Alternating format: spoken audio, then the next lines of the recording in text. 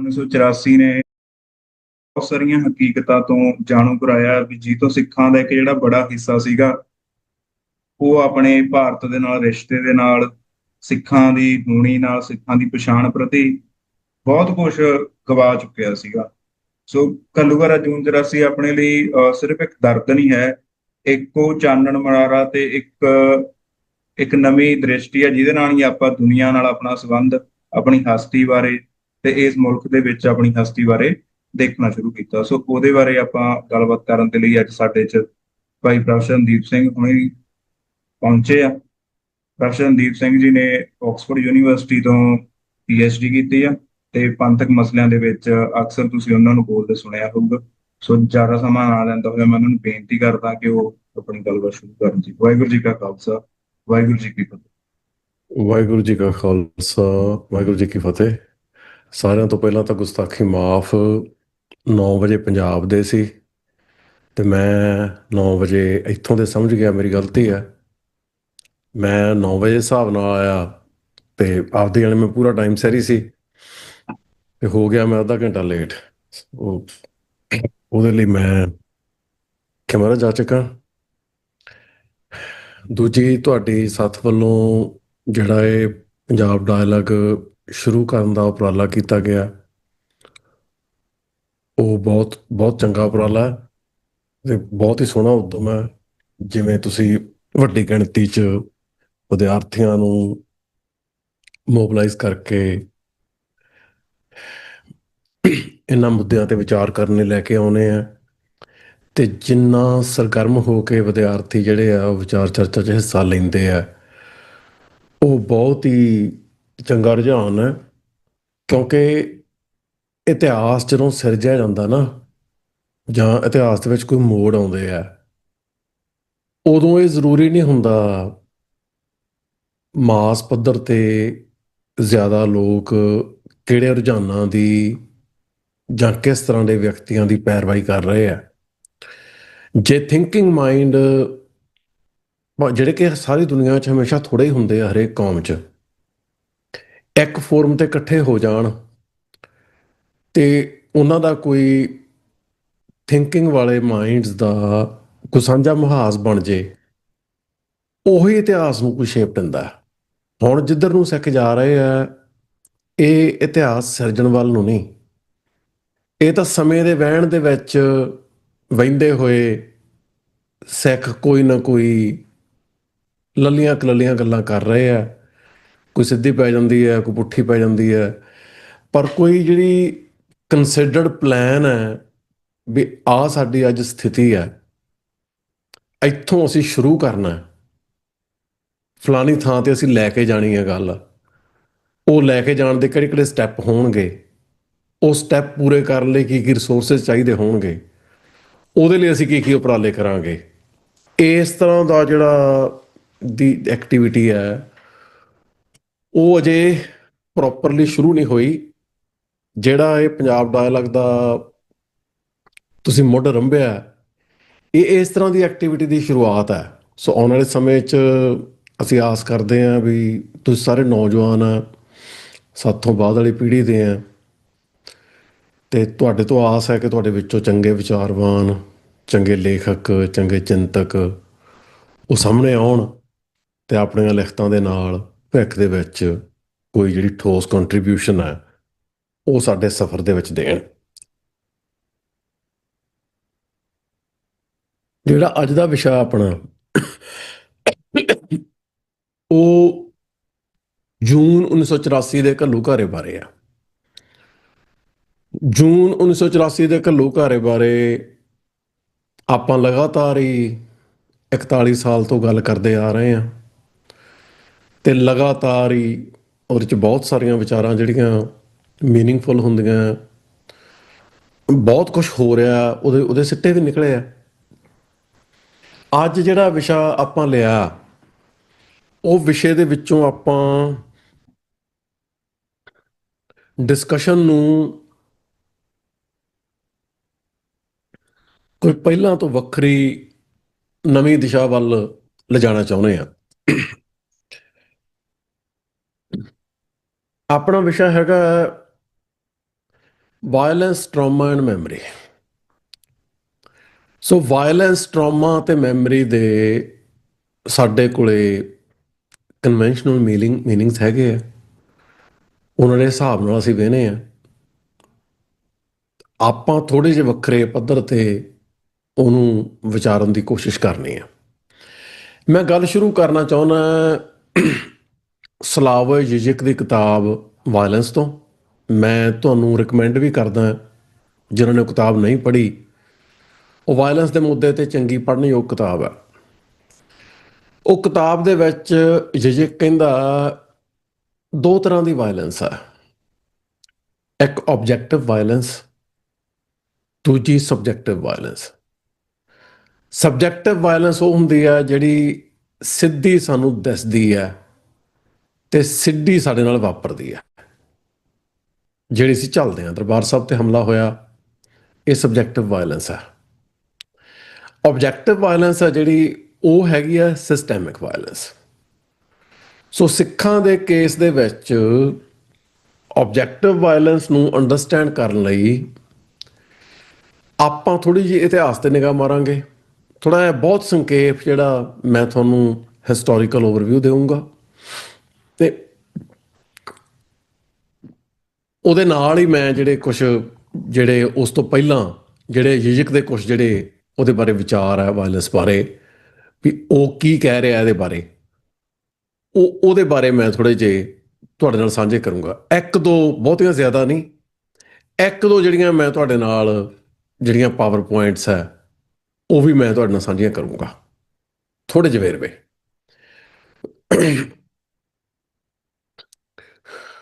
1917 ਦੇ ਵਿੱਚ ਰੂਸ ਦੇ ਵਿੱਚ ਇਨਕਲਾਬ ਆਇਆ ਅਤੇ 1922 ਦੇ ਵਿੱਚ ਜਿਹੜੀ ਸੋਵੀਅਤ ਹਕੂਮਤ ਸੀ, ਉਹਨਾਂ ਨੇ ਇੱਕ ਆਰਗੇਨਾਈਜ਼ਡ ਜਬਰੀ ਦੇਸ ਨਿਕਾਲਾ ਸ਼ੁਰੂ ਕੀਤਾ, ਜਿਹੜੇ ਐਂਟੀ ਕਮਿਊਨਿਸਟ ਇੰਟਲੈਕਚੁਅਲ ਸੀ। ਹੁਣ ਉਹਨਾਂ ਦੇ ਵਿੱਚੋਂ ਇੱਕ ਇੰਟਲੈਕਚੁਅਲ ਸੀ ਨਿਕੋਲਾਈ ਲੌਸਕੀ।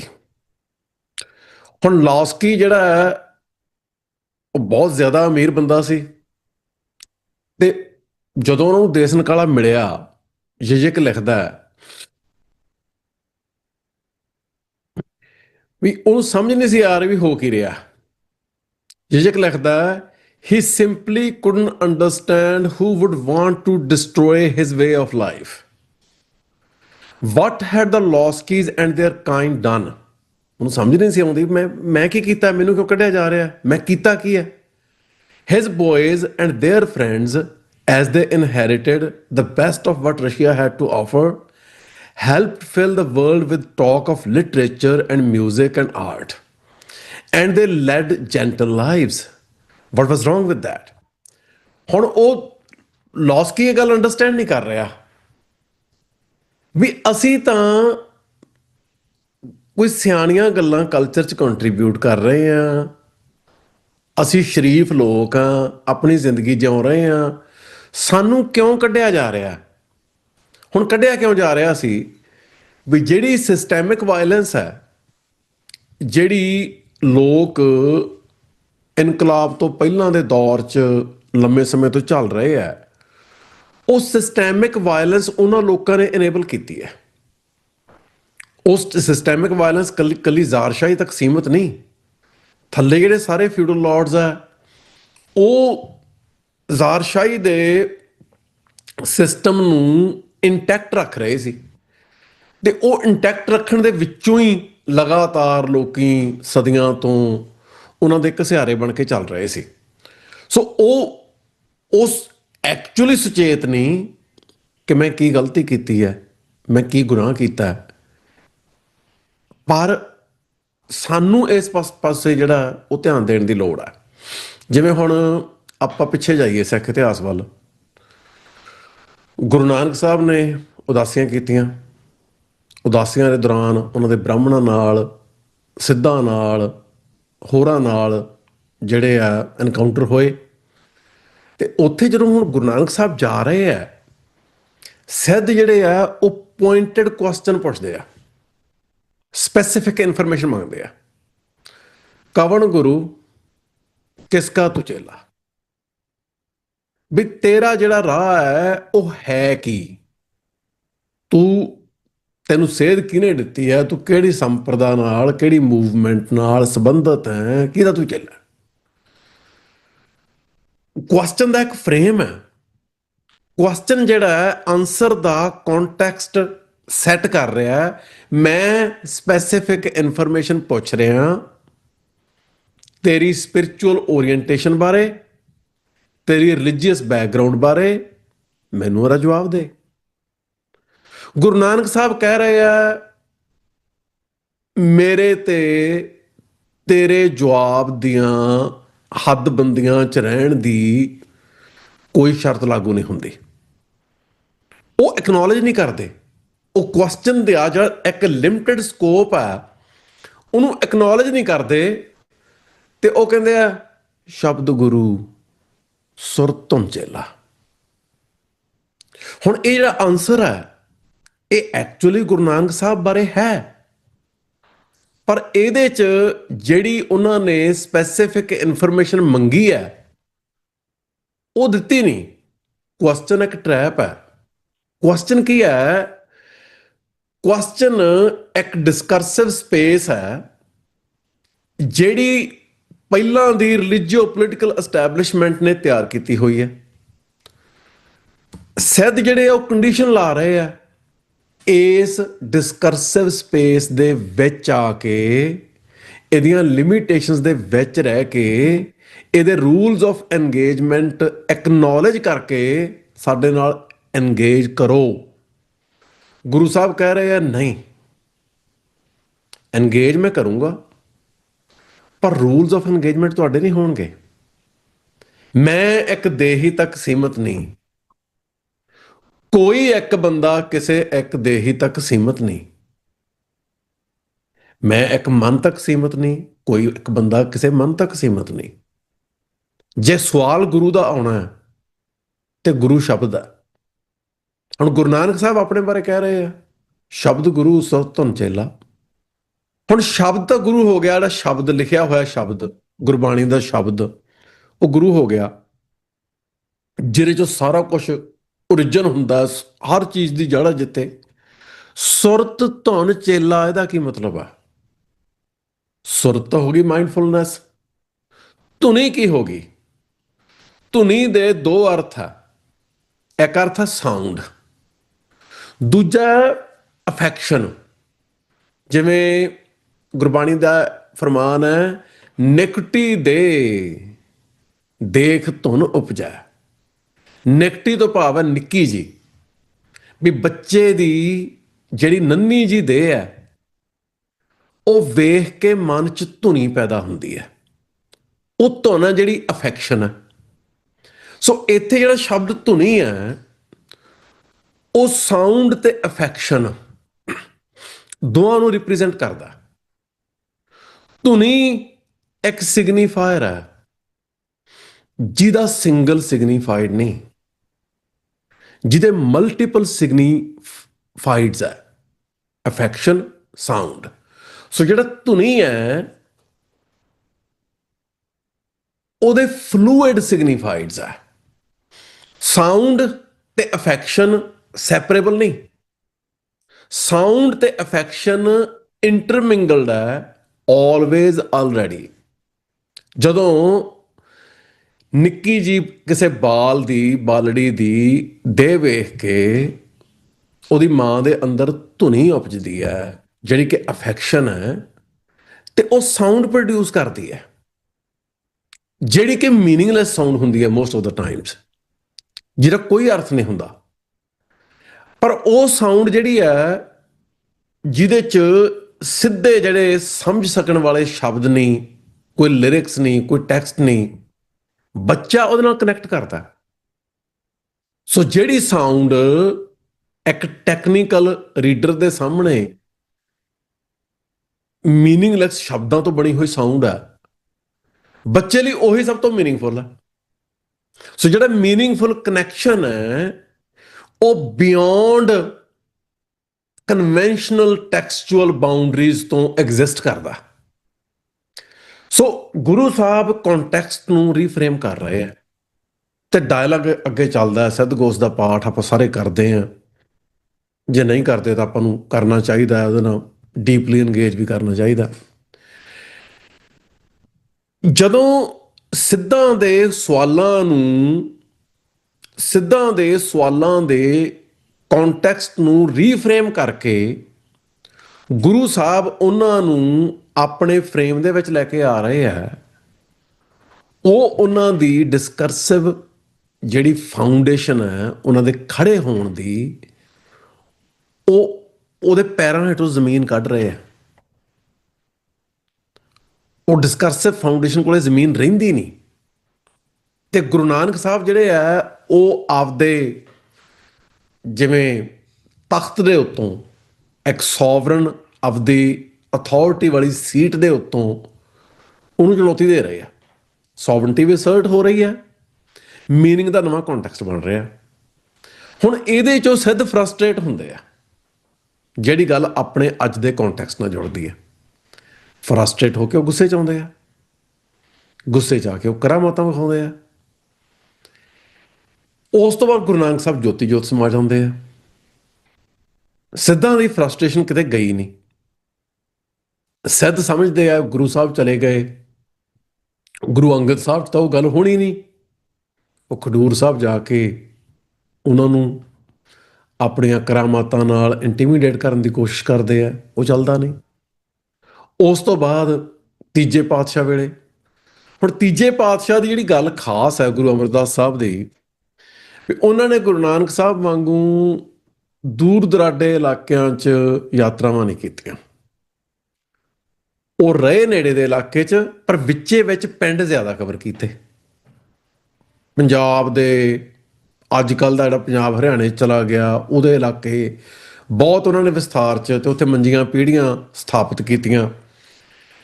ਹੁਣ ਜਿਹੜੀ ਉਹ ਨੈਟਵਰਕਿੰਗ ਹੋ ਗਈ ਗਰਾਊਂਡ ਲੈਵਲ ਤੇ ਉੱਥੇ ਸਿੱਖੀ ਦੇ ਜਿਹੜੇ ਇੱਕ ਤਰੀਕੇ ਦੇ ਜਿਹੜੀ ਮੰਜੀ ਹੈ, ਉਹ ਇੱਕ ਤਰੀਕੇ ਦਾ ਡਿਪਲੋਮੈਟਿਕ ਸੈਂਟਰ ਸੀ। ਬਈ ਸਿੱਖ ਦਸਵੰਧ ਕੱਢ ਕੇ ਉਸ ਮੰਜੀ ਜਾਂ ਪੀੜ੍ਹੀ ਵਾਲੇ ਸੈਂਟਰ ਤੇ ਭੇਟਾ ਕਰ ਰਹੇ ਆ। ਉੱਥੋਂ ਉਹ ਦਸਵੰਧ ਗੁਰੂ ਘਰ ਜਾਂਦਾ ਤੇ ਗੁਰੂ ਦਰਬਾਰ ਦੇ ਜਿਹੜੇ ਸਾਰੇ ਮਾਮਲੇ ਆ ਉਹ ਚੱਲ ਰਹੇ ਆ। ਪਹਿਲੀਆਂ ਜਿਹੜੀਆਂ ਰਿਲੀਜੀਅਸ ਐਸਟੈਬਲਿਸ਼ਮੈਂਟਸ ਆ ਬ੍ਰਾਹਮਣਿਕਲ ਇਸਲਾਮਿਕ, ਉਹਨਾਂ ਦੇ ਬਰਾਬਰ ਇੱਕ ਨਵਾਂ ਸੈਂਟਰ ਉੱਭਰ ਆਇਆ ਤੇ ਪਹਿਲੀਆਂ ਪੋਲੀਟੀਕਲ ਐਸਟੈਬਲਿਸ਼ਮੈਂਟਸ ਨੂੰ ਵੀ ਚੁਣੌਤੀ ਦਿੱਤੀ ਜਾਣ ਲੱਗੀ। ਹੁਣ ਬ੍ਰਾਹਮਣ ਜਿਹੜੇ ਸੀ ਉਹ ਸਦੀਆਂ ਤੋਂ ਇੰਟਲੈਕਚੁਅਲ ਰਹੇ ਤੇ ਉਹਨਾਂ ਨੇ ਗੱਲ ਫੜ ਲਈ ਵੀ ਇਹ ਗੱਲ ਖਤਰਨਾਕ ਆ। ਇਹ ਜਿਹੜਾ ਪਹਿਲਾਂ ਤਾਂ ਮਤਲਬ ਵਿਚਾਰ ਆਇਆ, ਸ਼ਬਦ ਦਾ ਪ੍ਰਵਾਹ ਆਇਆ, ਸ਼ਬਦ ਦੀ ਸਪਿਰਿਟ ਦਾ ਪ੍ਰਕਾਸ਼ ਹੋਇਆ, ਉਹਦੇ ਵਿੱਚੋਂ ਡਿਸਕੋਰਸ ਨਿਕਲਿਆ। ਪਹਿਲਾਂ ਤਾਂ ਇਹਨਾਂ ਨੇ ਆਪਦੀ ਜਿਹੜੀ ਡਿਸਕਰਸਿਵ ਜ਼ਮੀਨ ਅੱਡ ਤਿਆਰ ਕਰ ਲਈ। ਹੁਣ ਇਹ ਗ੍ਰਾਸ ਰੂਟ ਲੈਵਲ ਤੇ ਆਰਗੇਨਾਈਜ਼ ਹੋ ਰਹੇ ਆ। ਸੋ ਬ੍ਰਾਹਮਣਾਂ ਦੀ ਮੀਟਿੰਗ ਹੋਈ ਕੁਰੂਕਸ਼ੇਤਰ ਦੇ ਵਿੱਚ। ਉਹਦੇ 'ਚੋਂ ਦੋ ਪੈਨਲ ਬਣੇ। ਉਹਨਾਂ ਪੈਨਲਾਂ 'ਚੋਂ ਇੱਕ ਨੇ ਦਿੱਲੀ ਦਰਬਾਰ ਨੂੰ ਤੇ ਦੂਜੇ ਨੇ ਲਾਹੌਰ ਦਰਬਾਰ ਨੂੰ ਸ਼ਿਕਾਇਤ ਕੀਤੀ ਵੀ ਇਹ ਜਿਹੜੇ ਸਿੱਖ ਗੁਰੂ ਸਾਹਿਬ ਆ, ਗੁਰੂ ਅਮਰਦਾਸ ਜੀ, ਇਹ ਇਸਲਾਮ ਦੇ ਖਿਲਾਫ ਹੈ, ਨਵਾਂ ਧਰਮ ਚਲਾ ਰਹੇ ਆ। ਜਿਹੜੀ ਖਾਸ ਗੱਲ ਕਹੀ ਉਹਨਾਂ ਨੇ, ਜਾਤ ਪਾਤੀ ਸਿਸਟਮ ਨੂੰ ਤੋੜ ਕੇ ਸਾਰਿਆਂ ਨੂੰ ਬਰਾਬਰ ਲੈ ਕੇ ਆ ਰਹੇ ਆ। ਬ੍ਰਾਹਮਣ ਦੇ ਮਾਈਂਡ ਦੇ ਵਿੱਚ ਇਹ ਗੱਲ ਬਹੁਤ ਕਲੀਅਰ ਸੀ, ਜਿਹੜਾ ਰੂਲਿੰਗ ਮੁਗਲ ਐਲੀਟ ਹੈ ਉਹ ਆਪਣੇ ਐਲੀਟਿਸਟ ਐਟੀਟਿਊਡ ਕਰਕੇ ਸਿੱਖੀ ਦੀ ਐਂਟੀ ਕਾਸਟਿਸਟ ਪੋਜੀਸ਼ਨ ਦੇ ਖਿਲਾਫ ਖੜਾ ਹੋਊਗਾ। ਲਾਹੌਰ ਦੇ ਨਵਾਬ ਨੇ ਇਸ ਮਾਮਲੇ 'ਚ ਗੁਰੂ ਸਾਹਿਬ ਨੂੰ ਸੁਨੇਹਾ ਭੇਜਿਆ। ਗੁਰੂ ਸਾਹਿਬ ਜੀ ਨੇ ਭਾਈ ਜੇਠਾ ਜੀ ਨੂੰ ਭੇਜਿਆ। ਭਾਈ ਜੇਠਾ ਜੀ ਨੇ ਉੱਥੇ ਜਾ ਕੇ ਬ੍ਰਾਹਮਣਾਂ ਦੇ ਜਿਹੜੇ ਜੋ ਵੀ ਵਿਚਾਰ ਸੀ ਉਹਨਾਂ ਨੂੰ ਕਨਫਰੰਟ ਕੀਤਾ ਤੇ ਆਪਣਾ ਪੱਖ ਰੱਖਿਆ। ਇਹਦਾ ਜਿਹੜਾ ਵੇਰਵਾ ਸਾਰਾ ਇਸ ਡਿਬੇਟ ਦਾ ਡਿਟੇਲ ਦੇ ਵਿੱਚ ਭਾਈ ਸੰਤੋਖ ਸਿੰਘ ਨੇ ਸੂਰਜ ਪ੍ਰਕਾਸ਼ ਦਿੱਤਾ। ਆਪਾਂ ਅੱਜ ਉਹ ਸਾਂਝਾ ਨਹੀਂ ਕਰ ਸਕਦੇ ਕਿਉਂਕਿ ਅੱਧੇ ਪੌਣੇ ਘੰਟੇ ਦਾ ਪ੍ਰੋਜੈਕਟ ਉਹ ਇਕੱਲਾ ਹੀ ਬਣ ਜਾਣਾ। ਵੈਸੇ ਜੋ ਕਰ ਲਿਆ ਜਾਂਦਾ ਉਹ ਵਧੀਆ, ਕਾਫੀ ਵਧੀਆ ਡਿਸਕਸ਼ਨ ਹੋ ਸਕਦੀ ਸੀ, ਪਰ ਚਲੋ ਕਿਸੇ ਹੋਰ ਮੌਕੇ ਆਪਾਂ ਉੱਤੇ ਵਿਚਾਰ ਵੀ ਕਰ ਸਕਦੇ ਹਾਂ, ਤੁਸੀਂ ਆਪਣੇ ਪੱਧਰ ਤੇ ਪੜ੍ਹ ਸਕਦੇ ਆ। ਪਰ ਤੀਜੇ ਪਾਤਸ਼ਾਹ ਵੇਲੇ ਸਿੱਖਾਂ ਨੂੰ ਸਟੇਟ ਦੇ ਕਹਿਰ ਦਾ ਨਿਸ਼ਾਨਾ ਬਣਾਉਣ ਦਾ ਉਪਰਾਲਾ ਬ੍ਰਾਹਮਣਵਾਦੀ ਰਿਲੀਜੀਅਸ ਐਸਟੈਬਲਿਸ਼ਮੈਂਟ ਨੇ ਕਰਨਾ ਸ਼ੁਰੂ ਕਰਤਾ, ਉਹ 'ਚੋਂ ਕਾਮਯਾਬ ਨਹੀਂ ਹੋਏ। ਉਸ ਵਾਰ ਚੰਦੂ ਸੀਨ ਤੇ ਆਉਂਦਾ। ਚੰਦੂ ਕੋਲੇ ਲਾਹੌਰ ਦਰਬਾਰ 'ਚ ਇਨਫਲੂਐਂਸ਼ੀਅਲ ਪੋਜੀਸ਼ਨ ਆ, ਉਹ ਦੀਵਾਨ ਹੈ, ਫਾਈਨੈਂਸ਼ੀਅਲ ਐਡਵਾਈਜ਼ਰ ਹੈ। ਸੋ ਚੰਦੂ ਦੇ ਇਨਫਲੂਐਂਸ ਕਰਕੇ ਤੇ ਇਸਲਾਮਿਕ ਜਿਹੜੀ ਕੱਟੜਵਾਦੀ ਇਸਟੈਬਲਿਸ਼ਮੈਂਟ ਕਰਕੇ ਪੰਜਵੇਂ ਪਾਤਸ਼ਾਹ ਦੀ ਸ਼ਹੀਦੀ ਹੁੰਦੀ ਹੈ। ਉਸ ਤੋਂ ਬਾਅਦ ਜੰਗਾਂ ਹੁੰਦੀਆਂ। ਉਸ ਤੋਂ ਬਾਅਦ ਨੌਵੇਂ ਪਾਤਸ਼ਾਹ ਕੋਲੇ ਫਰਿਆਦ ਆਉਂਦੀ ਹੈ ਕਸ਼ਮੀਰੀ ਪੰਡਤਾਂ ਦੀ। ਨੌਵੇਂ ਪਾਤਸ਼ਾਹ ਉੱਥੇ ਜਾ ਕੇ ਸ਼ਹੀਦੀ ਦਿੰਦੇ ਆ। ਨੌਵੇਂ ਪਾਤਸ਼ਾਹ ਦੀ ਸ਼ਹੀਦੀ ਤੋਂ ਫੌਰਨ ਬਾਅਦ ਹਿੰਦੂ ਪਹਾੜੀ ਰਾਜਿਆਂ ਦੇ 10ਵੇਂ ਪਾਤਸ਼ਾਹ ਤੇ ਹਮਲੇ ਹੋਣੇ ਸ਼ੁਰੂ ਹੋ ਜਾਂਦੇ ਆ। ਉਹ ਹਮਲੇ ਲਗਾਤਾਰ ਚੱਲਦੇ ਰਹਿੰਦੇ ਆ, ਉਹ ਕਾਮਯਾਬ ਨਹੀਂ ਹੁੰਦੇ। ਉਹ ਦਿੱਲੀ ਦਰਬਾਰ ਨੂੰ ਕੰਟੈਕਟ ਕਰ ਲੈਂਦੇ ਆ, ਜਿੱਥੇ ਜਾ ਕੇ ਜਿਹੜੇ ਔਰੰਗਜ਼ੇਬ ਨੂੰ ਚੈਲੰਜ ਕਰਕੇ ਨੌਵੇਂ ਪਾਤਸ਼ਾਹ ਨੇ ਹਿੰਦੂਆਂ ਦੀ ਰਿਲੀਜੀਅਸ ਫਰੀडम ਲਈ ਸ਼ਹੀਦੀ ਦਿੱਤੀ, ਉਸੇ ਔਰੰਗਜ਼ੇਬ ਦੀ ਜਿਹੜੀ ਇੰਪੀਰੀਅਲ ਆਰਮੀ ਹੈ, ਜੰਮੂ ਦੇ ਨਵਾਬ ਦੀ ਆਰਮੀ, ਸਰਹੰਦ ਦੇ ਨਵਾਬ ਦੀ, ਹੋਰ ਉਹ ਸਾਰੀ ਸੱਦ ਕੇ ਉਹ 10ਵੇਂ ਪਾਤਸ਼ਾਹ ਤੇ ਅਟੈਕ ਕਰਾ ਰਹੇ।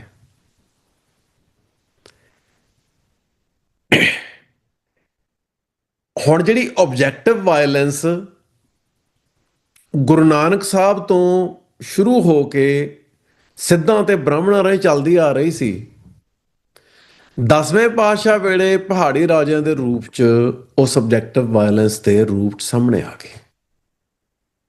ਸੋ ਇਹ ਸਾਰੀ ਗੱਲ ਕਰਨ ਦਾ ਅਰਥ ਕੀ ਹੈ? ਸਬਜੈਕਟਿਵ ਵਾਇਲੈਂਸ ਦੀ ਜਦੋਂ ਗੱਲ ਹੁੰਦੀ ਹੈ, ਉਦੋਂ ਉਹਨੂੰ ਤਤਕਾਲੀ ਘਟਨਾਵਾਂ ਤੱਕ ਰਿਡਿਊਸ ਕੀਤਾ ਜਾਂਦਾ। 1984 ਦੀ ਜਦੋਂ ਗੱਲ ਹੁੰਦੀ ਹੈ, ਗੱਲ ਇੱਥੋਂ ਸ਼ੁਰੂ ਹੁੰਦੀ ਹੈ ਕਿ ਸੰਤ ਜਰਨੈਲ ਸਿੰਘ ਜੀ ਭਿੰਡਰਾਂ ਵਾਲਿਆਂ ਦਾ ਦਰਬਾਰ ਸਾਹਿਬ ਦੇ ਵਿੱਚ ਹਥਿਆਰ ਲੈ ਕੇ ਬੈਠਣਾ ਜਾਇਜ਼ ਸੀ? ਕੀ ਉਹਨਾਂ ਦੇ ਮਿਲੀਟੈਂਟਸ ਜਿਹੜੇ ਆ ਉਹ ਬਹੁਤ ਸਾਰੇ ਲੋਕਾਂ ਦੀਆਂ ਅਸੈਸੀਨੇਸ਼ਨਸ ਨਹੀਂ ਸੀ ਕਰ ਰਹੇ? ਹਿੰਦੂਆਂ ਦੇ ਜਾਨ ਮਾਲ ਨੂੰ ਖਤਰਾ ਸੀ, ਹਿੰਦੂਆਂ ਦਾ ਬਹੁਤ ਜ਼ਿਆਦਾ ਨੁਕਸਾਨ ਹੋਇਆ। ਇਹ ਸਾਰੀਆਂ ਗੱਲਾਂ ਲਗਾਤਾਰ ਹੁੰਦੀਆਂ, ਪਰ ਇਹਦੇ ਚੋਂ ਗੱਲ ਮਿਸਿੰਗ ਕੀ ਹੈ? ਸਬਜੈਕਟਿਵ ਵਾਇਲੈਂਸ ਕੋਈ ਅਚਾਨਕ ਪੈਦਾ ਹੋਇਆ ਵਰਤਾਰਾ ਕਦੇ ਹੁੰਦੀ ਨਹੀਂ। ਪਹਿਲਾਂ ਆਬਜੈਕਟਿਵ ਵਾਇਲੈਂਸ ਚੱਲਦੀ ਹੈ ਲੰਮੇ ਸਮੇਂ ਤੱਕ, ਫਿਰ ਉਹ ਸਬਜੈਕਟਿਵ ਵਾਇਲੈਂਸ ਦੇ ਰੂਪ ਸਾਹਮਣੇ ਆਉਂਦੀ ਹੈ। 18ਵੀਂ ਸਦੀ ਆ ਗਈ, ਸਿੱਖਾਂ ਦਾ ਸਰਵਾਈਵਲ ਦਾ ਸਟਰਗਲ ਸ਼ੁਰੂ ਹੋ ਗਿਆ ਤੇ ਬ੍ਰਾਹਮਣਾਂ ਨੇ ਫਿਗਰ ਆਊਟ ਕਰ ਲਿਆ ਵੀ ਇਹ ਤਾਂ ਇੱਕ ਨਵੀਂ ਫੋਰਸ ਬਣ ਕੇ ਉੱਭਰ ਰਹੇ ਆ, ਤੇ ਉਹਨਾਂ ਨੇ ਮਤਲਬ ਗ੍ਰੰਥ ਲਿਖਣੇ ਸ਼ੁਰੂ ਕਰਤੇ। ਸਿੱਖਾਂ ਦੇ ਭੇਸ 'ਚ ਹੁਣ ਕੇਸ਼ਰ ਸਿੰਘ ਛਿੱਬਰ ਕਹਿਣ ਨੂੰ ਸਿੱਖ ਸੀ, ਵੈਸੇ ਬ੍ਰਾਹਮਣ ਸੀ, ਬ੍ਰਾਹਮਣਿਜ਼ਮ ਤੋਂ ਵੱਖ ਨਹੀਂ ਹੋ ਸਕਿਆ। ਉਹ ਸਾਰਾ ਦੇਵੀ ਪੂਜਾ ਦਾ ਪ੍ਰਸੰਗ 10ਵੇਂ ਪਾਤਸ਼ਾਹ ਨਾਲ ਜੋੜਤਾ ਬੰਸਾਵਲੀਨਾਮੇ ਦੇ ਵਿੱਚ। ਅੰਮ੍ਰਿਤ ਦੀ ਜਿਹੜੀ ਅੰਮ੍ਰਿਤ ਸੰਚਾਰ ਦੀ ਸਾਰੀ ਰੀਤ ਆ ਉਹਨੂੰ ਦੇਵੀ ਦੇ ਸਾਰਾ ਪੱਲੇ ਪਾਤਾ, ਸਾਰਾ ਕੁਛ। ਗੁਰਬਾਣੀ ਦੀਆਂ ਵਿਆਖਿਆਵਾਂ ਸ਼ੁਰੂ ਹੋ ਗਈਆਂ, ਆਨੰਦ ਕਾਣ ਦੇ ਟੀਕੇ ਆ ਗਏ। ਹੁਣ ਆਨੰਦ ਕਾਣ ਉਦਾਸੀ ਸਾਧੂ ਸੀ। ਆਨੰਦ ਕਾਣ ਨੇ 1795 'ਚ ਜਿਹੜਾ ਜਪਜੀ ਸਾਹਿਬ ਦਾ ਟੀਕਾ ਕੀਤਾ, ਉਹਦੇ 'ਚ ਸਿੱਧਾ ਹੀ ਕਹਿ ਰਿਹਾ ਗੁਰ ਈਸਰ ਗੁਰ ਗੋਰਖ ਬਰਮਾ ਗੁਰ ਪਾਰਬਤੀ ਮਾਈ। ਇਹ ਦੇਵੀ ਪੂਜਾ ਦੀ ਗੱਲ ਹੋ ਰਹੀ ਹੈ। ਕੈਥਲ ਦੇ ਸਿੱਖ ਰਾਜਾ ਉਦੈ ਸਿੰਘ ਨੇ ਭਾਈ ਸੰਤੋਖ ਸਿੰਘ ਜੀ ਨੂੰ ਕਿਹਾ ਕਿ ਇਹਦਾ ਜਵਾਬ ਦਿਓ ਤੇ ਅਲੰਕਾਰਾਂ ਦੀ ਖਾਸ ਵਿਆਖਿਆ ਕਰੋ। ਹੁਣ ਇਹ ਜਿਹੜੀ ਮੰਗ ਹੈ ਕੈਥਲ ਦੇ ਸਿੱਖ ਰਾਜਾ ਦੀ, ਉਹ ਮੰਗ ਦਾ ਇਹ ਅਰਥ ਹੈ ਕਿ ਰਾਜਾ ਵਿਦਵਾਨ ਸੀ। ਇਹਦਾ ਅਰਥ ਇਹ ਹੈ ਕਿ ਉਹਨੂੰ ਇਸ ਗੱਲ ਦੀ ਸੋਝੀ ਸੀ ਕਿ ਗੁਰਬਾਣੀ ਦੀਆਂ ਤੁਕਾਂ ਦੇ ਲਿਟਰਲ ਅਰਥ ਨਹੀਂ ਲਏ ਜਾ ਸਕਦੇ। ਅਲੰਕਾਰ ਜਿਹੜੇ ਆ ਉਹਦਾ ਪ੍ਰੋਪਰ ਕੰਟੈਕਸਟ ਪ੍ਰੋਵਾਈਡ ਕਰਾਉਂਦੇ ਆ। ਜੇ ਅਲੰਕਾਰਾਂ ਦੀ ਜਾਣਕਾਰੀ ਨਹੀਂ ਤੇ ਗੁਰਬਾਣੀ ਨਹੀਂ ਸਮਝੀ ਜਾ ਸਕਦੀ। ਸੋ ਭਾਈ ਸੰਤੋਖ ਸਿੰਘ ਨੇ ਗਰਭਗੰਜਨੀ ਟੀਕਾ ਲਿਖਿਆ। ਗਰਭਗੰਜਨੀ ਤੋਂ ਭਾਵ ਹੈ ਹੰਕਾਰ ਤੋੜਨ ਵਾਲਾ। ਸੋ ਉਹਦੇ ਦੋ ਅਰਥ ਸੀ। ਜਪਜੀ ਸਾਹਿਬ ਦਾ ਦੀ ਵਿਆਖਿਆ ਪੜ੍ਹ ਕੇ ਉਹਨੂੰ ਸਮਝੋ, ਤੁਹਾਡੀ ਆਪਣੀ ਹਉਮੈ ਦੂਰ ਹੋਊਗੀ। ਤੇ ਜਪਜੀ ਸਾਹਿਬ ਦੀ ਇਹ ਵਿਆਖਿਆ ਆਨੰਦ ਘਣ ਵਰਗੇ ਹੰਕਾਰੀ ਵਿਦਵਾਨ ਦਾ ਹੰਕਾਰ ਤੋੜੂਗੀ। ਹੁਣ ਉਹਦੇ 'ਚ ਭਾਈ ਸੰਤੋਖ ਸਿੰਘ ਲਿਖ ਰਹੇ ਹੈ ਕਿ ਆਨੰਦ ਘਣ ਨੇ ਅਦਕ ਹੀ ਨੀਰ ਮਥਿਓ ਹੈ, ਜ਼ਿਆਦਾ ਹੀ ਪਾਣੀ ਰਿੜਕੀ ਜਾਂਦਾ ਹੈ। ਇਹਨੂੰ ਪਤਾ ਹੀ ਨਹੀਂ ਗੱਲ ਦਾ ਅਰਥ ਕੀ ਹੈ। ਫਿਰ ਉਹ ਕੱਲੇ ਕੱਲੇ ਅਲੰਕਾਰ ਦੀ ਵਿਆਖਿਆ ਗੁਰ ਈਸਰ, ਗੁਰ ਗੋਰਖ ਬਰਮਾ, ਗੁਰ ਪਾਰਬਤੀ ਮਾਈ 'ਚ ਕਿਹੜੇ ਅਲੰਕਾਰ ਵਰਤੇ ਗਏ ਆ, ਹੋਰ ਥਾਵਾਂ ਤੇ ਕਿਹੜੇ ਅਲੰਕਾਰ ਵਰਤੇ ਗਏ ਆ, ਅਲੰਕਾਰਾਂ ਦੇ ਨਾਲ ਕੰਟੈਕਸਟ ਦਿੱਤਾ। ਹੁਣ ਇੱਥੇ ਕੀ ਹੋ ਰਿਹਾ, ਆਨੰਦ ਘਣ ਦੀ ਵਿਆਖਿਆ ਦੇ ਰੂਪ 'ਚ ਬ੍ਰਾਹਮਣ ਦੀ ਆਬਜੈਕਟਿਵ ਵਾਇਲੈਂਸ ਹੋ ਰਹੀ ਹੈ। ਭਾਈ ਸੰਤੋਖ ਸਿੰਘ ਦੇ ਰੂਪ 'ਚ ਸਿੱਖੀ ਦੀ ਜਿਹੜੀ ਰੈਜ਼ਿਸਟੈਂਸ ਹੈ ਉਹਦੇ ਖਿਲਾਫ ਸਾਹਮਣੇ ਆ ਰਹੀ ਹੈ। ਬ੍ਰਹਮੋ ਸਮਾਜ ਆ ਗਿਆ 1862 'ਚ, ਲਾਹੌਰ ਬ੍ਰਹਮੋ ਸਭਾ ਬਣ ਗਈ। ਜਦੋਂ 1849 'ਚ ਸਿੱਖ ਰਾਜ ਤੇ ਅੰਗਰੇਜ਼ਾਂ ਦਾ ਕਬਜ਼ਾ ਹੋਇਆ ਤੇ ਉਹ ਪੰਜਾਬ 'ਚ ਇਕੱਲੇ ਨਹੀਂ ਆਏ, ਉਹ ਹਜ਼ਾਰਾਂ ਦੀ ਤਾਦਾਦ 'ਚ ਹਿੰਦੂ ਸਿਵਲ ਸਰਵੈਂਟਸ ਨੂੰ ਲੈ ਕੇ ਆਏ, ਜਿਹੜੇ ਯੂਪੀ, ਬਿਹਾਰ, ਬੰਗਾਲ ਦੇ ਇਲਾਕੇ ਦੇ ਹਿੰਦੂ ਐਲੀਟ ਸੀ, ਮੋਸਟਲੀ ਬ੍ਰਾਹਮਣ। ਸੋ ਜਿਹੜੇ ਹਿੰਦੂ ਸਿਵਲ ਸਰਵੈਂਟ ਸੀ ਉਹ ਸੈਕੰਡ ਲੈਵਲ ਦੇ ਕਲੋਨੀਅਲ ਐਡਮਿਨਿਸਟ੍ਰੇਟਰ ਸੀ। ਪੰਜਾਬ ਦੇ ਆਮ ਸਿੱਖ ਦਾ ਸਿੱਧਾ ਵਾਹ ਹਿੰਦੂ ਕਲੋਨੀਅਲ ਐਡਮਿਨਿਸਟ੍ਰੇਟਰ ਨਾਲ ਪੈਂਦਾ ਸੀ। ਉਹ ਅੰਗਰੇਜ਼ ਆਫੀਸਰ ਨੂੰ ਜਵਾਬਦੇਹ ਹੁੰਦਾ ਸੀ। ਸੋ ਪੰਜਾਬ ਦੀ 1849 ਜਿਹੜੀ ਕੋਲੋਨਾਈਜੇਸ਼ਨ ਹੋਈ ਉਹ ਕੱਲੀ ਬ੍ਰਿਟਿਸ਼ ਕੋਲੋਨਾਈਜੇਸ਼ਨ ਨਹੀਂ ਹੋਈ, ਉਹ ਬ੍ਰਿਟਿਸ਼ ਤੇ ਹਿੰਦੂ ਕੋਲੋਨਾਈਜੇਸ਼ਨ ਇਕੱਠੀ ਹੋ ਗਈ। ਜਿਹੜੇ ਉਹ ਸਿਵਲ ਸਰਵੈਂਟ ਸੀ ਉਹਨਾਂ ਨੇ ਪੰਜਾਬ 'ਚ ਜਿਹੜੀਆਂ ਹਿੰਦੂ ਰਿਫੋਰਮਿਸਟ ਤੇ ਹਿੰਦੂ ਰਿਵਾਈਵਲਿਸਟ, ਸੁਧਾਰਵਾਦੀ ਤੇ ਪੁਨਰ ਸੁਰਜੀਤੀ ਲਹਿਰਾਂ ਦੀ ਜੜ ਲਾਉਣੀ ਸ਼ੁਰੂ ਕਰਤੀ। ਮਿਸਾਲ ਦੇ ਤੌਰ ਤੇ ਲਾਹੌਰ ਬ੍ਰਹਮੋ ਸਮਾਜ ਬਣਿਆ 1862 'ਚ। ਉਹਦਾ ਫਾਊਂਡਰ ਬਾਬੂ ਨਵੀਨ ਚੰਦਰ ਰੋਏ ਅੰਗਰੇਜ਼ਾਂ ਲਈ ਕੰਮ ਕਰਦਾ ਇੱਕ ਸਿਵਲ ਸਰਵੈਂਟ ਸੀ। ਜਿਹੜੇ ਉਹ ਸਿਵਲ ਸਰਵੈਂਟ ਸੀ, ਹੁਣ ਸਿਵਲ ਸਰਵੈਂਟ ਕੌਣ ਹੁੰਦਾ?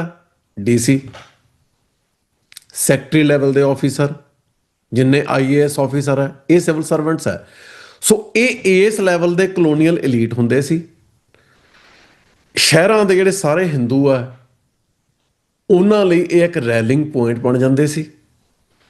ਸੋ ਇਹਨਾਂ ਨੇ ਲੀਡ ਕਰਕੇ ਐਕਟਿਵਲੀ ਸਿੱਧੇ ਇਨਵੋਲਵ ਹੋ ਕੇ ਉਹਨਾਂ ਸੁਧਾਰ ਲਹਿਰਾਂ ਦੀ ਜੜ ਲਾਈ। ਇਹ ਆਬਜੈਕਟਿਵ ਵਾਇਲੈਂਸ ਹੈ। ਸਿੱਖਾਂ ਨੇ 1849 ਤੋਂ ਬਾਅਦ ਜਦੋਂ ਸਿੱਖ ਸਕੂਲ ਸਿਸਟਮ ਬਰਬਾਦ ਹੋ ਗਿਆ, ਪੰਜਾਬੀ ਗੁਰਦੁਆਰਾ ਸਾਹਿਬਾਨ 'ਚ ਪੜ੍ਹਾਉਣੀ ਜਾਰੀ ਰੱਖੀ। 1873 'ਚ ਸਿੰਘ ਸਭਾ ਬਣ ਗਈ। ਸਿੰਘ ਸਭਾ ਦੇ ਵਿਦਵਾਨਾਂ, ਖਾਸ ਤੌਰ ਤੇ ਪ੍ਰੋਫੈਸਰ ਗੁਰਮੁਖ ਸਿੰਘ, ਉਹਨਾਂ ਨੇ ਇਹ ਕੋਸ਼ਿਸ਼ਾਂ ਕਰਨੀਆਂ ਸ਼ੁਰੂ ਕਰਤੀਆਂ ਕਿ ਜਿਹੜੀ ਪੰਜਾਬੀ ਆ ਉਹ ਸਕੂਲਾਂ ਦੇ ਸਿਲੇਬਸ 'ਚ ਆਵੇ। ਸਕੂਲ ਉਸ ਵੇਲੇ ਪੰਜਾਬ ਯੂਨੀਵਰਸਿਟੀ ਲਾਹੌਰ ਦੇ ਅੰਡਰ ਹੁੰਦੇ ਸੀ। ਸੋ ਸਕੂਲ 'ਚ ਲਿਆਉਣ ਲਈ ਪੰਜਾਬੀ ਨੂੰ ਪੰਜਾਬ ਯੂਨੀਵਰਸਿਟੀ ਲਾਹੌਰ ਦੇ ਸਕੂਲ ਕਰਿਕੂਲਮ ਦੇ ਵਿੱਚ ਲੈ ਕੇ ਆਉਣਾ ਸੀ। ਹਿੰਦੂਆਂ ਤੇ ਮੁਸਲਮਾਨਾਂ ਦੋਵਾਂ ਪੰਜਾਬੀਆਂ ਨੇ ਪੰਜਾਬੀ ਨੂੰ ਗੰਵਾਰਾਂ ਦੀ ਭਾਸ਼ਾ ਕਿਹਾ ਵੀ ਇਹ ਭਾਸ਼ਾ ਜਿਹੜੀ ਹੈ ਇਹ ਸਕੂਲਾਂ 'ਚ ਲਾਉਣ ਦੇ ਕਾਬਲ ਨਹੀਂ। ਪੰਜਾਬੀ ਨੂੰ ਗੰਵਾਰਾਂ ਦੀ ਭਾਸ਼ਾ ਕਹਿਣ ਦਾ ਮਤਲਬ ਸੀ ਸਿੱਖ ਗੰਵਾਰ ਹੈ। ਇਹ ਆਬਜੈਕਟਿਵ ਵਾਇਲੈਂਸ ਹੈ। ਸਰਦਾਰ ਅਤਰ ਸਿੰਘ ਭਦੌੜ ਨੇ ਆਪਣੀ ਪਰਸਨਲ ਲਾਇਬ੍ਰੇਰੀ 'ਚੋਂ 383 ਕਿਤਾਬਾਂ ਦੀ ਜਿਹੜੀ ਸੂਚੀ ਹੈ ਛਪੀਆਂ ਹੋਈਆਂ ਕਿਤਾਬਾਂ ਦੀ, ਸਾਰੀਆਂ ਗੁਰਮੁਖੀ ਸਕ੍ਰਿਪਟ 'ਚ, ਉਹ ਅੰਗਰੇਜ਼ਾਂ ਨੂੰ ਸਬਮਿਟ ਕੀਤੀ ਤੇ ਕਿਹਾ ਜਿਹੜੀ ਲੈਂਗੁਏਜ ਦੇ ਵਿੱਚ ਇੰਨਾ ਲਿਟਰੇਚਰ, ਇੰਨੀ ਗੁੱਡ ਕੁਆਲਿਟੀ ਦਾ ਇੰਨਾ ਲਿਟਰੇਚਰ ਪੈਦਾ ਹੋਇਆ ਹੈ, ਉਹਨੂੰ ਅੰਡਰ ਡਿਵੈਲਪਡ ਲੈਂਗੁਏਜ ਕਿਵੇਂ ਕਹਿ ਦਿਓਗੇ? ਇਹ ਗੱਲ GW ਲਾਈਟਨਰ ਦੇ ਸਹਿਯੋਗ ਨਾਲ ਮੰਨੀ ਗਈ, ਪੰਜਾਬੀ ਲਾਗੂ ਹੋ ਗਈ। ਪਰ ਬਾਅਦ 'ਚ ਵੀ ਉਹ ਪੰਜਾਬੀ ਨੂੰ ਜਿਹੜੀ ਗੰਵਾਰਾਂ ਦੀ ਭਾਸ਼ਾ ਕਹਿੰਦੇ ਰਹੇ। ਰਵਿੰਦਰਨਾਥ ਟੈਗੋਰ ਨੇ ਅਲਾਮਾ ਇਕਬਾਲ ਨੂੰ ਕਿਹਾ ਕਿ ਤੂੰ ਆਪਦੀ ਬੋਲੀ 'ਚ ਕਿਉਂ ਨਹੀਂ ਲਿਖਦਾ? ਉਹ ਕਹਿੰਦਾ ਡਿਵੈਲਪ ਨਹੀਂ ਹੋਈ। ਉਹ ਕਹਿੰਦੇ ਜੇ ਲਿਖੇਗਾ ਨਹੀਂ ਡਿਵੈਲਪ ਕਿਵੇਂ ਹੋਊਗੀ? ਹੁਣ ਅਲਾਮਾ ਇਕਬਾਲ ਵੱਡਾ ਮੁਸਲਮਾਨ ਬਾਬਾ ਫਰੀਦ ਦੀ ਬੋਲੀ ਨੂੰ ਅੰਡਰ ਡਿਵੈਲਪਡ ਕਹਿ ਰਿਹਾ, ਜਿਹੜੀ ਬੋਲੀ 'ਚ 12ਵੀਂ ਸਦੀ 'ਚ ਬਾਬਾ ਸ਼ੇਖ ਫਰੀਦ ਜੀ ਲਿਖ ਰਹੇ ਆ, ਉਹ ਲੈਂਗੁਏਜ ਨੂੰ ਕਹਿ ਰਿਹਾ ਡਿਵੈਲਪ ਨਹੀਂ ਹੋਈ। ਜਿਹੜੀ ਬੋਲੀ 'ਚ ਉਦੋਂ ਪਹਿਲਾਂ ਬੁੱਲੇ ਸ਼ਾਹ, ਸ਼ਾਹ ਹੁਸੈਨ, ਸੁਲਤਾਨ ਬਾਹੂ, ਵਾਰਿਸ ਸ਼ਾਹ, ਕਿੰਨੇ ਹੀ ਵੱਡੇ ਕਵੀ ਪੈਦਾ ਹੋ ਗਏ। ਮੀਆਂ ਮੁਹੰਮਦ ਬਖਸ਼ ਉਦੋਂ ਪਹਿਲਾਂ ਪੈਦਾ ਹੋ ਗਏ। ਮੌਲਵੀ ਗੁਲਾਮ ਰਸੂਲ ਚਲੋ ਲਗਭਗ ਸਮਕਾਲੀ ਸੀ ਪਰ ਵੱਡੇ ਕਵੀ ਸੀ। ਮਤਲਬ ਦਰਜਨਾਂ ਦੀ ਤਾਦਾਦ 'ਚ ਮੁਸਲਮਾਨ ਕਵੀਆਂ ਨੇ ਪੰਜਾਬੀ 'ਚ ਬਹੁਤ ਆਲਾ ਦਰਜੇ ਦਾ ਲਿਟਰੇਚਰ ਪ੍ਰੋਡਿਊਸ ਕੀਤਾ। ਸਿੱਖਾਂ ਨੇ ਬਹੁਤ ਕਮਾਲ ਦਾ ਲਿਟਰੇਚਰ ਪ੍ਰੋਡਿਊਸ ਕੀਤਾ, ਭਾਈ ਗੁਰਦਾਸ ਜੀ ਤੋਂ ਸ਼ੁਰੂ ਹੋ ਕੇ। ਉਹ ਸਾਰੇ ਨੂੰ ਓਵਰਲੁੱਕ ਕਰਕੇ ਉਹ ਕਹਿ ਰਿਹਾ ਪੰਜਾਬੀ ਤਾਂ ਗਵਾਰਾਂ ਦੀ ਭਾਸ਼ਾ। ਬਈ ਤੂੰ ਵੱਡਾ ਮੁਸਲਮਾਨ, ਤੂੰ ਬਾਬਾ ਫਰੀਦ ਨੂੰ ਕੀ ਕਹਿ ਰਿਹਾ? ਕੋਈ ਸੋਝ ਹੀ ਨਹੀਂ ਵੀ ਅਸੀਂ ਕਿੱਥੋਂ ਬੋਲ ਰਹੇ ਹਾਂ, ਗੱਲ ਕਿੱਧਰ ਨੂੰ ਜਾਂਦੀ ਹੈ, ਕੀ ਉਹਦੀ ਇੰਪਲੀਕੇਸ਼ਨ ਹੈ। ਇਹ ਆਬਜੈਕਟਿਵ ਵਾਇਲੈਂਸ ਸੀ। ਸਿੱਖ ਜਿਹੜੇ ਆ ਉਹ ਭਾਵੇਂ ਲੈਫਟਿਸਟ ਮੂਵਮੈਂਟ ਨਾਲ ਜੁੜ ਗਏ, ਪਰ ਇਹ ਸਾਰਾ ਜਿਹੜਾ ਪੋਚ ਸੀ ਪਹਿਲੇ progressive writers, principal Sant Singh Sekhon, professor Mohan Singh, Amrita Pritam, ਇਹ ਸਾਰੇ ਹੀ ਜਿਹੜੇ ਆ ਅੰਮ੍ਰਿਤਾ ਪ੍ਰੀਤਮ ਨੂੰ ਛੱਡ ਕੇ ਇਹ ਸਾਰੇ ਪੜ੍ਹੇ ਲਿਖੇ ਸੀ, ਸਾਰੇ ਉਰਦੂ ਫਾਰਸੀ ਜਾਣਦੇ ਸੀ। ਇਹਨਾਂ ਲਈ ਉਰਦੂ 'ਚ ਲਿਖਣਾ ਕੁਛ ਨਹੀਂ ਸੀ। ਪ੍ਰੋਫੈਸਰ ਮੋਹਨ ਸਿੰਘ ਫਾਰਸੀ ਦੇ ਪ੍ਰੋਫੈਸਰ ਸੀ। ਉਹਨਾਂ ਨੇ ਲਾਹੌਰ ਤੋਂ ਫਾਰਸੀ ਦੀ MA ਵਿਦ ਡਿਸਟਿੰਕਸ਼ਨ ਪਾਸ ਕੀਤੀ ਸੀ। ਸੋ ਸਾਊਥ ਏਸ਼ੀਆ ਦਾ ਕੋਈ ਵੀ ਬੰਦਾ, ਹਿੰਦੀ ਜਾਂ ਪੰਜਾਬੀ ਦਾ ਨੇਟਿਵ ਸਪੀਕਰ, ਜੇ ਫਾਰਸੀ ਜਾਣਦਾ ਤੇ ਉਹਨੂੰ ਉਰਦੂ ਆਪਣੇ ਆਪ ਆ ਜਾਂਦੀ ਹੈ। ਉਰਦੂ 'ਚ ਲਿਖਣਾ ਇਹਨਾਂ ਲਈ ਇੱਕ ਲਾਰਜਰ ਆਡੀਅנס ਦਾ ਐਕਸੈਸ ਲੈਣਾ ਕੋਈ ਔਖਾ ਨਹੀਂ ਸੀ। ਪਰ ਇਹਨਾਂ ਨੇ ਸਾਰੀ ਉਮਰ ਨੱਠ ਕੇ ਸਿਰਫ ਤੇ ਸਿਰਫ ਪੰਜਾਬੀ 'ਚ ਲਿਖਿਆ। ਸਿੱਖਾਂ ਦੀ ਆਬਾਦੀ 19ਵੀਂ ਸਦੀ ਦੇ ਸ਼ੁਰੂ 'ਚ 11% ਸੀ, 20ਵੀਂ ਸਦੀ 'ਚ 21% ਸੀ, 30% ਹਿੰਦੂ, 50% ਮੁਸਲਮਾਨ। ਹੁਣ 20-21% ਸਿੱਖ ਅਣਵੰਡੇ ਪੰਜਾਬ 'ਚ ਕੋਈ 80-90% ਪੰਜਾਬੀ ਸਾਹਿਤ ਪ੍ਰੋਡਿਊਸ ਕਰ ਰਹੇ ਆ। ਜਿਹੜੀਆਂ ਦੂਜੀਆਂ ਦੋ ਕਮਿਊਨਿਟੀਆਂ ਉਹ ਤੋਂ ਇਨਡਿਫਰੈਂਟ ਹੈ, ਉਹ ਸਿੱਖਾਂ ਤੇ ਆਬਜੈਕਟਿਵ ਵਾਇਲੈਂਸ ਕਰ ਰਹੀਆਂ। 47 'ਚ ਉਹ ਆਬਜੈਕਟਿਵ ਵਾਇਲੈਂਸ ਜਿਹੜੀ ਹੈ ਉਹ ਸਬਜੈਕਟਿਵ ਵਾਇਲੈਂਸ ਦੇ ਰੂਪ 'ਚ ਸਾਹਮਣੇ ਆ ਗਈ। ਪਾਰਟੀਸ਼ਨ ਹੋ ਗਈ, ਅੰਗਰੇਜ਼ ਛੱਡ ਗਏ, ਕੌਂਸਟੀਚਿਊਐਂਟ ਅਸੈਂਬਲੀ ਆ ਗਈ, ਸਿੱਖਾਂ ਨੇ ਕੌਂਸਟੀਟਿਊਸ਼ਨਲ ਸੇਫਗਾਰਡ ਦੀ ਮੰਗ ਕੀਤੀ। ਹਿੰਦੂ ਲੀਡਰਸ਼ਿਪ ਜਿਨ੍ਹਾਂ ਨੇ ਸਿੱਖਾਂ ਨੂੰ ਵੇਗ ਲੈਂਗੁਏਜ 'ਚ ਅਟੋਨਮੀ ਪ੍ਰੋਮਿਸ ਕੀਤੀ ਸੀ, ਉਹਨਾਂ ਨੇ ਸਿੱਧਾ ਹੀ ਨਾ ਕਰਤੀ। ਉਹ ਤਾਂ ਕਹਿੰਦੇ ਅਸੀਂ ਤਾਂ ਜਿਹੜਾ ਹਿੰਦੂ ਸਪਿਰਿਚੁਅਲ ਕਲਚਰ ਰਿਵਾਈਵ ਕਰਾਂਗੇ। ਕੌਂਸਟੀਚਿਊਐਂਟ ਅਸੈਂਬਲੀ ਦੀਆਂ ਡਿਬੇਟਸ ਦੇ ਵਿੱਚ ਇੰਡੀਅਨ ਨੈਸ਼ਨਲ ਕਾਂਗਰਸ ਪਾਰਟੀ ਨਾਲ ਸੰਬੰਧਿਤ ਜਿਹੜੇ ਮੈਂਬਰ ਸੀ, ਇੰਡੀਅਨ ਨੈਸ਼ਨਲ ਕਾਂਗਰਸ ਪਾਰਟੀ ਨਾਲ ਸੰਬੰਧਿਤ ਹਿੰਦੂ ਮੈਂਬਰਾਂ ਨੇ ਇਹ ਕਿਹਾ ਕਿ ਰਿਲੀਜਨ ਨਾ ਕਹੋ, ਇਸ ਦੇਸ਼ ਦੀ ਇੱਕ ਸਾਂਝੀ ਸਪਿਰਿਚੁਅਲ ਫਾਊਂਡੇਸ਼ਨ ਤਾਂ ਇੱਕ ਹੈ, ਤੇ ਯੋਗਾ ਦੇ ਰਾਹੀਂ ਉਹ ਸਪਿਰਿਚੁਅਲ ਜਿਹੜਾ ਆਈਡੀਆ ਹੈ, ਉਹ ਸਪਿਰਿਚੁਅਲਿਟੀ ਦਾ ਪ੍ਰਸਾਰ ਕਰਨਾ ਕੋਈ ਮਾੜੀ ਗੱਲ ਨਹੀਂ। ਸੋ ਜਿਹੜੇ ਯੋਗਾ ਦੇ ਪ੍ਰਸਾਰ ਦੀ 1947-8 ਦੇ ਵਿੱਚ, 1946-7 ਦੇ ਵਿੱਚ ਕੌਂਸਟੀਚਿਊਐਂਟ ਅਸੈਂਬਲੀ ਦੇ ਕਾਂਗਰਸ ਮੈਂਬਰਸ ਕਰ ਰਹੇ ਆ, ਉਸੇ ਯੋਗਾ ਦਾ ਪ੍ਰਸਾਰ ਜਿਹੜਾ ਉਹ BJP ਦਾ ਮੋਦੀ 21ਵੀਂ ਸਦੀ 'ਚ ਆ ਕੇ ਸ਼ੁਰੂ ਕਰ ਦਿੰਦਾ। ਦੁਨੀਆ ਭਰ ਦੇ ਵਿੱਚ ਯੋਗਾ ਫੈਲਾਵਾਂਗੇ। ਇਹ ਆਬਜੈਕਟਿਵ ਵਾਇਲੈਂਸ ਚੱਲ ਰਹੀ ਹੈ। ਸਾਊਥ ਦੇ ਵਿੱਚ ਲਿੰਗੁਇਸਟਿਕ ਸਟੇਟਸ ਬਣ ਜਾਂਦੀਆਂ, ਪੰਜਾਬ ਨੂੰ ਡਿਨਾਈ ਹੁੰਦੀਆਂ, ਕਮਿਸ਼ਨ ਤੇ ਕਮਿਸ਼ਨ। ਹੁਣ ਮੈਂ ਉਸ ਪਾਸੇ ਨਹੀਂ ਜਾਂਦਾ। ਪੰਜਾਬੀ ਸੂਬੇ ਦੀ ਮੰਗ ਕੋਈ ਜੱਗੋਂ ਤੇਰਵੀਂ ਮੰਗ ਨਹੀਂ। ਸਾਊਥ 'ਚ ਪਹਿਲਾਂ ਲਿੰਗੁਇਸਟਿਕ ਸਟੇਟਸ ਬਣ ਚੁੱਕੀਆਂ। ਪੰਜਾਬੀ ਸੂਬੇ ਦੀ ਮੂਵਮੈਂਟ ਕੋਈ ਵਾਇਲੈਂਟ ਮੂਵਮੈਂਟ ਨਹੀਂ। 1955 'ਚ ਨਹਿਰੂ ਦਰਬਾਰ ਸਾਹਿਬ ਤੇ ਅਟੈਕ ਕਰ ਦਿੰਦਾ। ਮਤਲਬ ਆਬਜੈਕਟਿਵ ਵਾਇਲੈਂਸ ਜਿਹੜੀ ਚੱਲ ਰਹੀ ਆ ਪਹਿਲਾਂ ਤੋਂ, ਉਹਨੇ ਸਬਜੈਕਟਿਵ ਵਾਇਲੈਂਸ ਦੇ ਰੂਪ 'ਚ ਇਰਪਟ ਹੋਣਾ ਹੀ ਹੋਣਾ ਹੈ। ਉਹਨੇ ਫੁੱਟ ਕੇ ਬਾਹਰ ਆਉਣਾ ਹੀ ਆਉਣਾ ਹੈ। ਪੰਜਾਬੀ ਸੂਬਾ ਬਣ ਗਿਆ। ਇੰਦਰਾ ਗਾਂਧੀ ਨੇ ਉਹਦੇ 'ਚ ਆਰਟੀਕਲ 78, 79, 80 ਜਿਹੜੇ ਇਨਕਲੂਡ ਕਰਤੇ। ਉਹਨਾਂ ਦਾ ਮਤਲਬ ਹੈ ਜਿਹੜੇ ਪੰਜਾਬ ਦੇ ਰਿਵਰ ਵਾਟਰਸ ਹੈ ਉਹਨਾਂ ਬਾਰੇ ਜਿਹੜਾ ਹਰਿਆਣੇ ਤੇ ਰਾਜਸਥਾਨ ਨਾਲ ਪੰਜਾਬ ਦਾ ਕੋਈ ਡਿਸਪਿਊਟ ਹੈ, ਇਹ ਤਿੰਨੇ ਸਟੇਟਸ ਬੈਠ ਕੇ ਆਪਸ 'ਚ ਵਿਚਾਰ ਕਰਕੇ ਹੱਲ ਕਰਨਗੀਆਂ। ਜੇ ਇਹ ਹੱਲ ਨਹੀਂ ਕਰ ਸਕਣਗੀਆਂ, ਫਿਰ ਸੈਂਟਰ ਨੂੰ ਅੰਤਮ ਫੈਸਲਾ ਦੇਣ ਦਾ ਹੱਕ ਹੋਊਗਾ। ਹੁਣ ਹੱਲ ਤਾਂ ਹੋ ਨਹੀਂ ਸਕਦਾ। ਪੰਜਾਬ ਦਾ ਪਾਣੀ ਇੰਟਰਨੈਸ਼ਨਲ ਰਾਈਪੇਰੀਅਨ ਲਾਜ਼ ਦੀ ਵਾਇਲੇਸ਼ਨ ਕਰਕੇ ਨਜਾਇਜ਼ ਲੁੱਟਿਆ ਜਾ ਰਿਹਾ, ਪੰਜਾਬ ਕਿਉਂ ਦੇਊਗਾ? ਹਰਿਆਣੇ ਤੇ ਰਾਜਸਥਾਨ ਨੂੰ ਮੁਫਤ ਦਾ ਪਾਣੀ ਮਿਲ ਰਿਹਾ, ਉਹ ਕਿਉਂ ਨਾ ਕਰਨਗੇ? ਸੋ ਰਹਿ ਕੀ ਗਿਆ? ਸੈਂਟਰ ਕੋਲੇ ਅੰਤਮ ਫੈਸਲਾ। ਉਹ ਫੈਸਲਾ ਕਰਕੇ ਨਹਿਰਾਂ ਕੱਢ ਕੇ ਸਾਡੇ ਦਰਿਆ ਉਧਰ ਲੈ ਗਏ। ਆਬਜੈਕਟਿਵ ਵਾਇਲੈਂਸ ਚੱਲ ਰਹੀ ਹੈ, ਲਗਾਤਾਰ ਚੱਲ ਰਹੀ ਹੈ। 75 ਵਿੱਚ ਐਮਰਜੈਂਸੀ ਲੱਗਦੀ ਹੈ, ਇੰਦਰਾ ਗਾਂਧੀ ਸਾਰਾ ਹੀ ਕਨਸਟੀਟਿਊਸ਼ਨ ਟਰਾਂਸਫਾਰਮ ਕਰ ਦਿੰਦੀ ਹੈ, ਪ੍ਰੀਐਂਬਲ ਤੱਕ ਚੇਂਜ ਕਰ ਦਿੰਦੀ ਹੈ, ਸਾਰਾ ਕਨਸਟੀਟਿਊਸ਼ਨ ਮੁੱਢੋਂ ਟਰਾਂਸਫਾਰਮ ਕਰ ਦਿੰਦੀ ਹੈ। ਵੱਡੀਆਂ ਜਿਹੜੀਆਂ ਅਮੈਂਡਮੈਂਟਸ ਹੁੰਦੀਆਂ, ਐਮਰਜੈਂਸੀ ਦੇ ਖਿਲਾਫ ਅਪੋਜੀਸ਼ਨ ਲੜਦੀ ਹੈ, ਇੰਦਰਾ ਗਾਂਧੀ ਹਾਰਦੀ ਹੈ, ਜਨਤਾ ਪਾਰਟੀ ਦੀ ਕੋਲੀਸ਼ਨ ਗਵਰਨਮੈਂਟ ਆਉਂਦੀ ਹੈ। ਜਿਹੜੀਆਂ ਚੇਂਜਸ ਕਨਸਟੀਟਿਊਸ਼ਨ 'ਚ ਇੰਦਰਾ ਗਾਂਧੀ ਨੇ ਅਮੈਂਡਮੈਂਟਸ ਜਿਹੜੀਆਂ ਕਰਤੀਆਂ, ਉਹਨਾਂ ਨੂੰ ਜਨਤਾ ਪਾਰਟੀ ਕੁਝ ਨਹੀਂ ਕਹਿੰਦੀ।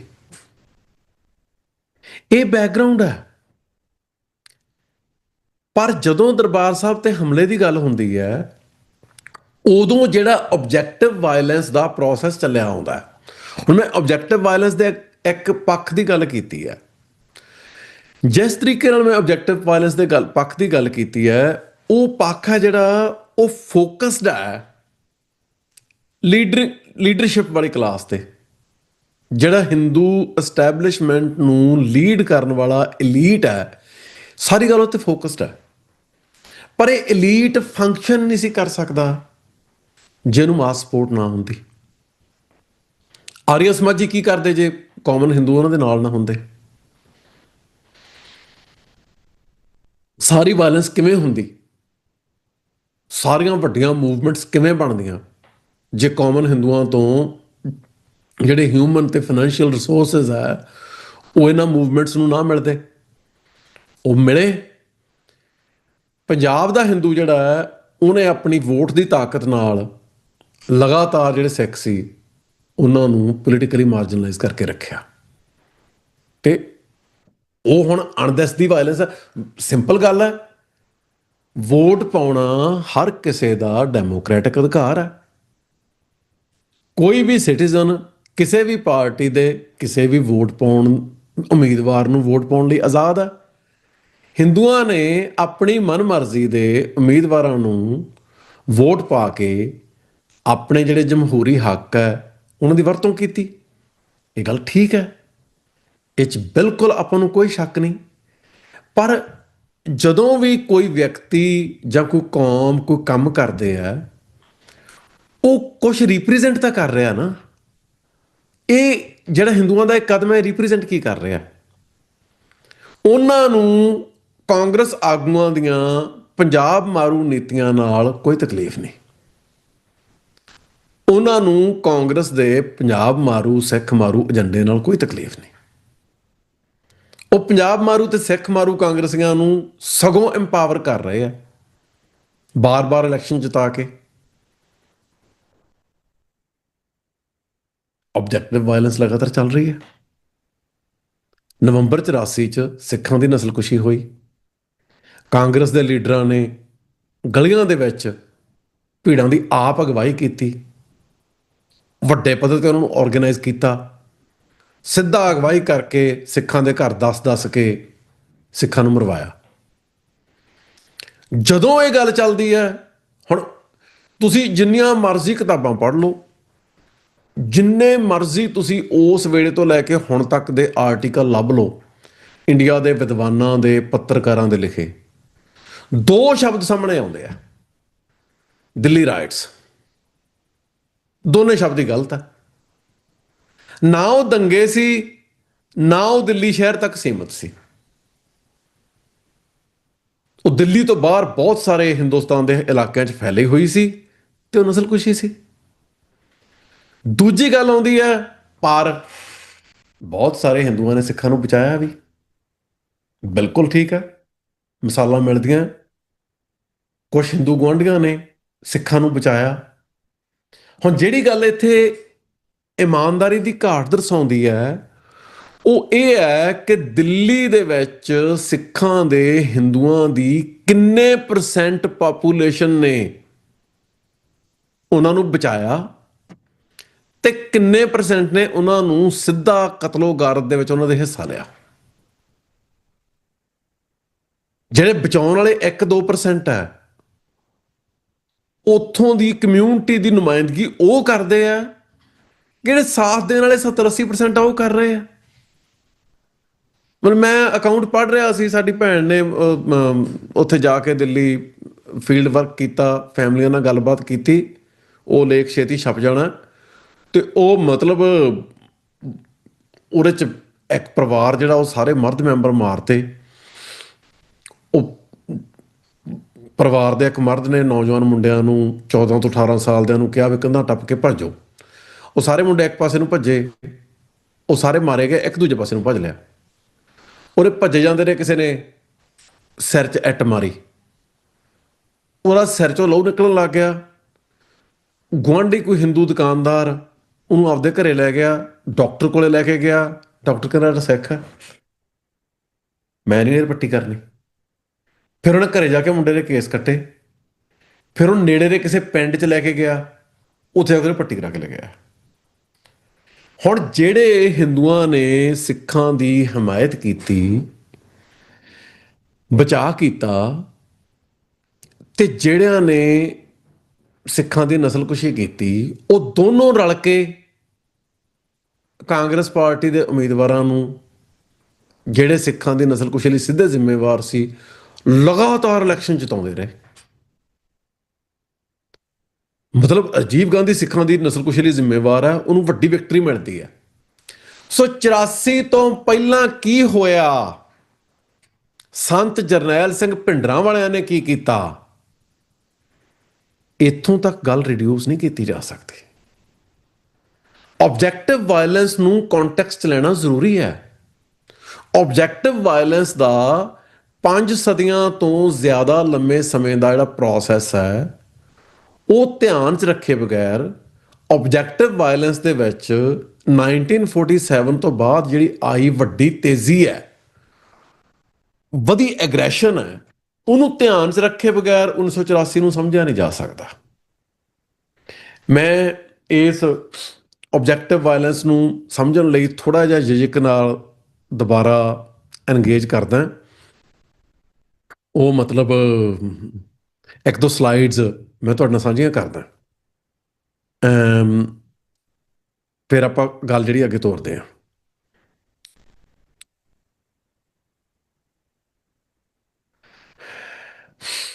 According to a well-known anecdote, a German officer visited Picasso in his Paris studio during the Second World War. There he saw Guernica, Picasso the artwork, and shocked at the modernist chaos of the painting, asked Picasso, "Did you do this?" Picasso calmly replied, "No, you did this." Today, many a liberal, when faced with violent outbursts, such as recent looting in the suburbs of Paris, ask the few remaining leftists who still count on a radical social transformation, "Isn't it you who did this? Is this what you want?" And we should reply like Picasso, "No, you did this. This is the true result of your politics." Hello. Guernica ਇੱਕ German officer ਨੂੰ disturbing ਲੱਗ ਰਹੀ ਹੈ, ਤੇ Picasso ਕਾਮਲੀ ਤੇ strongly ਉਹਨੂੰ ਕਹਿ ਰਿਹਾ, "ਨੋ, ਯੂ ਡਿਡ ਇਟ." ਹੁਣ ਦੁਬਾਰਾ ਥੋੜਾ ਜਿਹਾ ਆਪਣੇ ਕੰਟੈਕਸਟ ਵੱਲ ਮੁੜ ਕੇ ਆਈਏ। ਜਦੋਂ 47 ਦੀ ਗੱਲ ਹੁੰਦੀ ਹੈ, ਗੱਲ ਆਉਂਦੀ ਹੈ ਕਿ ਵਾਇਲੈਂਸ ਕਿਹਨੇ ਸ਼ੁਰੂ ਕੀਤੀ। ਕੁਝ ਜਿਹੜੇ ਵਿਦਵਾਨ ਹੈ ਉਹ ਇਸ ਗੱਲ ਤੋਂ ਅੱਗੇ ਚਲੇ ਜਾਂਦੇ ਆ, ਜਿਵੇਂ ਮੀਨਾ ਦਾਸ। ਤੇ ਹੋਰ ਬਹੁਤ ਸਾਰੇ ਵਿਦਵਾਨ।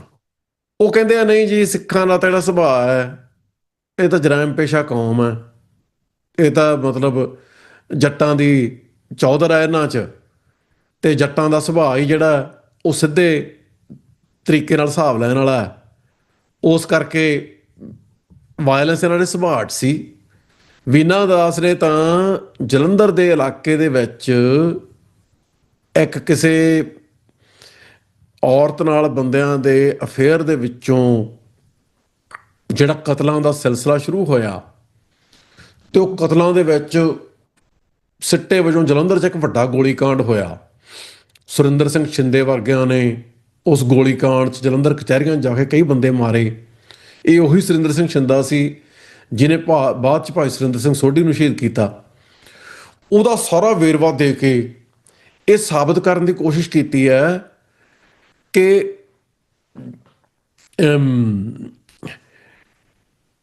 ਪੰਜਾਬ ਦੇ ਵਿੱਚ ਤਾਂ ਕ੍ਰਾਈਮ ਦਾ ਬਹੁਤ ਮਾੜਾ ਹਾਲ ਸੀ, ਇਸ ਕਰਕੇ ਇਹਦਾ ਕੁਝ ਨਹੀਂ ਸੀ ਹੋ ਸਕਦਾ। ਹੁਣ ਪੰਜਾਬ ਦੇ ਵਿੱਚ ਕ੍ਰਾਈਮ 84 ਤੋਂ ਪਹਿਲਾਂ ਕਿੰਨਾ ਸੀ ਇਹਦੇ ਵੇਰਵੇ ਆਪਾਂ ਲੈਂਦੇ ਹਾਂ, ਪਰ ਉਦੋਂ ਪਹਿਲਾਂ ਦੋ ਕੋਟੇਸ਼ਨਸ ਜਿਹੜਾ white paper on Punjab agitation government of India ਨੇ ਦਰਬਾਰ ਸਾਹਿਬ ਤੇ ਹਮਲੇ ਨੂੰ ਜਸਟੀਫਾਈ ਕਰਨ ਲਈ ਜਾਰੀ ਕੀਤਾ, ਦੋ ਕੋਟੇਸ਼ਨਸ ਮੈਂ ਉਹਦੇ ਚੋਂ ਤੁਹਾਡੇ ਨਾਲ ਸਾਂਝੀਆਂ ਕਰੂੰਗਾ। ਇਹ ਮੈਂ ਰਿਸਰਚ ਕੀਤੀ ਸੀ ਇਸ ਵਿਸ਼ੇ ਤੇ, ਇੱਕ ਲੰਮਾ ਮੈਂ ਲੇਖ ਲਿਖਿਆ 50 ਸਫ਼ੇ ਦਾ, ਉਹ ਮੈਂ ਛਾਪਿਆ ਨਹੀਂ ਕਿਉਂਕਿ ਮੈਨੂੰ ਲੱਗਿਆ ਇਹਦੀ ਕਿਤਾਬ ਬਣ ਸਕਦੀ ਹੈ। ਇਹਦੇ 10 ਹਿੱਸੇ ਆ ਤੇ ਉਹ 10 ਹਿੱਸਿਆਂ ਦੇ ਆਪ ਤੁਹਾਨੂੰ ਵਿਖਾਉਣਾ।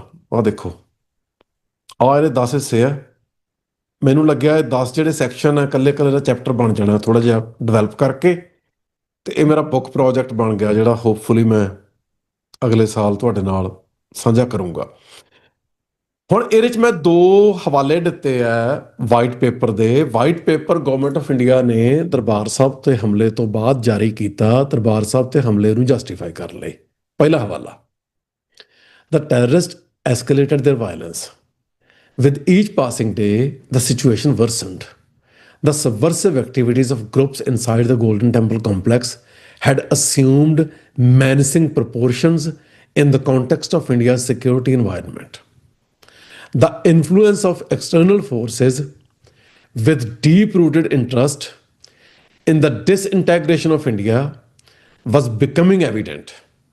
The government were convinced that this challenge to the security, unity and integrity of the country could not be met.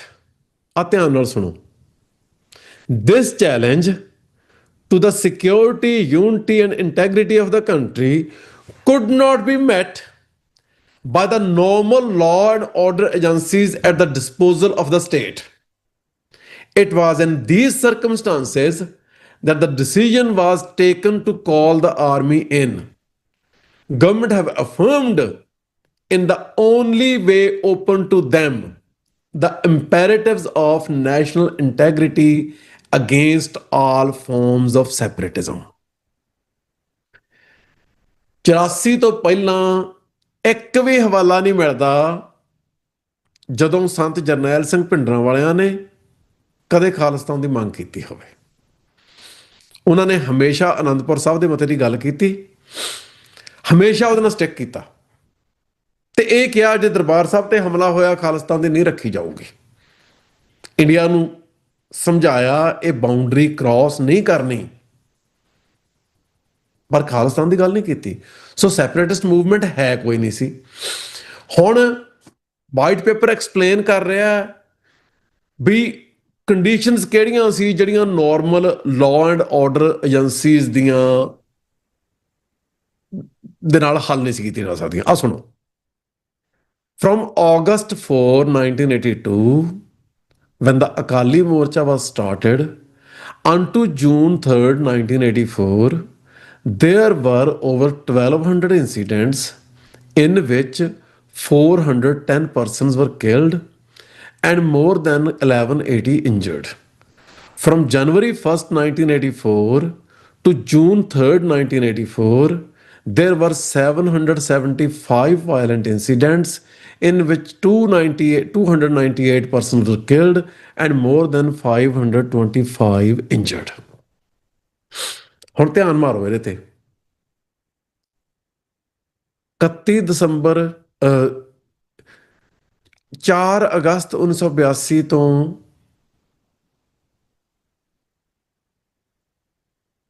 3 ਜੂਨ 1984 ਤੱਕ ਹੋਏ ਟੋਟਲ ਕਤਲਾਂ ਦੀ ਗਿਣਤੀ 410। 1 ਜਨਵਰੀ 1984 ਤੋਂ 3 ਜੂਨ 1984 ਤੱਕ ਹੋਏ ਕਤਲਾਂ ਦੀ ਗਿਣਤੀ 298। ਇਹਦਾ ਮਤਲਬ ਕੀ ਨਿਕਲਦਾ? 31 ਦਸੰਬਰ 1983 1983 ਤੱਕ ਪੰਜਾਬ 'ਚ ਹੋਏ ਟੋਟਲ ਕਤਲਾਂ ਦੀ ਗਿਣਤੀ 112। ਵੈਸੇ ਤਾਂ 78 'ਚ ਸਿੱਖਾਂ ਦਾ ਵਿਸਾਖੀ ਵਾਲਾ ਸਾਕਾ ਹੋਇਆ, ਉੱਥੋਂ ਗਿਣਤੀ ਕਰਨੀ ਚਾਹੀਦੀ ਹੈ, ਪਰ ਚਲੋ 82 ਤੋਂ ਹੀ ਕਰ ਲਓ। 112 ਕਤਲ ਹੈ ਜਿਹੜੇ, ਉਹ ਤਾਂ ਇਹ ਦੱਸਦੇ ਨਹੀਂ ਕਿ ਸਿਚੁਏਸ਼ਨਸ ਇੰਨੀਆਂ ਮਾੜੀਆਂ ਹੋ ਗਈਆਂ ਸੀ ਕਿ ਦਰਬਾਰ ਸਾਹਿਬ ਤੇ ਹਮਲਾ ਕਰਨ ਲਈ ਆਰਮੀ ਬੁਲਾਉਣ ਦੀ ਲੋੜ ਸੀ। ਇਹ ਇਸ ਲਈ ਵੀ ਇੰਪੋਰਟੈਂਟ ਹੈ ਕਿ ਦਰਬਾਰ ਸਾਹਿਬ ਤੇ ਹਮਲੇ ਦਾ ਫੈਸਲਾ 1983 ਚ ਹੋ ਚੁੱਕਾ ਸੀ। ਸਾਡੇ ਕੋਲੇ ਮੀਡੀਆ ਰਿਪੋਰਟਸ ਹੈ, ਤੁਸੀਂ ਗੂਗਲ ਕਰੋ ਲੱਭ ਜਾਣਗੀਆਂ। ਇੰਡੀਆ ਨੇ ਸੈਪਟੰਬਰ 1983 ਚ ਇਜ਼ਰਾਈਲ ਚ ਆਪਣੇ ਕਮਾਂਡੋ ਭੇਜੇ ਸੀ ਦਰਬਾਰ ਸਾਹਿਬ ਤੇ ਹਮਲੇ ਦੀ ਸਿਖਲਾਈ ਵਾਸਤੇ। ਸਾਡੇ ਕੋਲੇ ਬ੍ਰਿਟਿਸ਼ ਇੰਟੈਲੀਜੈਂਸ ਦੀਆਂ ਜਨਵਰੀ ਤੇ ਫਰਵਰੀ ਦੀਆਂ ਚਿੱਠੀਆਂ ਹੈਗੀਆਂ, ਗੂਗਲ ਕਰੋ ਮਿਲ ਜਾਂਦੀਆਂ, ਜਿਹਦੇ 'ਚ ਬ੍ਰਿਟਿਸ਼ ਗਵਰਨਮੈਂਟ ਤੋਂ ਸਲਾਹ ਲੈ ਰਹੀ ਹੈ government of India Darbar Sahib ਤੇ ਹਮਲਾ ਕਰਨ ਲਈ। ਸੋ ਜਨਵਰੀ 'ਚ ਜਦੋਂ ਬ੍ਰਿਟਿਸ਼ ਗਵਰਨਮੈਂਟ ਨੂੰ ਗਵਰਨਮੈਂਟ ਆਫ ਇੰਡੀਆ ਲਿਖ ਰਹੀ ਹੈ, ਕਤਲਾਂ ਦੀ ਗਿਣਤੀ ਕਿੰਨੀ ਹੋਊਗੀ? 120-30। ਜਿਸ ਵੇਲੇ ਦਰਬਾਰ ਸਾਹਿਬ ਤੇ ਹਮਲੇ ਦਾ ਫੈਸਲਾ ਹੋਇਆ, ਉਸ ਵੇਲੇ ਸਤੰਬਰ 1983 ਤੱਕ ਤਾਂ 2 ਸਾਲਾਂ 'ਚ 100 ਬੰਦਾ ਵੀ ਨਹੀਂ ਸੀ ਮਰਿਆ। 78 ਤੋਂ ਲਾਓ ਤਾਂ ਸਾਲ ਦੇ 20 ਬੰਦੇ ਵੀ ਨਹੀਂ ਬਣਦੇ। ਨੋਰਮਲ ਜਿਹੜੀਆਂ ਲਾਅ ਐਨਫੋਰਸਮੈਂਟ ਏਜੰਸੀਜ਼ ਹੈ, ਉਹਨਾਂ ਦੇ ਵੱਸੋਂ ਬਾਹਰੀ ਗੱਲ ਕਿਵੇਂ ਹੋ ਗਈ? ਮੈਂ ਕੋਈ ਸਿੱਖ ਡਾਕੂਮੈਂਟ ਜਿਹੜਾ ਤੁਹਾਡੇ ਨਾਲ ਸਾਂਝਾ ਨਹੀਂ ਕਰ ਰਿਹਾ, ਕਿਸੇ ਸਿੱਖ ਦਾ ਇਹ ਨਜ਼ਰੀਆ ਨਹੀਂ। Government of India the official document ਹੈ ਜਿਹੜਾ ਗਵਰਨਮੈਂਟ ਆਫ ਇੰਡੀਆ ਨੇ ਦਰਬਾਰ ਸਾਹਿਬ ਤੇ ਹਮਲੇ ਨੂੰ ਜਸਟੀਫਾਈ ਕਰਨ ਲਈ ਜਾਰੀ ਕੀਤਾ। ਦਰਬਾਰ ਸਾਹਿਬ ਤੇ ਹਮਲੇ ਨੂੰ ਜਸਟੀਫਾਈ ਕਰਨ ਵਾਲਾ ਡਾਕੂਮੈਂਟ ਇਹ ਦੱਸਦਾ ਹੈ ਕਿ ਦਰਬਾਰ ਸਾਹਿਬ ਤੇ ਹਮਲੇ ਦੀ ਕੋਈ ਐਕਚੁਅਲ ਗਰਾਊਂਡ ਐਗਜ਼ਿਸਟ ਨਹੀਂ ਸੀ ਕਰਦੀ। ਹੁਣ ਆਈਏ ਦੂਜੇ ਪਾਸੇ। ਵੀਨਾ ਦਾਸ ਕਹਿੰਦੀ ਹੈ 70s ਦੇ ਵਿੱਚ ਪੰਜਾਬ 'ਚ ਬੜਾ ਕ੍ਰਾਈਮ ਸੀ। ਵੀਨਾ ਦਾਸ ਕਹਿੰਦੀ ਹੈ ਗਵਰਨਮੈਂਟ ਆਫ ਇੰਡੀਆ ਕਹਿੰਦੀ ਹੈ 84 ਦੇ ਸਾਲਾਂ 'ਚ ਪੰਜਾਬ 'ਚ ਕ੍ਰਾਈਮ ਦੇ ਵਿੱਚ ਬੜੀ ਤੇਜ਼ੀ ਆ ਗਈ। ਲਓ ਜੀ, national crime ਰੈਕਡ bureau government of India the website ਹੈ, ਉਹਨਾਂ ਦਾ ਅਦਾਰਾ ਹੈ, ਉਹ ਇੰਡੀਆ ਦੇ ਸਾਰੇ ਕ੍ਰਾਈਮ ਦੇ ਰੈਕਡ ਰੱਖਦੇ ਆ। ਤੇ ਮੈਂ 10 ਸਾਲ ਦਾ ਜਿਹੜਾ ਰੈਕਡ ਆ ਉੱਥੋਂ ਕੱਢ ਲਿਆ, ਆਹ ਵੇਖ ਲਓ। 75 ਦੇ ਵਿੱਚ ਪੰਜਾਬ 'ਚ 1 ਸਾਲ ਦੇ ਕਤਲ 638, 76 ਦੀ ਫਾਈਲ ਮਿਸਿੰਗ ਹੈ, 77 ਦੇ 624, 78 ਦੇ 560, 79 ਦੇ 590, 80 ਦੇ 620, 81 ਦੇ 555। 78 ਚ ਮੂਵਮੈਂਟ ਸ਼ੁਰੂ ਹੋ ਗਈ, 81 ਚ ਕਤਲਾਂ ਦੀ ਗਿਣਤੀ ਘਟ ਰਹੀ ਹੈ, 82 ਚ 575, 83 ਚ 591। ਜਿਸ ਵੇਲੇ ਦਰਬਾਰ ਸਾਹਿਬ ਤੇ ਹਮਲੇ ਦਾ ਫੈਸਲਾ ਹੋਇਆ 1983 ਚ, ਉਸ ਵੇਲੇ ਪੰਜਾਬ 'ਚ ਹੋਏ ਕੁੱਲ ਕਤਲਾਂ ਦੀ ਗਿਣਤੀ 1975 ਤੋਂ ਘੱਟ ਹੈ, 1977 ਤੋਂ ਵੀ ਘੱਟ ਹੈ। ਕਤਲਾਂ ਦੀ ਗਿਣਤੀ 'ਚ ਇੰਨਾ ਵੱਡਾ ਵਾਧਾ ਕਿਵੇਂ ਹੋ ਗਿਆ, ਜਿਹੜਾ government of India law enforcement agencies ਦੀ ਮਦਦ ਤੋਂ ਬਿਨਾ ਉਹ ਹੱਲ ਨਹੀਂ ਸੀ ਕਰ ਸਕਦੀ। 84 ਚ ਕਤਲਾਂ ਦੀ ਗਿਣਤੀ 744 ਹੈ, ਪਰ 84 ਸਾਲ ਜਿਹੜਾ ਉਹਦੇ ਅੱਧ 'ਚ ਦਰਬਾਰ ਸਾਹਿਬ ਤੇ ਹਮਲਾ ਹੋਇਆ। ਜੂਨ ਤੋਂ ਬਾਅਦ ਵਾਲੇ ਅੱਧ ਜਿਹੜੇ ਕਤਲ ਹੋਏ ਉਹ ਤਾਂ ਕਾਊਂਟ ਹੀ ਨਹੀਂ ਕਰਦੇ, ਉਹ ਤਾਂ ਵਿੱਚ ਲਏ ਨਹੀਂ ਜਾ ਸਕਦੇ। ਤੇ ਜੂਨ ਤੋਂ ਬਾਅਦ ਬਹੁਤ ਸਾਰੇ ਕਤਲ ਹੋਏ ਆ ਪੰਜਾਬ 'ਚ, ਸਿੱਖਾਂ ਦੀ ਨਸਲਕੁਸ਼ੀ ਵੀ ਹੋਈ ਹੈ, ਹੋਰ ਕਤਲ ਵੀ ਹੋਏ। ਸੋ ਇਹ ਵੇਰਵੇ, ਇੱਕ ਵੇਰਵਾ ਹੋਰ ਸਾਂਝਾ ਕਰਨਾ ਮੈਂ, ਫੇਰ ਆਪਾਂ ਦੁਬਾਰਾ ਆਪਣੀ ਡਿਸਕਸ਼ਨ ਵੱਲ ਨੂੰ ਮੁੜਦੇ ਹਾਂ। ਉਹ ਵੇਰਵਾ ਕਿ ਪੰਜਾਬ 'ਚ ਹਿੰਦੂਆਂ ਦੇ ਕਤਲ ਬਹੁਤ ਜ਼ਿਆਦਾ ਹੋ ਰਹੇ ਸੀ। ਉਹਦੇ 'ਚ ਅੱਜ ਕੱਲ੍ਹ ਡਾਕਟਰ ਹਰਜਿੰਦਰ ਸਿੰਘ ਦਲਗੀਰ ਖਾਲਿਸਤਾਨ ਦੇ ਖਿਲਾਫ ਪੋਜੀਸ਼ਨ ਲਈ ਬੈਠੇ ਆ। ਉਹ ਆਪਣੇ ਇਤਿਹਾਸਕਾਰ ਹੋਣ ਦਾ ਦਾਅਵਾ ਕਰਦੇ ਆ, ਜੋ ਆਪਣੀ ਕਿਤਾਬ ਦੀ ਵੀ ਬੜੀ ਪ੍ਰਮੋਸ਼ਨ ਕਰਦੇ ਆ। ਤੇ ਮੈਂ ਡਾਕਟਰ ਦਲਗੀਰ ਬਾਰੇ ਛੇਤੀ ਇੱਕ ਟਾਕ ਦੇਣੀ ਹੈ। ਉਹਨਾਂ ਨੇ ਇੰਟਰਵਿਊ ਦਿੱਤੀ ਸੀ ਇੱਕ ਪੰਜਾਬ ਦੇ ਲੋਕਲ ਚੈਨਲ ਨਾਲ। ਮੈਂ ਉਹ ਚੈਨਲ ਨੂੰ ਬੇਨਤੀ ਕੀਤੀ ਸੀ ਕਿ ਤੁਸੀਂ ਡਾਕਟਰ ਦਲਗੀਰ ਦੀਆਂ ਗੱਲਾਂ ਠੀਕ ਨਹੀਂ, ਤੁਸੀਂ ਸਾਡਾ ਨਜ਼ਰੀਆ ਵੀ ਲਓ। ਉਹਨਾਂ ਨੇ ਮਤਲਬ ਮੈਨੂੰ ਵੀ ਗੱਲ ਦਾ ਕੋਈ ਜਵਾਬ ਨਹੀਂ ਦਿੱਤਾ। ਚਲੋ ਮੈਂ ਉਹ ਆਪਣੇ ਪੱਧਰ ਤੇ ਇੱਕ ਉਹਦੇ ਬਾਰੇ ਪ੍ਰੈਜੈਂਟੇਸ਼ਨ ਦੇਵਾਂਗਾ, ਪਰ ਮੈਂ ਅੱਜ ਡਾਕਟਰ ਦਲਗੀਰ ਦੇ ਹਵਾਲੇ ਦੇਣੇ ਤੁਹਾਨੂੰ, ਬਈ ਦਲਗੀਰ ਸਾਹਿਬ ਅੱਜ ਕੱਲ੍ਹ ਕੀ ਕਹਿੰਦੇ ਆ ਤੇ ਉਹਨਾਂ ਦੀ ਕਿਤਾਬ ਕੀ ਕਹਿੰਦੀ ਹੈ। ਉਹਨਾਂ ਨੇ ਕਿਤਾਬ 'ਚ ਕੁਝ ਫੈਕਚੁਅਲ ਇਨਫੋਰਮੇਸ਼ਨ ਸਾਂਝੀ ਕੀਤੀ ਹੈ, ਮੈਂ ਤੁਹਾਡੇ ਨਾਲ ਪਾਵਰ ਪੁਆਇੰਟ ਸਾਂਝੀ ਕਰਦਾ। ਉਹ ਦੇ ਕੇ ਫਿਰ ਆਪਾਂ ਜਿਹੜਾ ਮੇਨ ਕੌਨਟੈਕਸਟ ਆ ਆਪਣੀ ਆਰਗੂਮੈਂਟ ਦਾ, ਉਹਦੇ 'ਚ ਆਪਾਂ ਆਉਣੇ ਆ। ਇਹ ਬੜੀ ਕਮਾਲ ਦੀ ਇਨਫੋਰਮੇਸ਼ਨ ਹੈ। ਆਹ ਦੇਖੋ ਜੀ, ਡਾਕਟਰ ਸਾਹਿਬ ਆਪਦੀ ਕਿਤਾਬ 'ਚ ਲਿਖਦੇ ਆ 29 ਮਈ 1981 ਨੂੰ ਅੰਮ੍ਰਿਤਸਰ ਦੇ ਵਿੱਚ ਐਂਟੀ ਸਿੱਖ ਜਲੂਸ ਨਿਕਲਿਆ।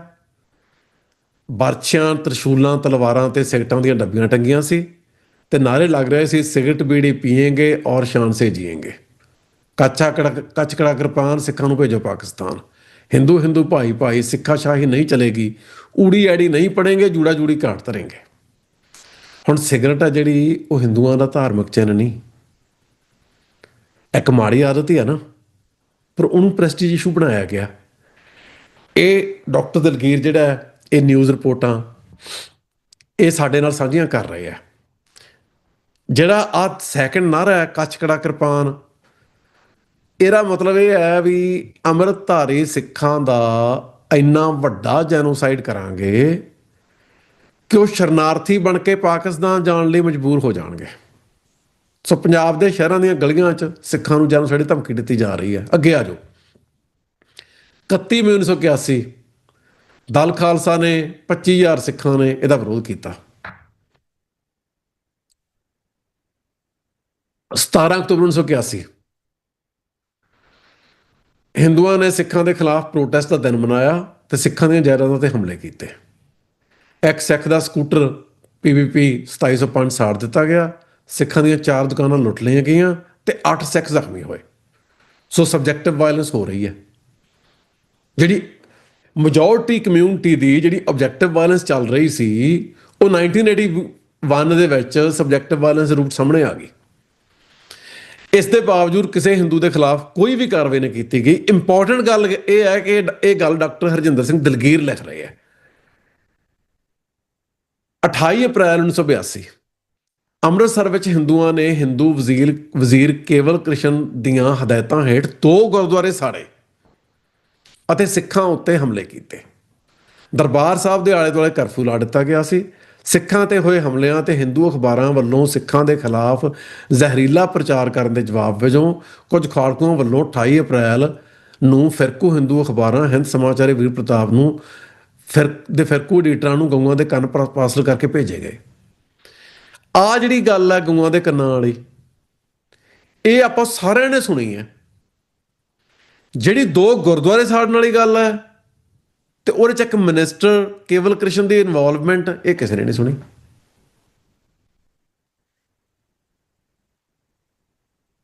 ਇਸ ਮਗਰੋਂ ਹਿੰਦੂਆਂ ਨੇ ਦਰਬਾਰ ਸਾਹਿਬ ਤੇ ਹੋਰ ਕੇ ਗੁਰਦੁਆਰਿਆਂ ਵਿੱਚ ਸਿਗਰਟਾਂ ਸੁੱਟੀਆਂ, ਗੁਰਬਾਣੀ ਦੇ ਵਰਕੇ ਪਾੜ ਕੇ ਸੁੱਟੇ।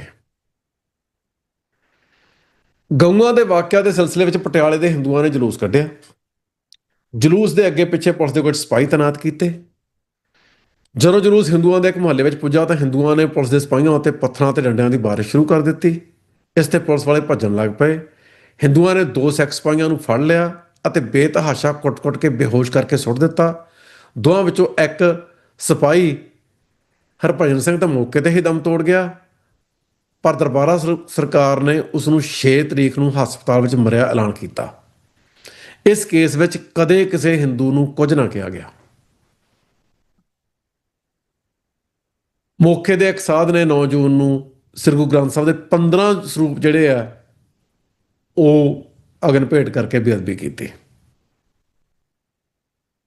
ਮਹੰਤ ਨੂੰ ਗ੍ਰਿਫਤਾਰ ਨਾ ਕੀਤਾ ਗਿਆ। ਗਊਆਂ ਦੇ ਸਿਰਾਂ ਦੇ ਕੇਸ ਦੇ ਵਿੱਚ ਜਿਹੜਾ ਸਿੱਖਾਂ ਤੇ 1.25 ਲੱਖ ਦਾ ਜਿਹੜਾ ਇਨਾਮ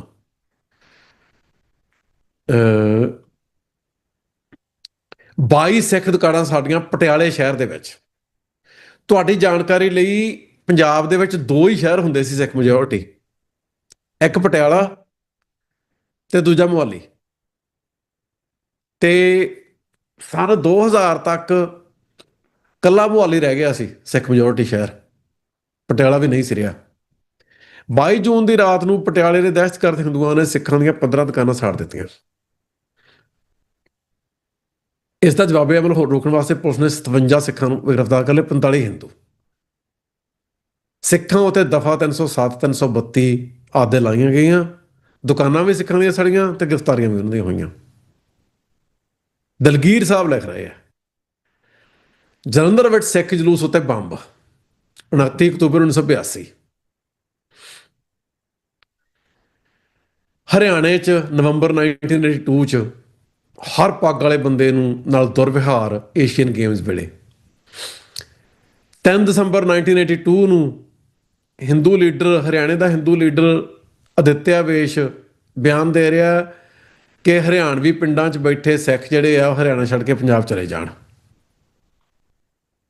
4 ਅਪ੍ਰੈਲ 1983 ਨੂੰ ਪੰਜਾਬ ਦੇ ਵੱਖ-ਵੱਖ ਇਲਾਕਿਆਂ 'ਚ ਰਸਤਾ ਰੋਕੋ ਅੰਦੋਲਨ ਤਹਿਤ ਧਰਨਾ ਦੇ ਰਹੇ ਤੇ ਪਾਠ ਤੇ ਕੀਰਤਨ ਕਰਦੇ ਸਿੱਖਾਂ ਤੇ ਗੋਲੀਆਂ ਚਲਾ ਕੇ ਉਹਨਾਂ ਦਾ 24 ਸਿੱਖਾਂ ਦਾ ਕਤਲ ਕੀਤਾ।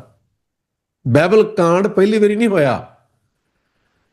ਸਿੱਖਾਂ ਬਾਰੇ ਇਹ ਐਸਟੈਬਲਿਸ਼ਡ ਮੈਥਡ ਸੀ।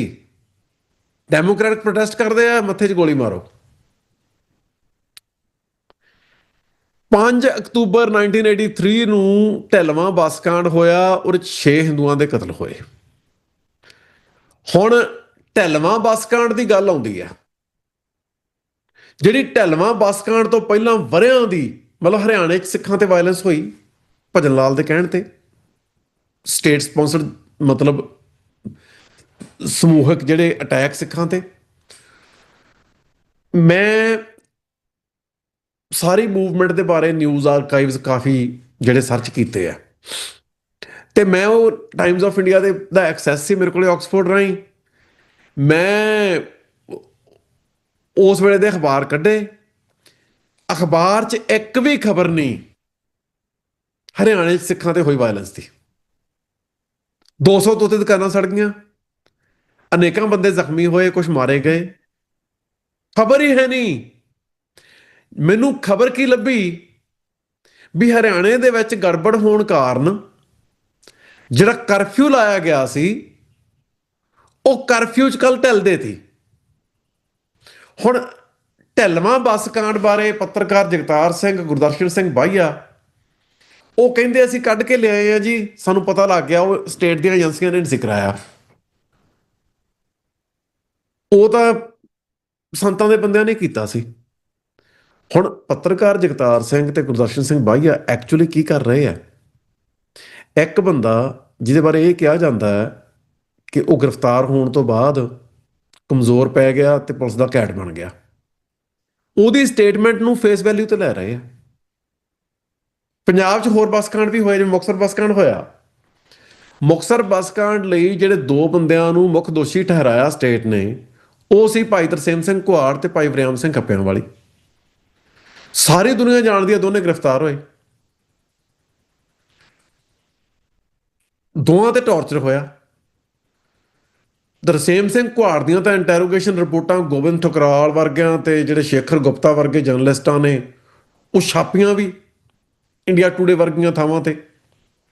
ਭਾਈ ਦਲਜੀਤ ਸਿੰਘ ਦੀ ਕਿਤਾਬ ਆਈ ਹੈ ਪਿੱਛੇ ਜੇ, ਖਾੜਕੂ ਸੰਘਰਸ਼ ਦੀ ਸਾਖੀ, ਉਹਦੇ 'ਚ ਤਾਂ ਲਿਖਿਆ ਵੀ ਤਰਸੇਮ ਸਿੰਘ ਘੁਆੜ ਨੂੰ ਮਾਰਿਆ ਹੀ ਨਹੀਂ। ਲਾਲ ਕਿਲੇ ਦੇ ਤਹਿਖਾਨੇ 'ਚ ਕੁਛ ਜਿਹੜੇ ਜੁਝਾਰੂ ਆਗੂ ਸੀ ਉਹ ਰੱਖ ਲਏ ਤੇ ਉਹ ਵੀ ਉੱਥੇ ਆ। ਮੇਰਾ ਸਵਾਲ ਹੈ, ਮੁਕਤਸਰ ਬੱਸ ਕਾਂਡ 'ਚ 13 ਹਿੰਦੂਆਂ ਦਾ ਕਤਲ ਹੋਇਆ, ਇਹਨਾਂ ਬੰਦਿਆਂ ਨੂੰ ਚਾਰਜ ਕਿਉਂ ਨਹੀਂ ਕੀਤਾ ਗਿਆ? ਜੇ ਬੰਦੇ ਵਾਕਈ ਜ਼ਿੰਮੇਵਾਰ ਸੀ, ਇਹਨਾਂ ਤੇ ਚਾਰਜ ਲਾ ਕੇ ਟਰਾਇਲ ਕਿਉਂ ਨਹੀਂ ਚੱਲਿਆ? ਖੁੱਡਾ ਬੱਸ ਕਾਂਡ ਹੋਇਆ। ਖੁੱਡਾ ਬੱਸ ਕਾਂਡ ਦਾ ਦੋਸ਼ ਸਰਕਾਰ ਨੇ ਲਾਇਆ, ਮਨਜੀਤ ਸਿੰਘ ਖੁਜਾਲਾ ਮੁੱਖ ਬੰਦਾ ਸੀ। ਸਾਰੀ ਦੁਨੀਆ ਜਾਣਦੀ ਹੈ ਮਨਜੀਤ ਸਿੰਘ ਖੰਜਾਲੇ ਨੂੰ ਫੜਿਆ, ਟੌਰਚਰ ਕੀਤਾ, ਉਹਦੇ ਦੋਨੇ ਗੁੱਟ ਵੱਢੇ ਤੇ ਉਹਨੂੰ ਮੁਕਾਬਲੇ 'ਚ ਮਾਰਿਆ। ਕੇਸ ਕਿਉਂ ਨਹੀਂ ਪਾਇਆ? ਖੁੱਡਾ ਬੱਸ ਕਾਂਡ 'ਚ 26 ਬੰਦੇ ਮਰੇ, ਸੀਰੀਅਸ ਇੰਸੀਡੈਂਟ ਹੈ, ਕੇਸ ਕਿਉਂ ਨਹੀਂ ਪਾਇਆ? ਕੇਸ ਇਸ ਲਈ ਨਹੀਂ ਪੈਂਦੇ, ਜੇ ਕੇਸ ਪਾਇਆ ਜਾਊਗਾ, ਬੰਦੇ ਦੀ ਇੰਟੈਰੋਗੇਸ਼ਨ ਹੋਊਗੀ, ਉਹਨੂੰ ਕੁਐਸਚਨ ਹੋਊਗਾ ਇਹਦੀ ਪਲਾਨ ਕਿੱਥੇ ਬਣੀ ਸੀ, ਪਹਿਲੀ ਮੀਟਿੰਗ ਕਿੱਥੋਂ ਹੋਈ ਸੀ, ਇਸ ਕਤਲकांड ਦਾ ਸੁਝਾਅ ਕਿਹਨੇ ਦਿੱਤਾ ਸੀ, ਉਹ ਬੰਦਾ ਗ੍ਰਿਫਤਾਰ ਹੋਊਗਾ। ਉਹ ਇੱਕ ਸਮੂਹਿਕ ਕਤਲकांड ਦੀ ਕੰਸਪੀਰੇਸੀ ਦੇ ਵਿੱਚ ਉਹ ਬੰਦਾ ਚਾਰਜ ਹੋਊਗਾ, ਉਹ ਬੰਦੇ ਦੀ ਆਇਡੈਂਟੀਟੀ ਡਿਸਕਲੋਜ਼ ਹੋਊਗੀ, ਉਹ ਬੰਦੇ ਦੇ ਕਨੈਕਸ਼ਨ ਐਕਸਪੋਜ਼ ਹੋਣਗੇ। ਸੋ ਦੁਨੀਆ ਭਰ ਦੇ ਵਿੱਚ ਸਟੇਟ ਦੀਆਂ ਏਜੰਸੀਜ਼ ਮਿਲੀਟੈਂਟ ਮੂਵਮੈਂਟਸ ਦੇ ਵਿੱਚ ਆਈਡੀਆਜ਼ ਪਲਾਂਟ ਕਰਕੇ ਆਪਣੇ ਕੰਮ ਕਰਾਉਂਦੀਆਂ, ਪਰ ਸਟੇਟ ਦਾ ਕੀ ਇੰਟਰਸਟ ਹੈ? ਇੱਕ ਤਾਂ 13 ਬੰਦੇ ਮਰ ਰਹੇ ਆ, ਇੱਕ ਤਾਂ 26 ਬੰਦੇ ਮਰ ਰਹੇ ਆ, ਉਹਨਾਂ ਦੇ ਮੁਤਾਬਕ ਰਿਸਪੌਂਸੀਬਲ ਬੰਦੇ ਫੜੇ ਜਾਂਦੇ ਆ, ਟ੍ਰਾਇਲ ਕਿਉਂ ਨਹੀਂ ਚੱਲਦਾ? ਜਿਹੜੇ ਬੱਸਕਾਂਡ ਹੋਏ ਉਹ ਕਿਸੇ ਜੁਡੀਸ਼ੀਅਲ ਟ੍ਰਾਇਲ ਦੇ ਤਹਿਤ ਇਹ ਐਸਟੈਬਲਿਸ਼ ਨਹੀਂ ਹੋਇਆ, ਉਹਦੇ ਕੋਈ ਕੰਕਰੀਟ ਐਵੀਡੈਂਸ ਨਹੀਂ ਉਹ ਕਿਹਨੇ ਕੀਤੇ, ਸਿਰਫ ਦੋਸ਼ ਹੈ। ਜਿਹੜੀ ਸਿੱਖਾਂ ਤੇ ਵਾਇਲੈਂਸ ਹੋਈ ਉਹ ਪਬਲਿਕ ਦੇ ਵਿੱਚ ਹੋਈ, ਦਿਨ ਦਿਹਾੜੇ ਸ਼ਹਿਰਾਂ ਦੇ ਵਿੱਚ ਨਗਰ ਕੀਰਤਨਾਂ ਤੇ ਬੰਬ ਸਿੱਟੇ ਗਏ, ਉਹ ਜ਼ਾਹਰ ਹੈ। ਸੋ ਆਬਜੈਕਟਿਵ ਵਾਇਲੈਂਸ ਇਹ ਹੈ ਕਿ ਜਿਹੜੇ ਮੈਂ ਬਹੁਤ ਸਾਰੇ ਫੈਕਟ ਅੱਜ ਹਾਈਲਾਈਟ ਕੀਤੇ ਆ, ਮੈਥੋਂ ਪਹਿਲਾਂ ਡਾਕਟਰ ਦਲਗੀਰ ਨੇ ਹਾਈਲਾਈਟ ਕੀਤੇ ਆਪਣੀ ਕਿਤਾਬ ਦੇ ਵਿੱਚ, ਇਹ ਜਨਰਲ ਪਬਲਿਕ ਨੂੰ ਪਤਾ ਨਹੀਂ, ਕਿਉਂਕਿ ਜਿਹੜੇ ਰੋਜ਼ਮਰਾ ਬੇਸਿਸ ਤੇ ਮੀਡੀਆ ਦੇ ਵਿੱਚ ਆਰਟੀਕਲ ਵਗੈਰਾ ਆਉਂਦੇ ਆ, ਜਾਂ ਜਿਹੜੀਆਂ 150-200 ਕਿਤਾਬਾਂ ਪੰਜਾਬ ਦੀ ਮੂਵਮੈਂਟ ਤੇ ਲਿਖੀਆਂ ਗਈਆਂ, ਉਹ ਜ਼ਿਕਰ ਹੀ ਨਹੀਂ ਕਰਦੇ ਇਹਨਾਂ ਗੱਲਾਂ ਦਾ।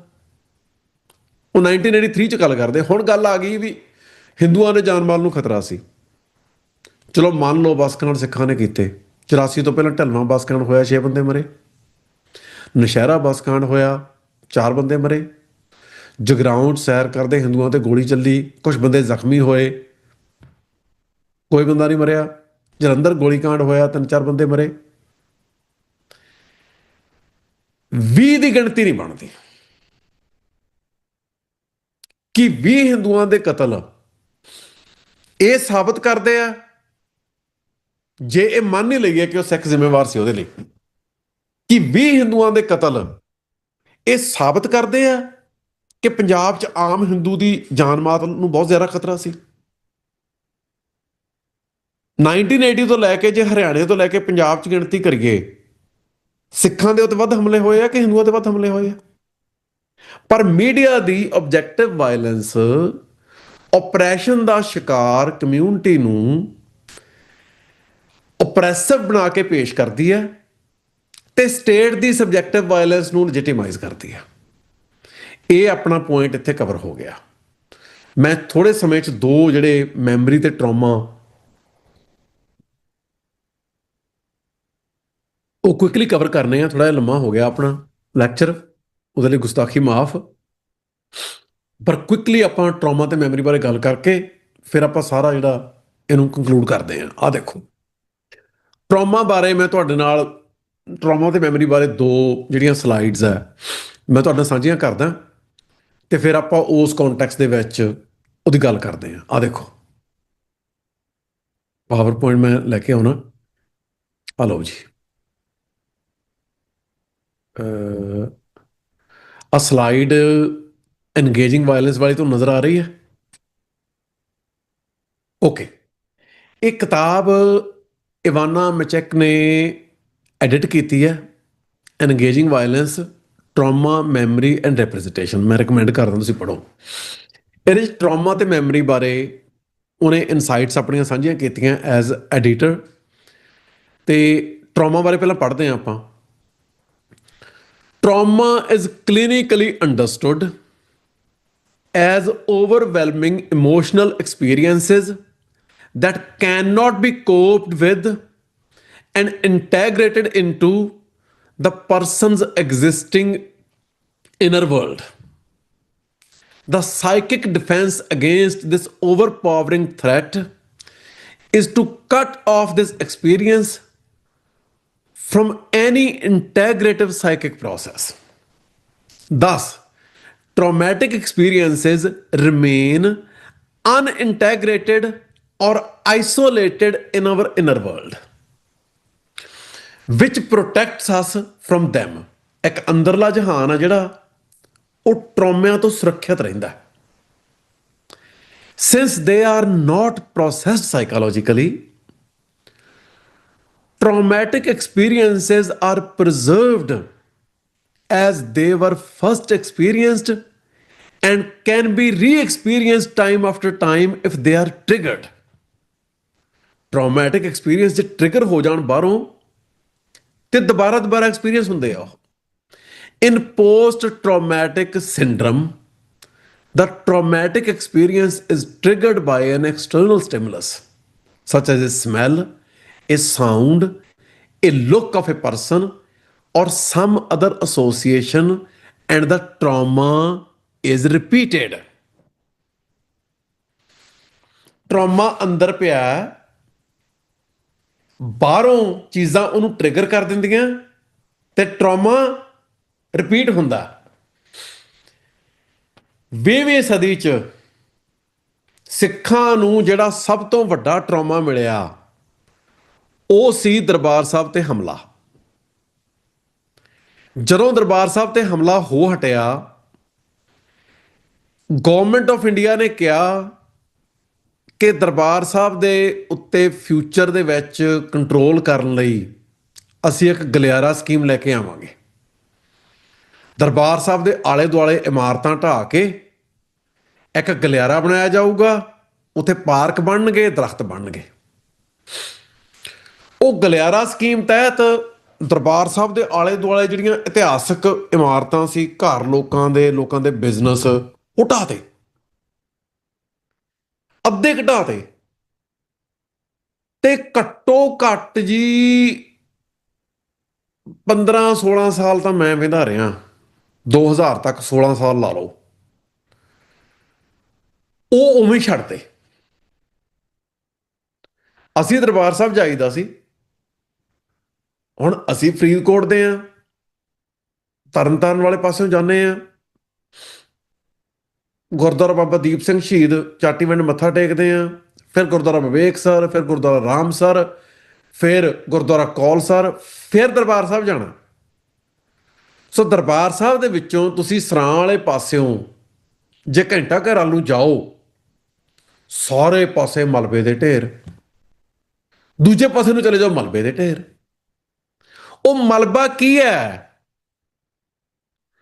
ਉਹ ਜੂਨ 84 ਦੇ ਜਿਹੜਾ ਟਰਾਮਾ ਇੰਡੀਅਨ ਸਟੇਟ ਨੇ ਸਿੱਖਾਂ ਨੂੰ ਦਿੱਤਾ ਹੈ, ਉਹਨੂੰ ਦੁਬਾਰਾ ਟ੍ਰਿਗਰ ਕਰਨ ਦਾ ਪੱਕਾ ਬੰਦੋਬਸਤ ਹੈ। ਕੋਈ ਪੁੱਛਣ ਵਾਲਾ ਨਹੀਂ, ਕੋਈ ਦੱਸਣ ਵਾਲਾ ਨਹੀਂ। ਸਿੱਖਾਂ ਦੀ ਜਿਹੜੀ ਪੋਲੀਟੀਕਲ ਲੀਡਰਸ਼ਿਪ ਹੈ ਉਹ ਤਾਂ ਬਿਆਨਬਾਜ਼ੀ ਕਰਨ ਤੋਂ ਬਿਨਾਂ ਕੁਝ ਕਰਦੀ ਨਹੀਂ ਸੀ।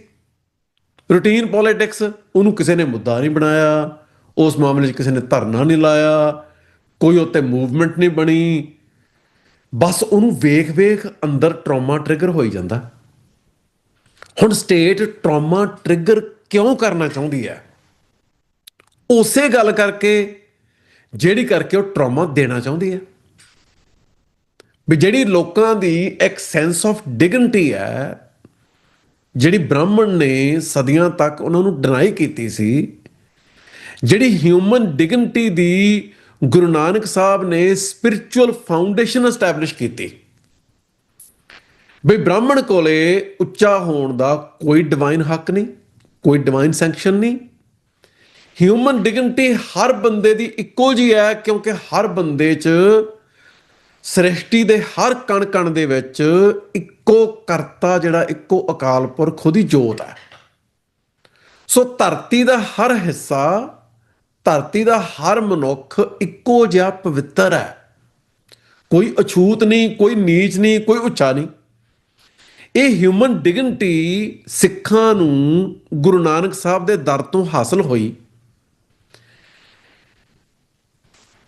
ਕਨਿੰਗ ਬ੍ਰਾਹਮਣਿਕਲ ਐਸਟੈਬਲਿਸ਼ਮੈਂਟ ਨੂੰ ਇਸ ਗੱਲ ਦਾ ਪਤਾ ਹੈ, ਜੇ ਇਹਨਾਂ ਨੂੰ ਦੁਬਾਰਾ ਹਿੰਦੂ ਫੋਲਡ 'ਚ ਲੈ ਕੇ ਆਉਣਾ ਹੈ, ਜੇ ਇਹਨਾਂ ਦੀ ਡਿਗਨਿਟੀ ਖਤਮ ਕਰਕੇ ਇਹਨਾਂ ਨੂੰ ਦੁਬਾਰਾ ਦਲਿਤ ਬਣਾ ਕੇ ਘਸਿਆਰੇ ਬਣਾਉਣਾ ਹੈ, ਤੇ ਇਹਨਾਂ ਨੂੰ ਵੱਡੇ ਟਰੌਮੇ ਦੇਣੇ ਪੈਣਗੇ। 84 'ਚ ਸਿੱਖ ਇਤਿਹਾਸ ਦੇ ਸਭ ਤੋਂ ਵੱਡਿਆਂ ਟਰੌਮਿਆਂ 'ਚੋਂ ਇੱਕ ਟਰੌਮਾ ਇੰਡੀਅਨ ਸਟੇਟ ਨੇ ਉਹਦੇ 'ਚ ਧੱਕਿਆ ਸਿੱਖਾਂ ਨੂੰ। 84 ਤੋਂ ਬਾਅਦ 16 ਸਾਲ ਮੇਰੇ ਵੇਖਣ 'ਚ, ਮੇਰੇ ਉੱਥੋਂ ਆਉਣ ਤੋਂ ਬਾਅਦ ਪਤਾ ਨਹੀਂ ਕਿੰਨੇ ਸਾਲ ਰਿਹਾ ਮਲਬਾ ਉੱਥੇ, ਉਹ ਟਰੋਮੈਟਿਕ ਐਕਸਪੀਰੀਅੰਸ ਜਿਹੜਾ ਉਹ ਲਗਾਤਾਰ ਰਿਪੀਟ ਹੋ ਰਿਹਾ। ਉਹ ਲਗਾਤਾਰ ਸਿੱਖਾਂ ਨੂੰ ਫੋਰਸ ਕੀਤਾ ਜਾ ਰਿਹਾ ਉਹਨੂੰ ਰੀਲਿਵ ਕਰਨ ਲਈ। ਲੋਕ ਕਹਿੰਦੇ ਆ ਜੁਲਾਈ 'ਚ ਆਪਰੇਸ਼ਨ ਵੁੱਡਰੋਜ਼ ਹੋਇਆ ਜੀ। ਨਹੀਂ ਜੀ, ਜੁਲਾਈ 'ਚ ਆਪਰੇਸ਼ਨ ਵੁੱਡਰੋਜ਼ ਸ਼ੁਰੂ ਹੋਇਆ, ਜੁਲਾਈ 'ਚ ਹੋਇਆ ਨਹੀਂ। ਜੁਲਾਈ 'ਚ ਸ਼ੁਰੂ ਹੋ ਕੇ, ਜੁਲਾਈ 1984 'ਚ ਸ਼ੁਰੂ ਹੋ ਕੇ ਅਪ੍ਰੈਲ 1985 ਤੱਕ ਚੱਲਿਆ। ਇਹ ਕੋਈ 9-10 ਮਹੀਨੇ ਸਿੱਖ ਨੌਜਵਾਨਾਂ ਦੀ ਲਗਾਤਾਰ ਕਤਲੋਗਾਰਤ, ਉਹਨਾਂ ਦੇ ਪਰਿਵਾਰਾਂ ਦੀ ਬੇਪਤੀ, ਫੌਜੀਆਂ ਦੇ ਕੈਂਪਾਂ 'ਚ ਅੰਨਾ ਤਸ਼ੱਦਦ ਤੋਂ ਬਾਅਦ ਕਤਲ, ਮਾਰ ਕੇ ਦਰਿਆਵਾਂ 'ਚ ਸਿੱਟੇ ਮੁੰਡੇ, ਇਹ ਇੱਕ ਤਾਂ ਦਿਨ ਨਹੀਂ ਹੋਇਆ। ਸੋ 84 ਦਾ ਟਰਾਮਾ ਮਾਝੇ ਦੇ ਬਾਰਡਰ ਏਰੀਆਜ਼ ਦੇ ਵਿੱਚ ਲੋਕੀ ਸਾਰਾ ਸਾਲ ਐਕਸਪੀਰੀਅੰਸ ਕਰ ਰਹੇ ਆ। ਉਦੋਂ ਬਾਅਦ ਮੂਵਮੈਂਟ ਸ਼ੁਰੂ ਹੋ ਜਾਂਦੀ ਹੈ, ਸਾਰੇ ਪੰਜਾਬ ਤੇ ਸਟੇਟ ਆਪਰੇਸ਼ਨ ਸ਼ੁਰੂ ਹੋ ਜਾਂਦਾ। ਸੋ ਟਰਾਮਾ ਜਿਹੜਾ ਉਹ ਟੂਲ ਹੈ, ਤੇ ਟਰਾਮਾ ਰੀਟ੍ਰਿਗਰ ਕਰਨ ਦੇ ਵਿੱਚ ਜਿਹੜੀ ਆਬਜੈਕਟਿਵ ਵਾਇਲੈਂਸ ਹੈ ਉਹ ਕੰਟੀਨਿਊਸਲੀ ਕੰਟਰੀਬਿਊਟ ਕਰ ਰਹੀ ਹੈ। ਜਿਹੜੇ ਮੀਡੀਆ ਆਰਟੀਕਲ ਹੈ, ਹੋਰ ਸਾਰਾ ਕੁਝ ਹੈ, ਔਰ ਉਹ ਲਗਾਤਾਰ ਅੱਜ ਤੱਕ ਉਹ ਕੰਟਰੀਬਿਊਟ ਕਰ ਰਹੇ ਆ ਉਹਨੂੰ ਇਨੇਬਲ ਕਰਨ ਦੇ ਵਿੱਚ। ਹੁਣ ਆਪਾਂ ਆਈਏ ਮੈਮਰੀ ਵੱਲ, ਫਿਰ ਆਪਾਂ ਗੱਲ ਜਿਹੜੀ ਹੈ ਉਹ ਸਾਰੀ ਕੰਕਲੂਡ ਕਰਦੇ ਹਾਂ। ਇਵਾਨਾ ਮੈਚਕ ਨੇ ਲਿਖਿਆ, The difference between trauma and psychically integrated memory is that memory consists of experiences that have been processed in the inner world. They are interpreted and symbolized, and information that seems unnecessary is removed from both our memory and the stories that we later tell. Thus, the characteristic difference between a relived trauma and a remembered memory is that reliving the traumatic experience is literal and takes the same time that experiencing it originally took. The telling of memory is more compact. A witness can tell the story of several years in several hours or perhaps over several days. ਮੈਂ ਗੱਲ ਦੀ ਵਿਆਖਿਆ ਕਰਦਾ, ਪਰ ਥੋੜਾ ਜਿਹਾ ਡੀਟੂਰ ਲੈਣਾ। Memory ਦੇ ਬਰਾਬਰ ਹੋਰ ਕੀ ਐਗਜ਼ਿਸਟ ਕਰਦਾ ਹੈ? ਹਿਸਟਰੀ। ਹਿਸਟਰੀ ਕੀ ਹੈ? ਬੀਤੇ ਦੇ ਵਿੱਚ ਜੋ ਕੁਝ ਹੋਇਆ ਉਹਦੇ ਰਿਟਨ ਅਕਾਊਂਟ। ਹੁਣ ਹਿਸਟਰੀ ਜਿਹੜੀ ਹੈ ਉਹ ਕਿਵੇਂ ਲਿਖੀ ਜਾਂਦੀ ਹੈ? ਆਰਕਾਈਵਲ ਸੋਰਸਿਸ ਲੱਭ ਕੇ ਤੇ ਉਹਨਾਂ ਦੀ ਇੰਟਰਪ੍ਰੀਟੇਸ਼ਨ ਕਰਕੇ। ਜਦੋਂ ਅਸੀਂ ਹਿਸਟਰੀ ਪੜ੍ਹਦੇ ਹਾਂ, ਹੁਣ ਜਦੋਂ ਇਤਿਹਾਸਕਾਰ ਹਿਸਟਰੀ ਲਿਖਦੇ ਆ, ਉਹ ਬਹੁਤ ਸਾਰੀਆਂ ਥਾਵਾਂ ਤੇ ਆਰਕਾਈਵਲ ਸੋਰਸਿਸ ਕੋਟ ਕਰਦੇ ਆ, ਬਹੁਤ ਸਾਰੀਆਂ ਥਾਵਾਂ ਤੇ ਉਹ ਆਰਕਾਈਵਲ ਸੋਰਸ ਕੋਟ ਨਹੀਂ ਕਰਦੇ, ਵੈਸੇ ਵੀ ਗੱਲਾਂ ਲਿਖ ਦਿੰਦੇ ਆ। ਉਹ ਹੋਰ ਕੌਨਟੈਕਸਟ 'ਚ ਜਿਹੜੀ ਦਿੱਤੀ ਆਰਕਾਈਵਲ ਐਵੀਡੈਂਸ ਹੈ, ਉਹ ਜਿਹੜੇ ਬਿਨਾਂ ਐਵੀਡੈਂਸ ਤੋਂ ਉਹਨਾਂ ਦੀਆਂ ਧਾਰਨਾਵਾਂ, ਉਹਨਾਂ ਦੀ ਵੀ ਗਵਾਹੀ ਬਣ ਜਾਂਦੀ ਹੈ ਪੜ੍ਹਨ ਵਾਲੇ ਦੇ ਮਨ 'ਚ। ਜਿਵੇਂ ਹਰੀ ਰਾਮ ਗੁਪਤੇ ਨੇ ਬਾਬਾ ਬੰਦਾ ਸਿੰਘ ਬਹਾਦਰ ਦੀ ਹਿਸਟਰੀ 'ਚ ਥਾਂ ਥਾਂ ਤੇ ਲਿਖਿਆ, ਇੱਕ ਨੋਰਮ ਬਣਾਇਆ ਵੀ ਸਿੱਖ ਸ਼ਰਾਬ ਪੀਂਦੇ ਸੀ। ਮਤਲਬ ਇਹ ਤਾਂ ਇਮੈਜਿਨ ਹੀ ਨਹੀਂ ਕੀਤਾ ਜਾ ਸਕਦਾ ਬਈ ਸਿੱਖਾਂ ਦੇ ਲੀਡਿੰਗ ਜਰਨੈਲ 17 18th ਸੈਂਚਰੀ ਦੇ ਪਹਿਲੇ 2 ਦਹਾਕਿਆਂ 'ਚ ਸ਼ਰਾਬ ਪੀਂਦੇ ਸੀ। ਪਰ ਅੰਮ੍ਰਿਤਧਾਰੀ ਸਿੱਖ ਦਾ ਇਸ ਤਰ੍ਹਾਂ ਦੀ ਵਾਇਲੇਸ਼ਨ ਕਰਨਾ, ਇਹ ਤਾਂ ਅੱਜ ਵੀ ਔਡ ਹੈ। ਅਕਾਲੀ ਦਲ ਨੇ ਬਾਦਲ ਪਰਿਵਾਰ ਦੀ ਅਗਵਾਈ ਹੇਠ ਅੰਮ੍ਰਿਤਧਾਰੀ ਦਾ ਜਿਹੜਾ ਸਰੂਪ ਹੈ ਉੱਤੇ ਬਹੁਤ ਸਾਰੇ ਦਾਗ ਲਾਏ ਆ। ਪਰ ਥੋੜਾ ਜਿਹਾ ਪਿੱਛੇ ਉੱਠ ਜਾਓ 1970ਵੇਂ 80ਵੇਂ ਤੱਕ, ਜਿਹੜੀ ਅੰਮ੍ਰਿਤਧਾਰੀ ਤੋਂ ਸੁਸਾਇਟੀ ਦੀਆਂ ਐਕਸਪੈਕਟੇਸ਼ਨਸ ਹੈ ਉਹ ਇੰਨੀਆਂ ਸਟਰੋਂਗ ਤੇ ਕਲੀਅਰ ਹੈ ਵੀ ਬੰਦਾ ਕੋਈ ਵਾਇਲੇਸ਼ਨ ਕਰ ਸਕਦਾ, ਪਰ ਵਾਇਲੇਸ਼ਨ ਕਰਕੇ ਉਹ ਪਬਲਿਕ ਸਪੇਸ ਦਾ ਉਹੋ ਜਿਹਾ ਹਿੱਸਾ ਨਹੀਂ ਰਹਿ ਸਕਦਾ, ਉਹ ਡਿਸਕਾਰਡ ਹੋ ਜਾਂਦਾ, ਉਹਦੀ ਪਤਵੰਤੇ ਬੰਦੇ 'ਚ ਗਿਣਤੀ ਨਹੀਂ ਰਹਿੰਦੀ, ਉਹ ਬੰਦਿਆਂ 'ਚ ਖੜ ਕੇ ਬੋਲਣ ਜੋਗਾ ਨਹੀਂ ਰਹਿੰਦਾ। ਵਾਇਲੇਸ਼ਨ ਕਰ ਸਕਦੇ ਆ ਲੋਕ, ਕਰਦੇ ਹੋਣਗੇ, ਪਰ ਉਹ ਕਨਵੈਨਸ਼ਨ ਨਹੀਂ ਬਣਦੀ 20ਵੀਂ ਸਦੀ ਦੇ ਅਖੀਰ ਤੱਕ। ਹੁਣ ਵੀ ਨਹੀਂ ਉਹ ਕਨਵੈਨਸ਼ਨ 21ਵੀਂ ਸਦੀ 'ਚ। 18ਵੀਂ ਸਦੀ 'ਚ ਖਾਲਸਾ ਸਾਜਣਾ ਤੋਂ 10-15 ਸਾਲ ਬਾਅਦ ਸਿੱਖ ਸ਼ਰਾਬ ਪੀਂਦੇ ਸੀ। ਹਰਿਰਾਮ ਗੁਪਤੇ ਨੇ ਕੋਈ ਐਵੀਡੈਂਸ ਨਹੀਂ ਦਿੱਤੀ, ਬਸ ਗੱਲ ਕਹਿਤੀ। ਸੋ ਹਿਸਟਰੀ ਜਿਹੜੀ ਹੈ ਉਹਦੇ 'ਚ ਆਰਕਾਈਵ ਮਿਸਇੰਟਰਪ੍ਰੇਟ ਵੀ ਹੁੰਦੇ ਆ, ਮਿਸਯੂਜ਼ ਵੀ ਹੁੰਦੇ ਆ, ਕੁਛ ਆਰਕਾਈਵ ਇਗਨੋਰ ਵੀ ਕੀਤੇ ਜਾਂਦੇ ਆ, ਕੁਛ ਡਿਸਪਰਪੋਰਸ਼ਨੇਟਲੀ ਹਾਈਲਾਈਟ ਵੀ ਕੀਤੇ ਜਾਂਦੇ ਆ। ਮੈਂ ਇੱਕ ਐਗਜ਼ਾਮਪਲ ਦੇਣੀ ਹੈ, ਲੰਮਾ ਬਹੁਤ ਹੋ ਗਿਆ ਲੈਕਚਰ, ਮੈਂ ਗੁਸਤਾਖੀ ਲਈ ਮਾਫੀ ਚਾਹੁੰਦਾ, ਪਰ ਇੱਕ ਐਗਜ਼ਾਮਪਲ ਬਹੁਤ ਇੰਪੋਰਟੈਂਟ ਆ। ਰੀਸੈਂਟਲੀ ਰਾਜਵੀਰ ਸਿੰਘ ਜੱਜ ਨੇ ਆਰਟੀਕਲ ਲਿਖਿਆ, ਉਹਦੇ 'ਚ ਉਹਨੇ ਸਾਈਟ ਕੀਤੀ ਹੈ, ਜਾਦੂਨਾਥ ਸਰਕਾਰ ਨੇ ਔਰੰਗਜ਼ੇਬ ਤੇ 3 ਵੋਲੀਅਮ ਦੇ ਵਿੱਚ ਕਿਤਾਬ ਲਿਖੀ ਤੇ ਉਹਦੇ 'ਚ 9ਵੇਂ ਪਾਤਸ਼ਾਹ ਦੀ ਸ਼ਹੀਦੀ ਦਾ ਜ਼ਿਕਰ ਕੀਤਾ ਤੇ ਇਹ ਲਿਖਿਆ ਕਿ 9ਵੇਂ ਪਾਤਸ਼ਾਹ ਦੇ ਉੱਤੇ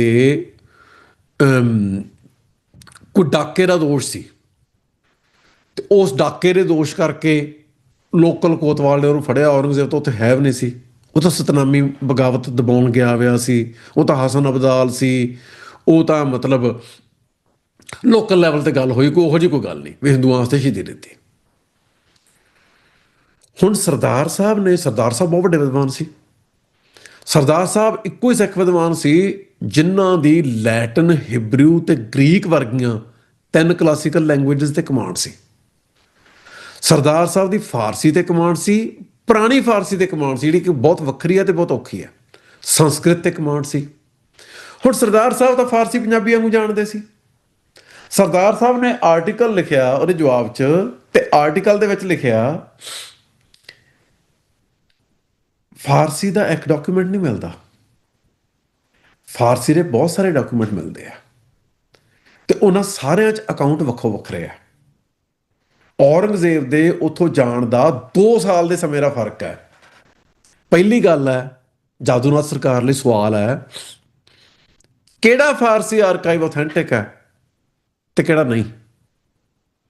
ਜੇ ਸਾਰੇ ਆਥੈਂਟਿਕ, ਸਾਰੇ ਤਾਂ ਆਥੈਂਟਿਕ ਹੋ ਨਹੀਂ ਸਕਦੇ ਕਿਉਂਕਿ ਸਾਰੇ ਇੱਕ ਦੂਜੇ ਨੂੰ ਕੰਟਰਾਡਿਕਟ ਕਰ ਰਹੇ ਆ, ਬਿਲਕੁਲ ਕੰਟਰਾਡਿਕਟਰੀ ਇਨਫੋਰਮੇਸ਼ਨ ਦੇ ਰਹੇ ਆ। ਸੋ ਫਿਰ ਕੀ ਕ੍ਰਾਈਟੇਰੀਆ ਕਿਹੜਾ ਆਥੈਂਟਿਕ ਹੈ ਤੇ ਕਿਹੜਾ ਨਹੀਂ ਆਥੈਂਟਿਕ? ਉਹ ਕਹਿੰਦੇ ਮੁੰਡੇ ਚੋਰ ਸਪਾਈ ਖੇਡ ਰਹੇ ਸੀ ਤੇ ਉਹ ਚੋਰ ਸਪਾਈ ਖੇਡਦਿਆਂ ਨੇ ਮੁੰਡਿਆਂ ਨੇ ਇੱਕ ਮੁੰਡੇ ਨੂੰ ਜਿਹੜਾ ਚੋਰ ਬਣਿਆ ਸੀ ਸੱਚੀ ਫਾਂਸੀ ਲਾ ਕੇ ਮਾਰਤਾ। ਹੁਣ ਇੱਕ ਫਾਰਸੀ ਡਾਕੂਮੈਂਟ 'ਚ, ਔਰੰਗਜ਼ੇਬ ਦੇ ਕੰਟੈਂਪਰੇਰੀ ਫਾਰਸੀ ਡਾਕੂਮੈਂਟ 'ਚ ਇਸ ਘਟਨਾ ਦਾ ਜ਼ਿਕਰ ਹੈ, 9ਵੇਂ ਪਾਤਸ਼ਾਹ ਦੀ ਸ਼ਹੀਦੀ ਦਾ ਜ਼ਿਕਰ ਹੈ ਨਹੀਂ। ਸਰਦਾਰ ਸਾਹਿਬ ਕਹਿੰਦੇ ਵੀ ਇਹਨੂੰ ਤੁਸੀਂ ਬਾਇਸਡ ਮੰਨੋਗੇ ਜਾਂ ਆਥੈਂਟਿਕ ਮੰਨੋਗੇ?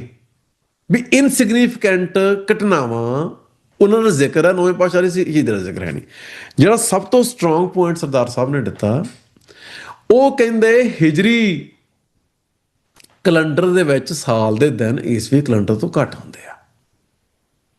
ਜਦੋਂ ਤੁਸੀਂ ਹਿਜਰੀ ਕੈਲੰਡਰ ਨੂੰ ਈਸਵੀ 'ਚ ਕਨਵਰਟ ਕਰਦੇ ਆ, ਉਹ ਹਰੇਕ ਸਾਲ ਦੇ ਦਿਨਾਂ ਦਾ ਫਰਕ ਪੈ ਜਾਂਦਾ, 10 ਸਾਲਾਂ 'ਚ ਬਹੁਤ ਵੱਡਾ ਫਰਕ ਪੈ ਜਾਂਦਾ। ਮਤਲਬ ਜੇ ਸਾਲ ਦੇ 50 ਦਿਨਾਂ ਦਾ ਫਰਕ ਪਿਆ, ਮਤਲਬ 5 ਦਿਨਾਂ ਦਾ ਫਰਕ ਪਿਆ, ਤੇ 10 ਸਾਲਾਂ 'ਚ 50 ਦਿਨਾਂ ਦਾ ਫਰਕ ਪੈ ਗਿਆ, ਤੇ 20 ਸਾਲਾਂ 'ਚ ਕਿੰਨਾ ਫਰਕ ਪੈ ਗਿਆ, ਤੇ 30 'ਚ ਕਿੰਨਾ ਫਰਕ ਪੈ ਗਿਆ। ਵੀ ਜਿਹੜੀ ਕਨਵਰਸ਼ਨ ਕੀਤੀ ਹੈ ਜਾਦੂਨਾਥ ਸਰਕਾਰ ਨੇ ਹਿਜਰੀ ਦੀ ਈਸਵੀ ਦੇ ਵਿੱਚ, ਉਹਨੇ ਅਸੂਮ ਕਰ ਲਿਆ ਕਿ ਹਿਜਰੀ ਤੇ ਈਸਵੀ ਸਾਲ 'ਚ ਇੱਕੋ ਜਿਹੇ ਦਿਨ ਹੁੰਦੇ ਆ। ਉਹਨੇ ਇਹ ਗੱਲ ਅਕਾਊਂਟ 'ਚ ਨਹੀਂ ਲਈ। ਸੋ ਜਿਹੜੇ ਜਾਦੂਨਾਥ ਸਰਕਾਰ ਨੇ ਔਰੰਗਜ਼ੇਬ ਦੇ ਸਾਲ ਦਿੱਤੇ, ਉਹ ਸਾਲ ਹੀ ਠੀਕ ਨਹੀਂ ਗਏ, ਕਿਉਂਕਿ ਡੇਟਾ ਨੂੰ ਕਨਵਰਟ ਕਰਨ 'ਚ ਫਰਕ ਪਾ ਗਿਆ। ਹੁਣ ਇਹ ਵਾਇਲੈਂਸ ਹੋ ਰਹੀ ਹੈ ਕਿ 20ਵੀਂ ਸਦੀ ਦਾ ਇੱਕ ਪ੍ਰੋਮੀਨੈਂਟ ਹਿੰਦੂ ਹਿਸਟੋਰੀਅਨ ਇਹ ਲਿਖ ਰਿਹਾ ਹੈ ਕਿ ਨੌਵੇਂ ਪਾਤਸ਼ਾਹ ਦੀ ਸ਼ਹੀਦੀ ਤਾਂ ਛੋਟੇ ਮੋਟੇ ਕ੍ਰਾਈਮ ਕਰਕੇ ਹੋਈ ਸੀ, ਔਰੰਗਜ਼ੇਬ ਤੋਂ ਉੱਤੇ ਹੈ ਵੀ ਨਹੀਂ ਸੀ, ਹਿੰਦੂਆਂ ਨੇ ਉਹਨੇ ਸ਼ਹੀਦੀ ਨਹੀਂ ਦਿੱਤੀ। ਹੁਣ ਇਹ ਹਿਸਟਰੀ ਹੈ। ਹਿਸਟਰੀ ਜਿਹੜੀ ਹੈ ਉਹ ਮੈਮਰੀ ਨੂੰ ਇੰਟਰਪਟ ਕਰ ਰਹੀ ਹੈ, ਪਰ ਮੈਮਰੀ ਹਿਸਟਰੀ ਦੇ ਅਗੇਂਸਟ ਰੈਜ਼ਿਸਟ ਕਰਦੀ ਹੈ ਤੇ ਹਿਸਟਰੀ ਨੂੰ ਡਿਸਕਾਰਡ ਕਰਕੇ ਮੈਮਰੀ ਵਿੱਚੋਂ ਆਪਦਾ ਕਸ਼ੀਦ ਕਰਕੇ ਕੱਢ ਕੇ ਲੈ ਆਉਂਦੇ ਆ। ਜਿਵੇਂ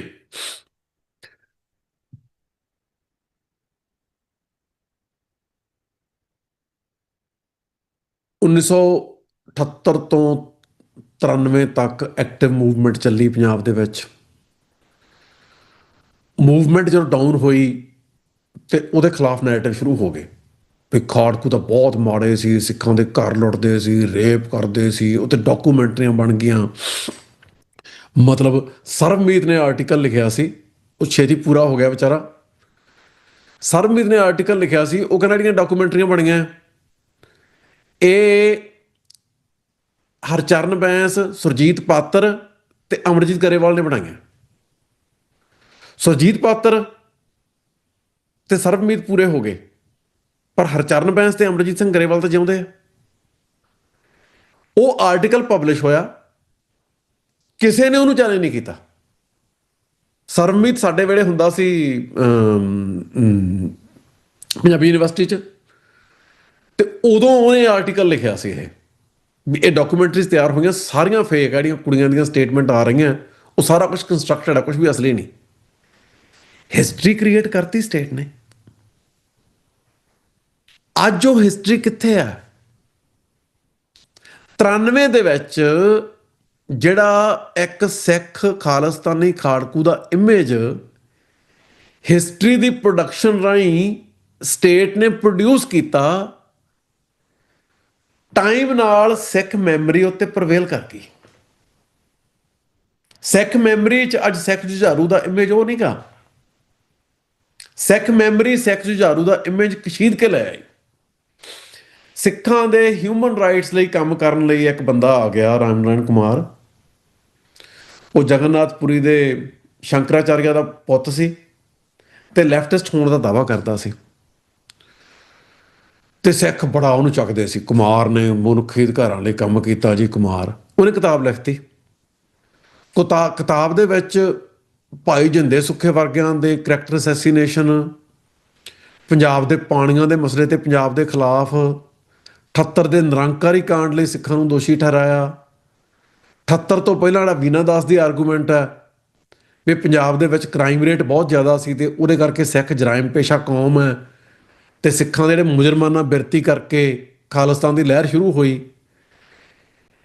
ਮੈਂ ਅਮਰੀਕ ਸਿੰਘ ਮੁਕਤਸਰ ਉਹਦੇ ਨਾਲ ਕੰਮ ਕਰਦੇ ਸੀ, ਮੈਂ ਮੁਕਤਸਰ ਨੂੰ ਕਾਲ ਕੀਤੀ। ਮੈਂ ਕਿਹਾ ਅਮਰੀਕ ਸਿੰਘ, ਕੁਮਾਰ ਨੇ ਕਿਤਾਬ ਬੜੀ ਗਲਤ ਲਿਖੀ ਹੈ।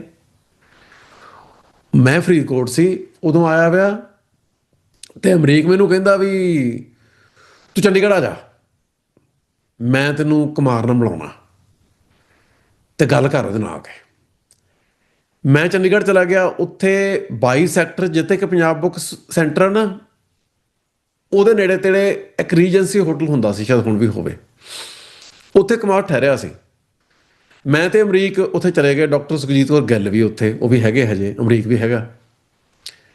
ਤੇ ਅਮਰੀਕ ਕਹਿੰਦਾ ਕੁਮਾਰ ਸਾਹਿਬ, ਪ੍ਰਭ ਸ਼ਰਨ ਨੇ ਤੁਹਾਡੇ ਨਾਲ ਗੱਲ ਕਰਨੀ ਆ ਕਿਤਾਬ ਬਾਰੇ। ਮੇਰੇ ਕੋਲ ਕਿਤਾਬ ਮੇਰੇ ਹੱਥ 'ਚ ਸੀ। ਕੁਮਾਰ ਮੈਨੂੰ ਕਹਿੰਦਾ ਵੀ ਬਤਾਓ। ਮੈਂ ਕਿਹਾ ਤੁਸੀਂ ਸਿੱਖਾਂ ਦੇ ਵਿੱਚ ਵੜ ਕੇ ਉਹਨਾਂ ਦਾ ਭਰੋਸਾ ਜਿੱਤ ਕੇ ਮੂਵਮੈਂਟ ਬਾਰੇ ਇਨਫੋਰਮੇਸ਼ਨ ਲਈ ਤੇ ਮੁੜ ਕੇ ਡਿਸਟੋਰਟ ਕਰਕੇ ਪੇਸ਼ ਕੀਤੀ ਹੈ। ਕੈਸੇ ਕੈਸੇ ਕੀਆ ਮੈਨੇ?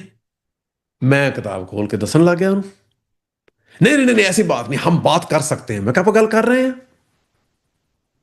ਤੁਸੀਂ ਇਨਫੋਰਮੇਸ਼ਨ ਡਿਸਟੋਰਟ ਕਰਕੇ ਪੇਸ਼ ਕੀਤੀ ਹੈ, ਤੇ ਚਲੋ ਉਹ ਜਿਵੇਂ ਤੱਤਾ ਨਹੀਂ ਹੋਇਆ, ਤੇ ਡਿਪਲੋਮੈਟਿਕਲੀ ਅਪੋਲੋਜੈਟਿਕ ਜਿਹਾ ਹੋ ਕੇ ਹੌਲੀ ਹੌਲੀ ਹੌਲੀ ਕਰਕੇ ਹੈਂਡਲ ਕਰ ਗਿਆ। ਮੈਂ ਅਮਰੀਕ ਨੂੰ ਕਿਹਾ ਵੀ ਅਮਰੀਕ, ਇਹ ਗੱਲ ਗਲਤ ਆ, ਮੈਨੂੰ ਲਿਖਣਾ ਚਾਹੀਦਾ ਇਹਦੇ ਬਾਰੇ।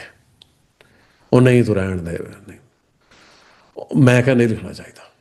ਇੱਕ 34 ਸੈਕਟਰ ਗੁਰਦੁਆਰੇ ਜਦੋਂ ਬਣ ਲੱਗਾ ਨਾ ਪੀਪਲਜ਼ ਕਮਿਸ਼ਨ, ਮੈਂ ਕਿਹਾ ਤੂੰ ਉਹ ਐਂਟੀ ਸਿੱਖ ਬਾਹਮਣ ਨੂੰ ਫਿਰ ਮੂਹਰੇ ਲਾਈ ਜਾਂਦਾ, ਮੈਂ ਲਿਖਣਾ ਇਹਦੇ ਤੇ। ਉਹ ਅਮਰੀਕ ਨੂੰ ਆਦਤ ਸੀ, ਕਹਿੰਦਾ ਕੁਮਾਰ ਬਾਰੇ ਜਿਹੜਾ ਆਊਗਾ ਮੇਰੀ ਲਾਸ਼ ਦੇ ਉੱਤੋਂ ਦੀ ਲੰਘ ਕੇ ਆਊਗਾ। ਮੈਂ ਕਿਹਾ ਅਮਰੀਕ, ਮੈਂ ਲਿਖਣਾ, ਗੱਲ ਛੱਡ। ਚਲੋ, ਸਰਦਾਰ ਗੁਰਤੇਜ ਸਿੰਘ IAS ਦੇ ਘਰੇ ਨਾਲ ਉਹਨਾਂ ਦੇ ਇੱਕ ਐਨੈਕਸੀ ਸੀ, ਤੇ ਉਹ ਉਹਨਾਂ ਨੇ ਪੀਪਲਜ਼ ਕਮਿਸ਼ਨ ਦਾ ਕੰਮ ਕਰਨ ਲਈ ਦੇ ਦਿੱਤੀ, ਤੇ ਉੱਥੇ ਦਫ਼ਤਰ ਬਣ ਗਿਆ। ਉਹ ਦਫ਼ਤਰ ਵਿੱਚ ਸਾਰੇ ਸਿੱਖ ਆਉਂਦੇ ਰਹਿੰਦੇ ਸੀ। ਮੈਂ ਘਟਨਾਵਾਂ ਤੁਹਾਡੇ ਨਾਲ ਸਾਂਝੀਆਂ ਕਰ ਰਿਹਾ ਵੀ ਸਬੱਬੀ ਕੁਝ ਵੇਰਵੇ ਸਾਂਝੇ ਹੋ ਜਾਂਦੇ ਆ, ਤੇ ਉਹਨਾਂ ਦੇ ਅਰਥ ਹੁੰਦੇ ਬਹੁਤ ਸਾਰੇ। ਹੁਣ ਮੇਰੀ ਦਲਬੀਰ ਸਿੰਘ ਪੱਤਰਕਾਰ ਨਾਲ ਕੋਈ ਸਹਿਮਤੀ ਨਹੀਂ ਸੀ, ਤੇ ਕਦੇ ਬਣਦੀ ਨਹੀਂ ਸੀ। ਉੱਥੇ ਦਲਬੀਰ ਸਿੰਘ ਪੱਤਰਕਾਰ, ਜਸਟਿਸ ਅਜੀਤ ਸਿੰਘ ਬੈਂਸ, ਡਾਕਟਰ ਸੁਖਜੀਤ ਕੌਰ ਗਿੱਲ, ਜਸਪਾਲ ਸਿੰਘ ਢਿੱਲੋਂ, ਅਮਰੀਕ ਮੁਕਤਸਰ, ਹਰਸ਼ਿੰਦਰ, ਕਈ ਜਣੇ ਬੈਠੇ, ਤੇ ਮੈਂ ਬੀਬੀ ਬਲਜੀਤ ਕੌਰ, ਕੈਪਟਨ ਅਮਰਿੰਦਰ ਸਿੰਘ ਦੀ ਭੈਣ। ਉਹਨਾਂ ਦਾ ਬੜਾ ਸੋਹਣਾ ਕੰਮ ਹੈ ਹਿਊਮਨ ਰਾਈਟਸ 'ਚ, ਹੋਰ ਮਸਲਿਆਂ ਤੇ, ਬਹੁਤ ਬਹੁਤ ਡੀਸੈਂਟ ਬੀਬੀ। ਮੈਂ ਕਿਹਾ ਜੀ ਕੁਮਾਰ ਨੇ ਕਿਤਾਬ ਲਿਖੀ ਆ ਬੜੀ ਗਲਤ, ਤੇ ਮੈਂ ਉਹਦਾ ਜਵਾਬ ਦੇਣਾ ਚਾਹੁੰਦਾ। ਤੇ ਦਲਬੀਰ ਸਿੰਘ ਪੱਤਰਕਾਰ ਜਿਹੜੇ ਸੀ, ਉਹ ਰਾਏ ਆਪਣੀ ਰਲਦੀ ਨਹੀਂ ਸੀ, ਪਰ ਉਹ ਸੀ ਬੜੇ ਡਿਟਰਮਿੰਡ ਬੰਦੇ। ਉਹ ਮੈਨੂੰ ਕਹਿੰਦੇ ਤੁਸੀਂ ਉਹ ਤੇ ਡਾਂਗ ਮਾਰਨੀ ਹੈ ਜੀ। ਮੈਂ ਕਿਹਾ ਨਹੀਂ ਜੀ। ਕਹਿੰਦੇ ਫੇਰ ਉਹਨੇ ਕਿਤਾਬ ਲਿਖੀ, ਤੁਸੀਂ ਲਿਖਣਾ ਲਿਖੋ। ਮੈਂ ਫਿਰ ਮੈਗਜ਼ੀਨ ਦੇ 21 ਸਫ਼ਿਆਂ ਦਾ ਲੇਖ ਲਿਖਿਆ, ਤੇ ਕੱਲਾ ਕੱਲਾ ਵੇਰਵਾ ਉਹਦਾ ਕੱਢ ਕੇ ਉਹਨੂੰ ਐਕਸਪੋਜ਼ ਕੀਤਾ। ਉਹ ਸਿੱਖ ਮੈਮਰੀ ਨੂੰ ਹਿਸਟਰੀ ਨਾਲ ਓਵਰਪਾਵਰ ਕਰਨ ਦੀ ਕੋਸ਼ਿਸ਼ ਸੀ, ਪਰ ਜਿੰਨੀਆਂ ਉਹ ਗੱਲਾਂ ਲਿਖੀਆਂ ਗਈਆਂ ਸੀ, ਸਿੱਖ ਮੈਮਰੀ ਜਿਹੜੀ ਹੈ ਉਹਨੂੰ ਰਜਿਸਟ ਕਰਕੇ ਉਹ ਵਾਪਸ ਆ ਗਈ। ਜੇ ਸਿੱਖ ਯਾਦ ਬਾਰੇ ਤੁਸੀਂ ਹੋਰ ਪੜ੍ਹਨਾ, ਮਹਿਬੂਬ ਸਾਹਿਬ ਦੀ ਸਹਿਜਰੇ 'ਚੋਂ ਖਾਲਸਾ 'ਚ ਇਹਦੇ ਬਾਰੇ ਬਹੁਤ ਸੋਹਣਾ ਨਜ਼ਰੀਆ, ਫਿਲੋਸੋਫੀਕਲ ਨਜ਼ਰੀਆ। ਤੇ ਡਾਕਟਰ ਗੁਰਭਗਤ ਸਿੰਘ ਦੀ ਕਿਤਾਬ ਸਿੱਖ ਮੈਮਰੀ ਬਹੁਤ ਅਰਥ ਭਰਪੂਰ ਕਿਤਾਬ ਹੈ। ਇੰਨੀਆਂ ਬੇਨਤੀਆਂ ਨਾਲ ਮੈਂ ਖਿਮਾ ਜਾ ਚੁੱਕਾ। ਵਾਹਿਗੁਰੂ ਜੀ ਕਾ ਖਾਲਸਾ, ਵਾਹਿਗੁਰੂ ਜੀ ਕੀ ਫਤਿਹ। ਹੁਣ ਤੁਹਾਡੇ ਕੋਈ ਵੀ ਸਵਾਲ ਆ ਜਿਹੜੇ, ਉਹ ਆਪਾਂ ਲਵਾਂਗੇ, ਪਰ ਉਦੋਂ ਪਹਿਲਾਂ ਮੈਂ 2 ਮਿੰਟ ਦੀ ਬ੍ਰੇਕ ਲੈਣੀ ਹੈ, 1 ਜਾਂ 2 ਮਿੰਟ ਦੀ ਬਸ। ਹਾਂਜੀ, ਵਾਹਿਗੁਰੂ ਜੀ ਕਾ ਖਾਲਸਾ, ਵਾਹਿਗੁਰੂ ਜੀ ਕੀ ਫਤਿਹ ਜੀ। ਸੋ ਬਹੁਤ ਬਹੁਤ ਮਿਹਰਬਾਨੀ, ਤੁਸੀਂ ਆਏ ਤੇ ਲੈਕਚਰ ਦਿੱਤਾ। ਤੇ ਸਾਰੇ ਲੈਕਚਰ ਦੇ ਵਿੱਚ ਸਿੱਖ ਹਿਸਟਰੀ ਨੂੰ ਟਰੇਸ ਕਰਦੇ ਹੋਏ ਸਬਜੈਕਟਿਵ ਤੇ ਆਬਜੈਕਟਿਵ ਵਾਇਲੈਂਸ ਦੀਆਂ ਕੈਟਾਗਰੀ ਦੇ ਰਾਹੀਂ ਆਪਾਂ ਦੇਖਿਆ ਕਿ ਕਿਵੇਂ ਜਿਹੜਾ ਵਾਇਲੈਂਸ ਆ, ਟਰਾਮਾ ਤੇ ਮੈਮਰੀ ਆ, ਉਹ ਕਿਵੇਂ ਮਤਲਬ ਕਿਸੇ ਕੌਮ ਦੀ ਜਿਹੜੀ ਕੰਸਟਰਕਸ਼ਨ ਆ ਜਾਂ ਉਹਦੇ ਨਾਲ ਜੋ ਕੁਝ ਵਾਪਰਦਾ ਵੀ ਉਹਦੇ ਕਿਸ ਤਰੀਕੇ ਦੇ ਅਸਰ ਅੰਦਾਜ਼ ਹੁੰਦੇ ਆ। ਸੋ ਇਸ ਤੋਂ ਬਾਅਦ ਆਪਾਂ ਸਵਾਲ ਲਵਾਂਗੇ, ਤੇ ਤੁਹਾਡੀ ਮਿਹਰਬਾਨੀ ਵੀ ਹੈ ਵੀ ਤੁਸੀਂ ਇੰਨੀ ਲੇਟ ਤੱਕ ਜਿਹੜਾ ਸ਼ਾਮਲ ਰਹੇ ਹੋ, ਵੀ ਸਿਗਨੀਫੀਕੈਂਟ ਗਿਣਤੀ ਹੈ ਜਿਹੜੀ ਵੀ ਉਹ ਲੈਕਚਰ ਦੇ ਵਿੱਚ ਲਗਾਤਾਰ ਹਾਜ਼ਰੀ ਭਰ ਰਹੀ ਹੈ। ਸੋ ਤੁਸੀਂ ਕੋਈ ਵੀ ਆਣਾ ਅਨਮਿਊਟ ਕਰਕੇ ਜਿਹੜੇ ਵੀ ਤੁਹਾਡੇ ਸਵਾਲ ਨੇ ਉਹ ਤੁਸੀਂ ਰੱਖ ਸਕਦੇ ਹੋ। ਜਦੋਂ ਹੀ ਭਾਜੀ ਆ ਜਾਂਦੇ ਆ ਤਾਂ ਆਪਾਂ ਸਵਾਲ ਲੈਣੇ ਸ਼ੁਰੂ ਕਰਾਂਗੇ। ਤੁਸੀਂ ਉਸ ਤੋਂ ਪਹਿਲਾਂ ਆਪਣੇ ਸਵਾਲ ਜਿਹੜੇ ਉਹ ਫਰੇਮ ਕਰਕੇ ਰੱਖੋ ਤੇ ਅਨਮਿਊਟ ਕਰਕੇ ਤੁਸੀਂ ਪੁੱਛ ਸਕਦੇ ਹੋ।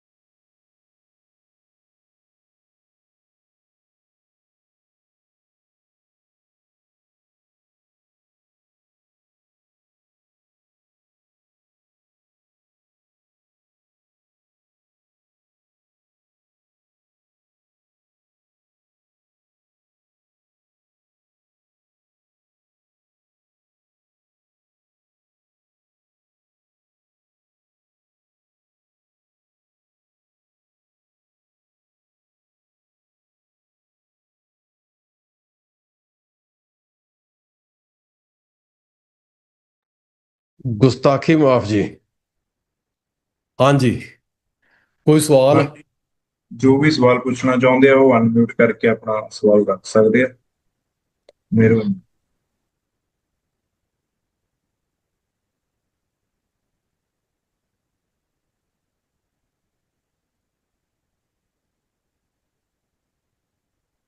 ਜੇ ਕਿਸੇ ਨੇ ਲਿਖਤੀ ਦੇਣਾ, ਲਿਖਤੀ ਵੀ ਲੈ ਲਓ। ਲਿਖਤੀ ਸਵਾਲ ਕਈ ਵਾਰੀ ਜ਼ਿਆਦਾ ਆ ਜਾਂਦੇ ਆ। ਹਾਂਜੀ, ਜਿਵੇਂ ਵੀ ਕੰਫਰਟੇਬਲ ਹੋਵੋ ਬੋਲ ਕੇ ਹਾਂ, ਜਾਂ ਜੇ ਲਿਖ ਤੁਸੀਂ ਕੇ ਕੰਫਰਟੇਬਲ ਨਹੀਂ, ਲਿਖਤੀ ਜੀ। ਭੇਜ ਦਿਓ।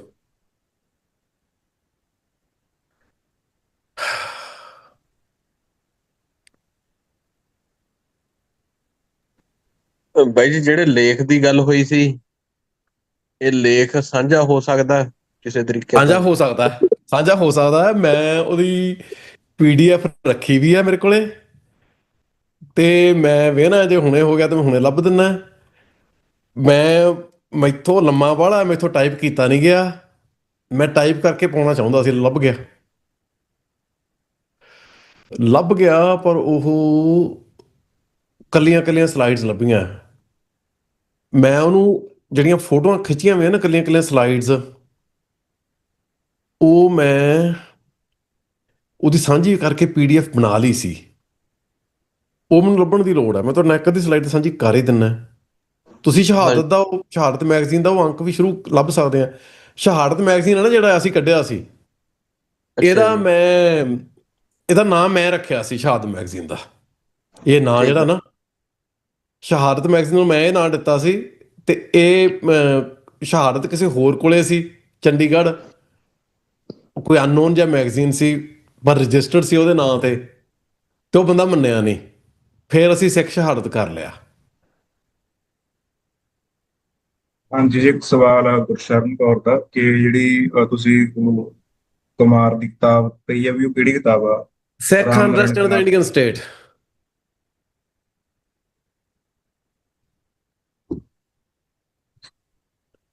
ਪਰ ਜਿਹੜੀ ਸਿੱਖ ਸਟਰਗਲ ਕਿਤਾਬ ਆ, ਉਹਦੀ ਉਸ ਤੋਂ ਪਹਿਲਾਂ ਆਈ, ਉਹਦੇ 'ਚ ਵੀ ਬਹੁਤ ਕੁਛ ਆ। ਉਹਦੇ 'ਚ ਵੀ ਉਹਨੇ ਕਿਹਾ ਵੀ ਜਲਿਆਂ ਵਾਲੇ ਬਾਗ ਦੇ ਸਾਕੇ 'ਚ ਮਰਨ ਵਾਲਿਆਂ 'ਚੋਂ ਸਿਰਫ ਦੋ ਹੀ ਸਿੱਖ ਸੀ, ਬਾਕੀ ਸਿੰਘ ਨਾਂ ਵਾਲੇ ਰਾਜਪੂਤ ਹਿੰਦੂ ਸੀ।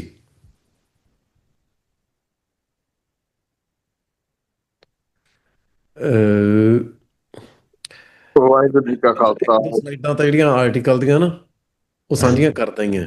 ਟਾਈਟਲ ਜਿਹਾ ਵਿਖਾ ਦੇਣਾ ਤੁਹਾਨੂੰ ਕੱਢ ਕੇ, ਤੇ ਪੂਰਾ ਆਰਟੀਕਲ ਜਿਹੜਾ ਉਹ ਮੈਂ ਕਿਤੇ, ਆਹੋ, ਖਿੰਡਿਆ ਪੁੰਡਿਆ ਪਿਆ, ਪਤਾ ਨਹੀਂ ਕਿੱਧਰ ਗਿਆ ਆਰਟੀਕਲ। ਕੋਈ ਨਹੀਂ, ਕੋਈ ਜਿਹੜੀ ਪਹਿਲੀ ਸਲਾਈਡ ਆ ਉਹ ਕਰ ਲਓ ਸਾਂਝੀ, ਫਿਰ ਉਹਦੇ ਤੋਂ ਲੱਭਿਆ ਜਾਊਗਾ ਪਹਿਲੀ ਅੰਕ ਨਹੀਂ ਜੀ। ਲੱਭ ਰਹੀ, ਪਰ ਵਿੱਚੋਂ ਹੈਗੀਆਂ ਕੁਛ, ਉਹ ਮੈਂ ਲੱਭ ਕੇ ਹਾਂਜੀ, ਕਰਦਾ ਸਾਂਝੀ। ਇੱਕ ਦੋ ਕਰਦਾ ਸਾਂਝੀਆਂ ਮੈਂ ਤੁਹਾਡੇ ਨਾਲ। ਠੀਕ ਹੈ ਜੀ। ਮੈਂ ਖੋਲ ਲਾਂ। ਆ ਚਲੋ, ਆ ਇੱਕ ਪੇਜ ਨਿਕਲਿਆ, ਪਤਾ ਨਹੀਂ ਕਿਹੜਾ, ਪਰ ਚਲੋ ਜਿਹੜਾ ਵੀ ਹੈਗਾ ਤੁਹਾਨੂੰ ਝਲਕ ਜੀ ਮਿਲ ਜੂਗੀ। ਆ ਲਓ ਜੀ।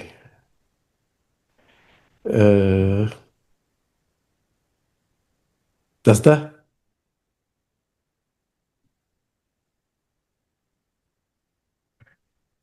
ਹਾਂਜੀ, ਪਰ ਇਹਦਾ ਉਹ ਸਿਰਲੇਖ ਨਹੀਂ ਦੇਖਦੇ। ਨਹੀਂ, ਸਿਰਲੇਖ ਵਾਲਾ ਪੇਜ ਨਹੀਂ ਲੱਭਿਆ ਮੈਨੂੰ। ਅੱਛਾ, ਇਹ ਕੋਈ ਨਹੀਂ ਜੀ, ਫੋਟੋ ਆਪਾਂ ਆ, ਇਹ ਮੈਨੂੰ ਫੋਟੋਆਂ ਵਾਲਾ ਤੁਸੀਂ ਫੋਲਡਰ ਲੱਭ ਗਿਆ। ਹਮ, ਪਰ ਮੇਰੇ ਕੋਲੇ ਇਹ ਸਾਰੇ ਆਰਟੀਕਲ, ਜਿਹੜਾ ਸਾਰਾ ਇਹ ਕੰਪਲੀਟ ਆਰਟੀਕਲ ਹੈ ਨਾ, ਇਹਦੀ PDF ਬਣਾਈ ਹੋਈ ਹੈਗੀ ਹੈ।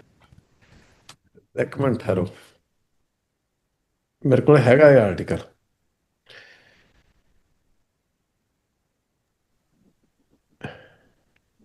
ਕੋਈ ਨਹੀਂ, ਜੇ ਹੁਣ ਨਹੀਂ ਲੱਭ ਰਹੀ ਤਾਂ ਸੁਖਮਿੰਦਰ ਸਿੰਘ ਨਾਲ ਸਾਂਝੀ ਹੋ ਸਕਦੀ ਹੈ ਜੀ, ਮਗਰੋਂ ਉਹਨਾਂ ਤੋਂ ਲੈ ਲੈਣਗੇ ਆਹੋ, ਸਰ। ਸੁਖਮਿੰਦਰ ਸਿੰਘ ਸਾਂਝੀ ਮੈਨੂੰ ਆਏ ਆ ਲੈਕਚਰ ਜਾਣਾ YouTube ਤੇ, ਤੁਸੀਂ ਸਵਾਲ ਪੁੱਛੋ, ਹਾਂਜੀ। ਮੈਂ ਆਪਦੇ ਆਰਕਾਈਵ ਵੇਖੀ ਜਾਣਾ। ਵਾਹਿਗੁਰੂ ਜੀ ਕਾ ਖਾਲਸਾ ਵਾਹਿਗੁਰੂ ਜੀ ਕੀ ਫਤਿਹ ਜੀ। ਹਾਂਜੀ, ਵਾਹਿਗੁਰੂ ਜੀ ਕਾ ਖਾਲਸਾ, ਵਾਹਿਗੁਰੂ ਜੀ ਕੀ ਫਤਿਹ। ਮੈਂ ਕਿਹਾ ਭਾਈ ਸਾਹਿਬ, ਜਿੱਦਾਂ ਜੋ ਅੱਜ ਦੇ ਹਾਲਾਤ ਆ, ਜਿਵੇਂ ਸਰਕਾਰਾਂ ਕਰ ਰਹੀਆਂ ਸਿੱਖਾਂ ਦੇ ਨਾਲ, ਜਿਹੜੇ ਹਾਂ, ਵਾਪਰਿਆ ਹਾਂਜੀ। ਅੱਜ ਦੇ ਸਮੇਂ ਸਿੱਖਾਂ ਨੂੰ ਕੀ ਕਰਨਾ ਚਾਹੀਦਾ ਹੈ? ਜਿੱਦਾਂ ਹੁਣ ਆਪਸ ਆਪਣੇ ਜਿੰਨੇ ਸਿੱਖਾਂ ਦੇ ਜਿੰਨੇ ਵੀ ਧੜੇ ਆ, ਆਪਸ 'ਚ ਉਲਝੀ ਜਾਣ ਡਏ ਆ। ਸਿੱਖਾਂ ਨੂੰ ਕੀ ਕਰਨਾ ਚਾਹੀਦਾ? ਆਰਗੇਨਾਈਜ਼ ਹੋਣਾ ਚਾਹੀਦਾ, ਇੰਟੈਲੈਕਚੁਅਲ ਨੈਟਵਰਕ ਬਣਾਉਣੇ ਚਾਹੀਦੇ ਆ, ਲਿਟਰੇਰੀ ਨੈਟਵਰਕ ਬਣਾਉਣੇ ਚਾਹੀਦੇ ਆ, ਪੱਤਰਕਾਰੀ ਦੇ ਨੈਟਵਰਕ, ਪੋਲੀਟੀਕਲ ਨੈਟਵਰਕ। ਜੇ ਕੋਈ ਪੋਲੀਟੀਕਲ ਪਾਰਟੀ ਆ ਉਹ ਉੱਤੋਂ ਸ਼ੁਰੂ ਨਹੀਂ ਹੋਣੀ ਚਾਹੀਦੀ, 10 ਬੰਦੇ ਇਕੱਠੇ ਹੋ ਕੇ ਪਾਰਟੀ ਬਣਾ ਦੇਣ ਤੇ ਮੁੜ ਕੇ ਬਸ ਉਹਨਾਂ ਨੂੰ ਐਂ ਹੋਵੇ ਵੇਵ ਬਣ ਜੇ ਕਿਸੇ ਤਰੀਕੇ ਨਾਲ ਤੇ ਵੇਵ 'ਚੋਂ ਅਸੀਂ ਉੱਤੇ ਆ ਜਾਈਏ। ਥੱਲੋਂ ਪਿੰਡ ਪੱਧਰ ਤੋਂ ਆਰਗੇਨਾਈਜ਼ ਕਰਨਾ ਸ਼ੁਰੂ ਕਰੋ ਤੇ ਉੱਤੇ ਤੱਕ ਡਿਵੈਲਪ ਕਰੋ। ਥੱਲੇ ਜਿਹੜੇ ਨੁਮਾਇੰਦੇ ਆ ਸਾਰੇ, ਉਹਨਾਂ ਦੀ ਸੇ ਹੋਵੇ ਕਿਹੜੀ ਲੀਡਰਸ਼ਿਪ ਚੁਣਨੀ ਹੈ, ਲੀਡਰਸ਼ਿਪ ਕਲੈਕਟਿਵ ਹੋਵੇ, ਪਰ ਪ੍ਰਾਇਮਰੀ ਫੋਕਸ ਆ ਜਿਹੜਾ ਉਹ ਇੰਟੈਲੈਕਚੁਅਲ ਤੇ ਲਿਟਰੇਰੀ ਪ੍ਰੋਡਕਸ਼ਨ ਤੇ ਹੋਵੇ। ਯੂਨੀਵਰਸਿਟੀਆਂ ਦੇ ਜਿਹੜੇ ਵਿਦਿਆਰਥੀ ਤੇ ਅਧਿਆਪਕ ਵਰਗ ਹੈ ਉਹਨਾਂ ਦੀ ਜ਼ਿੰਮੇਵਾਰੀ ਬਾਕੀਆਂ ਤੋਂ ਵੱਡੀ ਹੈ। ਆ ਇੱਕ ਸਵਾਲ ਆਇਆ, Gurvinder Kaur, thank you for your lecture ਭਾਜੀ, you made a clear distinction objective and spectral violence in the context of 6. I was wondering how do you feel, ਇੱਕ ਮਿੰਟ ਹੋਰ ਆ ਗਿਆ, I was wondering how do you see trauma functioning within this framework, particularly in communities like the Sikhs, where state violence becomes normalized and invisible over time. ਤੁਹਾਨੂੰ ਲੱਗਾ ਕਿ trauma in our case resist representation because the violence is not just spectacular but also structural, lingering through institutions, surveillance and the silence of grief. ਦੇਖੋ trauma ਜਿਹੜਾ ਨਾ ਉਹ ਅੰਦਰੇ ਅੰਦਰ ਕੌਮ ਨੂੰ ਤੋੜਦਾ। ਟਰੋਮਾ ਜਿਹੜਾ ਉਹ ਆਪਣੇ ਆਪ 'ਚ ਕੋਈ ਰੈਜ਼ਿਸਟੈਂਸ ਦਾ ਮੂਲ ਨਹੀਂਗਾ। ਟਰੋਮਾ ਜਿਹੜਾ ਉਹ ਘੁਣ ਵਾਂਗੂ ਖਾਣਾ ਸ਼ੁਰੂ ਕਰ ਦਿੰਦਾ ਤੇ ਅੰਦਰੇ ਅੰਦਰ ਜਦੋਂ ਕੌਮ ਕਮਜ਼ੋਰ ਹੁੰਦੀ ਹੈ ਉਦੋਂ ਜਿਹੜੀਆਂ ਤੁਹਾਡੀ ਧਿਰ ਦੇ ਖਿਲਾਫ ਜਿਹੜੀਆਂ ਧਾਰਨਾਵਾਂ ਸਟੈਬਲਿਸ਼ ਕੀਤੀਆਂ ਜਾਂਦੀਆਂ, ਜਿਹੜੀਆਂ ਡਿਸਕਰਸਿਵ ਫਾਰਮੂਲੇਸ਼ਨਸ, ਜਿਹੜੇ ਬ੍ਰਿਤਾਂਤਕ ਅਮਲ ਅੱਗੇ ਲੈ ਕੇ ਆਉਂਦੇ ਜਾਂਦੇ ਆ, ਉਹਨਾਂ ਦੀ ਫਿਰ ਹੈਜਮਨੀ ਬਣ ਜਾਂਦੀ ਹੈ। ਵੀ ਲੋਕ ਕਹਿਣ ਲੱਗ ਜਾਂਦੇ ਚਲੋ ਲੈਫਟ ਠੀਕ ਹੈ, ਚਲੋ ਲਿਬਰਲ ਜਿਹਾ ਐਟੀਚਿਊਡ ਠੀਕ ਹੈ। ਉਹ ਲੋਕ ਡਿਸੋਸੀਏਟ ਕਰਨ ਲੱਗ ਪੈਂਦੇ ਆ। ਟਰੋਮਾ ਜਿਹੜਾ ਨਾ ਉਹ ਲੋਕਾਂ ਦੀ ਜਿਹੜੀ ਖੜੇ ਹੋਣ ਦੀ ਤਾਕਤ ਹੈ ਉਹ ਲੋਕਾਂ ਨੂੰ ਤੋੜਦਾ ਅੰਦਰੋਂ।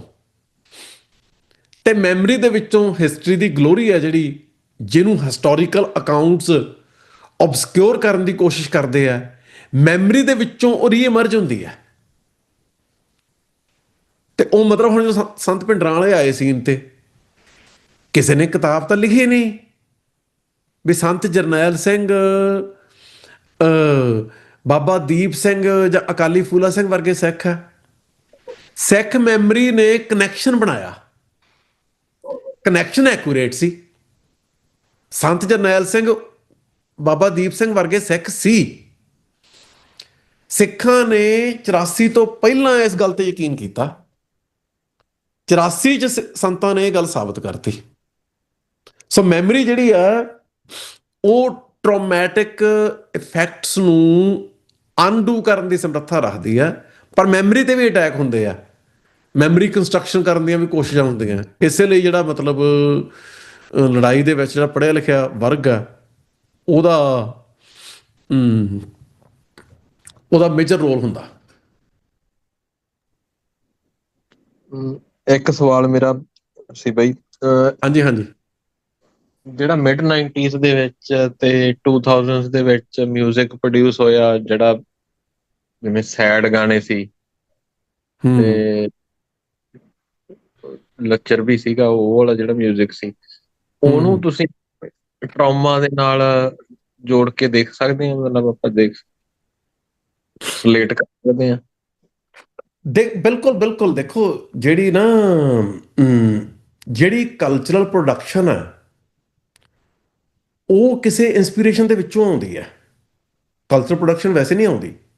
ਜਿਵੇਂ ਹੁਣ ਮੈਂ ਤੇ ਟਾਕ ਦੇਵਾਂਗਾ ਡਿਟੇਲਡ, ਜਿਵੇਂ ਸਿੱਖਾਂ ਦੀ ਜਿਹੜੀ ਕਲਚਰਲ ਪ੍ਰੋਡਕਸ਼ਨ ਸੀ ਉਹ ਬੇਸਿਕਲੀ ਢਾਡੀਆਂ ਤੇ ਕਵੀਸ਼ਰਾਂ ਰਾਹੀਂ ਹੋ ਰਹੀ ਸੀ। ਢਾਡੀ ਦੇ ਕਵੀਸ਼ਰ ਜਿਹੜੇ ਉਹ ਲੇਖਕ ਵੀ ਹੁੰਦੇ ਸੀ, ਆਪ ਹੀ ਲਿਖਦੇ ਆ ਉਹ ਤੇ ਆਪ ਹੀ ਗਾਉਂਦੇ ਆ। ਜਿਹੜਾ ਉਹਨਾਂ ਦਾ ਲੈਕਚਰਰ ਆ ਉਹ ਬੁਲਾਰਾ, ਉਹ ਇਤਿਹਾਸ ਦੀ ਖੋਜ ਕਰਕੇ ਇਤਿਹਾਸ ਬਾਰੇ ਗੱਲ ਵੀ ਕਰਦਾ, ਕਵਿਤਾਵਾਂ ਵੀ ਲਿਖਦਾ, ਅਤੇ ਉਹ ਕਵਿਤਾਵਾਂ ਨੂੰ ਜਿਹੜੇ ਕਵਿਸ਼ਰੀ ਢਾਡੀ ਜਥਾ ਉਹ ਗਾਉਂਦੇ ਵੀ ਹੈ। ਹੁਣ ਉਹ ਜਿਹੜੀ ਕਲਚਰਲ ਪ੍ਰੋਡਕਸ਼ਨ ਹੈ ਉਹ ਸਿੱਖਾਂ ਦੀ ਮੂਵਮੈਂਟ ਨੂੰ ਸਟਰੈਂਥਨ ਕਰ ਰਹੀ ਹੈ, ਉਹਦੀ ਨੁਮਾਇੰਦਗੀ ਕਰ ਰਹੀ ਹੈ, ਉਹਦੀ ਜਿਹੜੀ ਇਮੋਸ਼ਨਲ ਆਊਟਲੈਟ ਬਣ ਰਹੀ ਹੈ ਅਤੇ ਉਹਦੇ ਹੱਕ 'ਚ ਇੰਸਪੀਰੇਸ਼ਨ ਪੈਦਾ ਕਰ ਰਹੀ ਹੈ, ਮੈਮਰੀ ਨੂੰ ਅਲਾਈਵ ਕਰ ਰਹੀ ਹੈ ਅਤੇ ਮੈਮਰੀ ਦੇ ਵਿੱਚ ਜਿਹੜੀਆਂ ਜੜ੍ਹਾਂ ਲਾਈ ਬੈਠੇ ਜਿਹੜੇ ਹਿਸਟੋਰੀਕਲ ਕਨੈਕਸ਼ਨਜ਼ ਹੈ ਉਹਨਾਂ ਦੀ ਲੈਜਿਟੀਮੇਸੀ ਦੁਬਾਰਾ ਬਹਾਲ ਕਰ ਰਹੀ ਹੈ। ਅਤੇ ਸਟੇਟ ਕੀ ਕਰਦੀ ਹੈ? ਉਹ ਭਾਈ ਨਿਰਮਲ ਸਿੰਘ ਚੋਹਲਾ ਸਾਹਿਬ ਵਰਗੇ ਢਾਡੀ ਜਥੇ ਦੇ ਆਗੂ ਨੂੰ ਟੌਰਚਰ ਕਰਕੇ ਉਹਦੀ ਜੀਭ ਕੱਟ ਕੇ ਗੋ ਕੇ ਸ਼ਹੀਦ ਕਰ ਦਿੰਦੀ ਹੈ, ਕਿਉਂਕਿ ਸਟੇਟ ਅੰਡਰਸਟੈਂਡ ਕਰਦੀ ਹੈ ਜਿਹੜੀ ਕਲਚਰਲ ਪ੍ਰੋਡਕਸ਼ਨ ਹੈ ਉਹ ਜੰਗ ਦਾ ਇੱਕ ਫਰੰਟ ਹੈ ਅਤੇ ਕਲਚਰਲ ਪ੍ਰੋਡਕਸ਼ਨ ਨੂੰ ਅਟੈਕ ਕਰਨਾ ਜ਼ਰੂਰੀ ਹੈ। ਫਿਰ ਸਟੇਟ ਇਹ ਰਿਅਲਾਈਜ਼ ਕਰਦੀ ਹੈ ਵੀ ਹੁਣ ਕਾਊਂਟਰ ਕਲਚਰਲ ਪ੍ਰੋਡਕਸ਼ਨ ਕਰਨੀ ਜ਼ਰੂਰੀ ਹੈ। ਇੱਧਰ ਢੁੱਡੀ ਕਿਆਂ ਦਾ ਜਾਂ ਚੂੜ ਚੱਕਲ ਦਾ ਇੱਕ ਬੰਦਾ ਸੀ ਜਗਜੀਤ, ਉਹ ਫਿਲਮ ਡਾਇਰੈਕਟਰ ਹੁੰਦਾ ਸੀ। 1983 'ਚ ਉਹਨੇ ਫਿਲਮ ਬਣਾਈ ਪੁੱਤ ਜੱਟਾਂ 'ਤੇ, ਉਹ ਫਿਲਮ ਹਿੱਟ ਹੋਈ। ਉਸ ਤੋਂ ਬਾਅਦ ਜੱਟਾਂ ਵਾਲੀਆਂ ਬਹੁਤ ਜ਼ਿਆਦਾ ਫਿਲਮਾਂ ਆ ਗਈਆਂ। ਜਗਜੀਤ ਦੀ 80ਵਿਆਂ ਦੇ ਵਿੱਚ ਅਜੀਤ ਅਖਬਾਰ 'ਚ ਇੰਟਰਵਿਊ ਛਪੀ ਅਤੇ ਉਸ ਇੰਟਰਵਿਊ ਦੇ ਵਿੱਚ ਉਹਨੇ ਕਿਹਾ ਜਿਹੜੀ ਫਿਲਮ ਮੈਂ ਐਵੇਂ ਨਹੀਂ ਬਣਾਈ।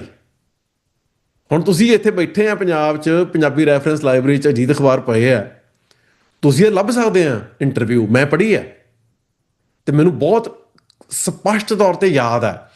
ਉਹ ਕਹਿੰਦਾ ਵੀ ਜਿਹੜਾ ਸਾਰਾ ਧਾਰਮਿਕ ਕੱਟੜਵਾਦ ਚੱਲ ਰਿਹਾ ਅਤੇ ਇਹਦੇ 'ਚ ਮਤਲਬ ਵੰਡੀਆਂ ਪੈ ਰਹੀਆਂ, ਉਹਦੇ 'ਚ ਫਿਰ ਜਿਹੜਾ ਇੱਕ ਸੈਕੂਲਰ ਗੱਲ ਨੂੰ ਉਭਾਰਨ ਲਈ, ਪੰਜਾਬ ਦੇ ਸੱਭਿਆਚਾਰ ਨੂੰ ਉਭਾਰਨ ਲਈ ਅਸੀਂ ਇਹ ਫਿਲਮ ਬਣਾਈ ਹੈ। ਸੋ ਫਿਲਮ ਡਾਇਰੈਕਟਰ ਪੁੱਤ ਜੱਟਾਂ ਦੇ ਫਿਲਮ ਦੀ ਪ੍ਰੋਡਕਸ਼ਨ ਨੂੰ ਮੂਵਮੈਂਟ ਦੇ ਖਿਲਾਫ ਉਹਦੀ ਇੱਕ ਕ੍ਰੀਏਟਿਵ ਪ੍ਰੋਡਕਸ਼ਨ ਵਜੋਂ ਪੇਸ਼ ਕਰ ਰਿਹਾ। ਫਿਲਮਾਂ ਬਣਨੀਆਂ ਸ਼ੁਰੂ ਹੋ ਗਈਆਂ ਜੱਟਾਂ 'ਤੇ, ਉਹ ਮਤਲਬ ਉਹਦੇ ਜੱਟਾਂ ਨੂੰ ਵੀ ਰਿਡੀਕਿਊਲ ਕੀਤਾ, ਜਿਹੜੇ ਨੌਨ ਜੱਟ ਸਿੱਖ ਹੈ ਉਹਨਾਂ ਨੂੰ ਵੀ ਅਨੋਏ ਕੀਤਾ, ਸਿੱਖਾਂ 'ਚ ਵੰਡੀਆਂ ਵੀ ਪਈਆਂ, ਜੱਟਾਂ ਦਾ ਜਲੂਸ ਵੀ ਕੱਢਿਆ ਅਤੇ ਜੱਟ ਗੈਰ ਜੱਟ ਬਣਾ ਕੇ ਸਿੱਖਾਂ ਦੇ ਵਿੱਚ ਵੰਡੀਆਂ ਪਾਉਣ 'ਚ ਵੀ ਕਾਮਯਾਬ ਹੋਏ, ਫੁੱਟ ਪਾਉਣ 'ਚ ਵੀ। ਦੂਜਾ ਕੰਮ ਹੋਇਆ ਮੇਲਿਆਂ ਦਾ।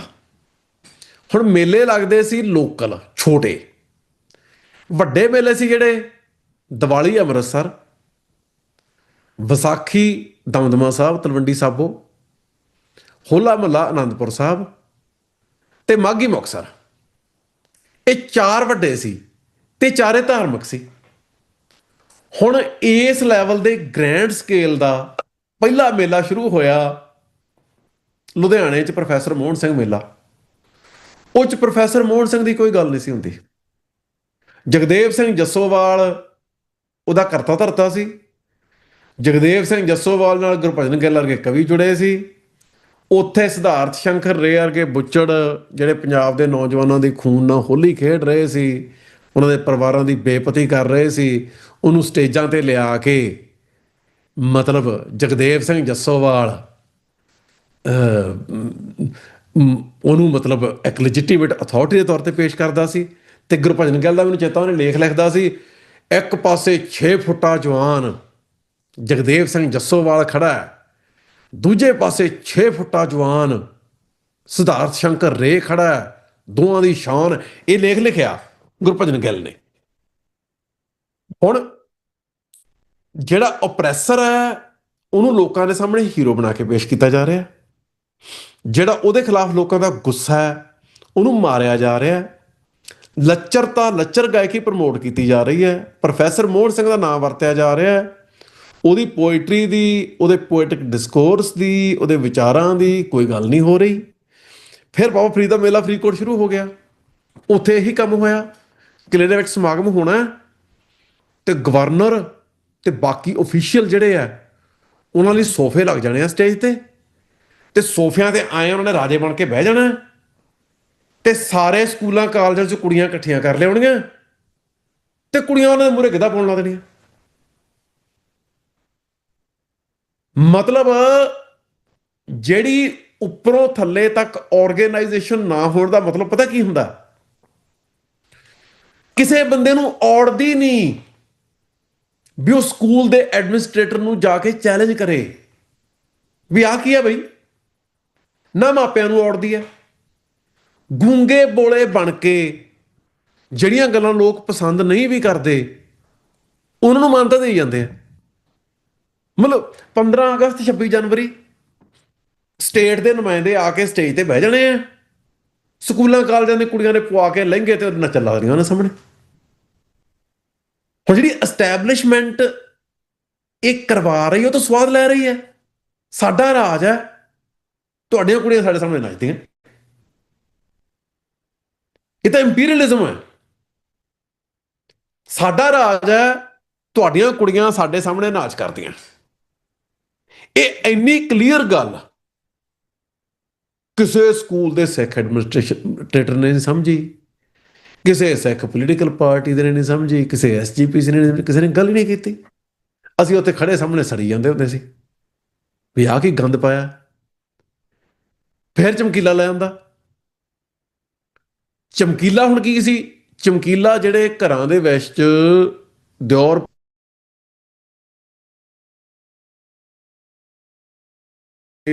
ਮਾਵਾਂ ਵਰਗੀਆਂ ਨਾ ਵੱਡੀਆਂ ਭੈਣਾਂ ਵਰਗੀਆਂ ਤਾਂ ਆਮ ਹੁੰਦੀਆਂ ਹੀ ਆ, ਤੇ ਉਹ ਘਰਾਂ ਦਾ ਜਿਹੜਾ ਬਹੁਤ ਪਾਕ ਪਵਿੱਤਰ ਮਾਹੌਲ ਹੈ ਉਹਦੇ ਬਾਰੇ ਗੰਦ ਲਿਖ ਕੇ, ਉਹਨਾਂ ਦੇ ਇਲਜਿਟੀਮੇਟ ਰਿਲੇਸ਼ਨ ਵਿਖਾ ਕੇ ਉਹ ਗਾਣੇ ਗਾਈ ਜਾਂਦਾ ਹੈ। ਔਰਤਾਂ ਦੀ ਮਤਲਬ ਡੀਹਿਊਮਨਾਈਜੇਸ਼ਨ, ਜਿਹਨੇ ਲਾਲ ਪਰੀ ਨਾ ਪੀਤੀ ਰੰਨ ਕੁੱਟ ਕੇ ਸਿੱਧੀ ਨਾ ਕੀਤੀ, ਉਹ ਵੈਲੀ ਕਾਹਦਾ ਕੁੜੀ ਹੈ ਜਹਾਨ ਦਾ। ਵੀ ਕੋੜੀ ਤਾਂ ਉਹ ਹੈ ਜਿਹੜਾ ਸ਼ਰਾਬ ਪੀ ਕੇ ਔਰਤ ਦੀ ਕੁੱਟਮਾਰ ਕਰਦਾ, ਉਹ ਐਕਚੁਅਲ ਕੋੜੀ ਹੈ। ਤੇ ਉਹ ਇਸ ਕੋੜੀ ਨੂੰ ਕਹਿ ਰਿਹਾ ਵੀ ਜਿਹੜਾ ਇਹ ਕੰਮ ਨਹੀਂ ਕਰਦਾ ਉਹ ਕੋੜੀ ਹੈ। ਚਮਕੀਲੇ ਨੂੰ ਹਾਈਲਾਈਟ ਕੀਤਾ। ਹੁਣ ਜਿਹੜੀ ਇਹ ਕਲਚਰ ਪ੍ਰੋਡਕਸ਼ਨ ਸਾਰੀ ਹੋ ਰਹੀ ਸੀ, ਖਾੜਕੂਆਂ ਕੋਲੇ ਕੋਈ ਉਸ ਤਰ੍ਹਾਂ ਦੇ ਆਰਗੇਨਾਈਜ਼ਡ ਐਕੈਡੈਮਿਕ ਨੈਟਵਰਕ ਨਹੀਂ ਸੀ ਜਿਹੜੇ ਇਹਨੂੰ ਐਂ ਡਿਫਾਈਨ ਕਰਦੇ ਜਿਵੇਂ ਅੱਜ ਆਪਾਂ ਕਰ ਰਹੇ ਹਾਂ, ਪਰ ਉਹਨਾਂ ਕੋਲੇ ਦਿਲ ਤਾਂ ਸੀ ਨਾ। ਉਹ ਮਹਿਸੂਸ ਕਰਦੇ ਸੀ ਜਿਹੜੀ ਇਹ ਕਲਚਰਲ ਪ੍ਰੋਡਕਸ਼ਨ ਹੈ, ਇਹ ਸੈਂਟਰ ਦੀ, ਇੰਡੀਆ ਦੀ ਹਕੂਮਤ ਦੀ ਜਿਹੜੀ ਕਲਚਰ ਵਾਰ ਹੈ ਸਾਡੇ ਖਿਲਾਫ, ਜਿਹੜੀ ਸਾਡੇ ਖਿਲਾਫ ਜੰਗ ਦਾ ਕਲਚਰਲ ਫਰੰਟ ਹੈ। ਚਮਕੀਲੇ ਵਰਗੇ ਤੇ ਹੋਰ, ਮੈਂ ਤੁਹਾਨੂੰ ਦੱਸਦਾ ਹੋਰ ਐਗਜ਼ਾਮਪਲ, ਇਹ ਬਹੁਤ ਵੱਡਾ ਜਾਲ ਤਾਣਾ ਬਾਣਾ। ਕਾਲਜਾਂ 'ਚ NCC ਹੁੰਦੀ ਸੀ, ਨੈਸ਼ਨਲ ਕੈਡਟ ਕੋਰ। NCC 'ਚ ਨੌਜਵਾਨਾਂ ਨੂੰ ਹਥਿਆਰਾਂ ਦੀ ਸਿਖਲਾਈ ਦਿੱਤੀ ਜਾਂਦੀ ਸੀ। 84 ਤੋਂ ਬਾਅਦ NCC ਬੰਦ ਹੋ ਗਈ ਤੇ NSS ਸ਼ੁਰੂ ਹੋ ਗਈ। NSS ਦੇ ਕੈਂਪ ਲੱਗਣ ਲੱਗ ਗਏ। ਉਹ ਕਲਚਰਲ ਤੇ ਇੰਟੈਲੈਕਚੁਅਲ ਓਰੀਐਂਟੇਸ਼ਨ ਦੇ ਸੈਂਟਰ ਸੀ। ਹੁਣ ਉਹ ਕਾਲਜਾਂ ਤੱਕ ਸੀਮਤ ਹੈ। ਜਿਹੜੇ ਕਾਲਜਾਂ 'ਚ ਯੂਥ ਨਹੀਂ ਗਿਆ ਉਹਦਾ ਕੀ ਕਰਨਾ ਹੈ? ਉਹਦੇ ਲਈ ਬਣ ਗਿਆ ਨਹਿਰੂ ਯੁਵਕ ਕੇਂਦਰ। ਹੋਰ ਕੀ ਕਰਨਾ ਹੈ? ਇੰਡੀਆ ਲੈਵਲ ਤੇ ਬਣਾਤਾ ਵੱਡਾ ਆਪਣਾ ਉਤਸਵ। ਆਪਣਾ ਉਤਸਵ ਦੇ ਤਹਿਤ ਪੰਜਾਬ ਤੋਂ ਭੰਗੜੇ ਦੀਆਂ ਟੀਮਾਂ ਦਾ ਲੀਡਰ ਸੀ ਪੰਮੀ ਬਾਈ। ਉਹ ਸਾਰੇ ਉੱਤੋਂ ਇੰਟੈਲੀਜੈਂਸ ਤੋਂ ਫੰਡ ਆਉਂਦੇ ਸੀ ਇਹਨਾਂ ਨੂੰ, ਉਹਦੇ ਨਾਲ ਟੀਮਾਂ ਤਿਆਰ ਹੁੰਦੀਆਂ ਸੀ। ਆਲ ਓਵਰ ਇੰਡੀਆ ਜਾਂਦੇ ਸੀ। ਟੀਵੀ ਦਾ ਇੱਕੋ ਹੀ ਚੈਨਲ ਹੁੰਦਾ ਸੀ, ਦੂਰਦਰਸ਼ਨ।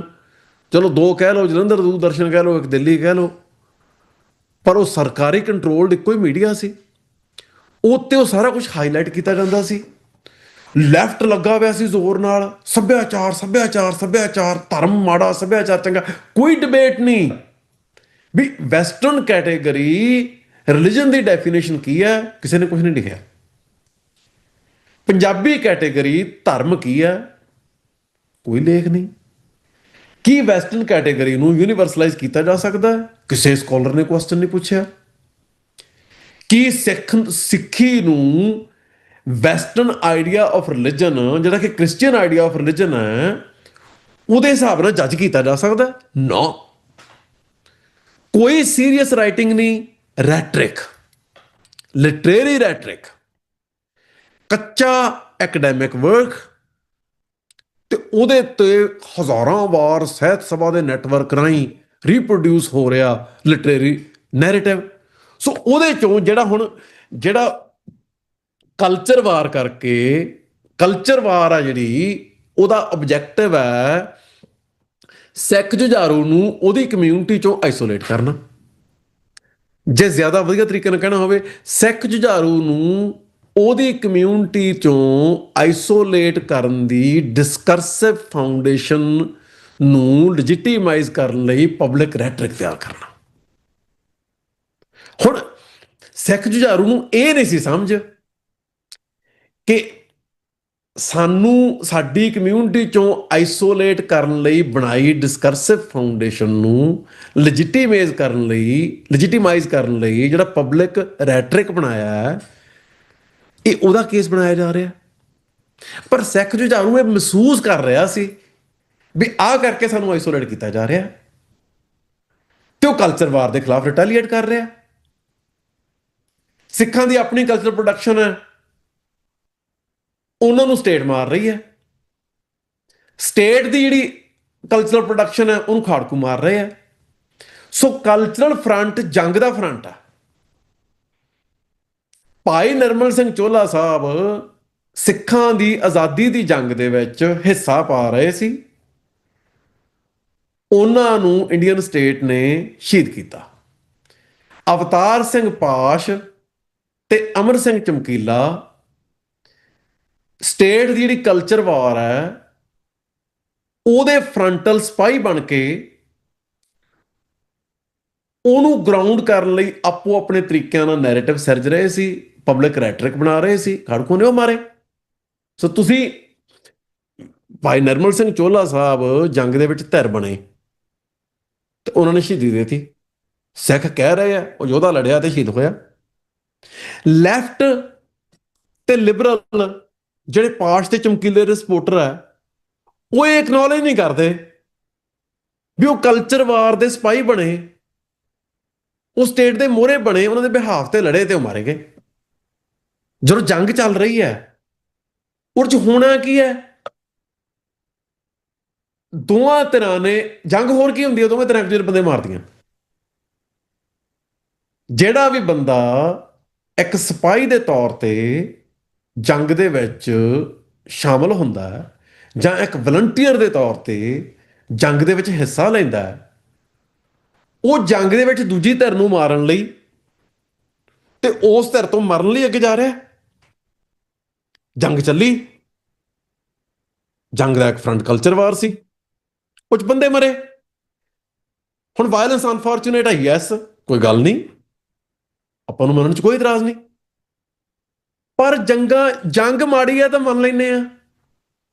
ਜੰਗ ਦੇ ਵਿੱਚ ਧਿਰ ਬਣਨ ਤੋਂ ਬਾਅਦ ਤੁਸੀਂ ਇਹ ਨਹੀਂ ਕਹਿੰਦੇ ਸਾਨੂੰ ਮਾਰਿਆ ਕਿਉਂ। ਤੁਸੀਂ ਜੰਗ 'ਚ ਧਿਰ ਬਣ ਕੇ ਤੁਸੀਂ ਮਰਨਾ, ਸਿੰਪਲ ਗੱਲ। ਹਾਂਜੀ, ਇੱਕ ਗੁਰਸ਼ਰਨ ਕੌਰ ਦਾ ਸਵਾਲ ਹੈ ਜੀ, ਮੈਂ ਹਾਂਜੀ ਤੁਸੀਂ ਜਵਾਬ ਦੇ ਦਿਓ। ਹਾਂਜੀ। ਹਾਂਜੀ।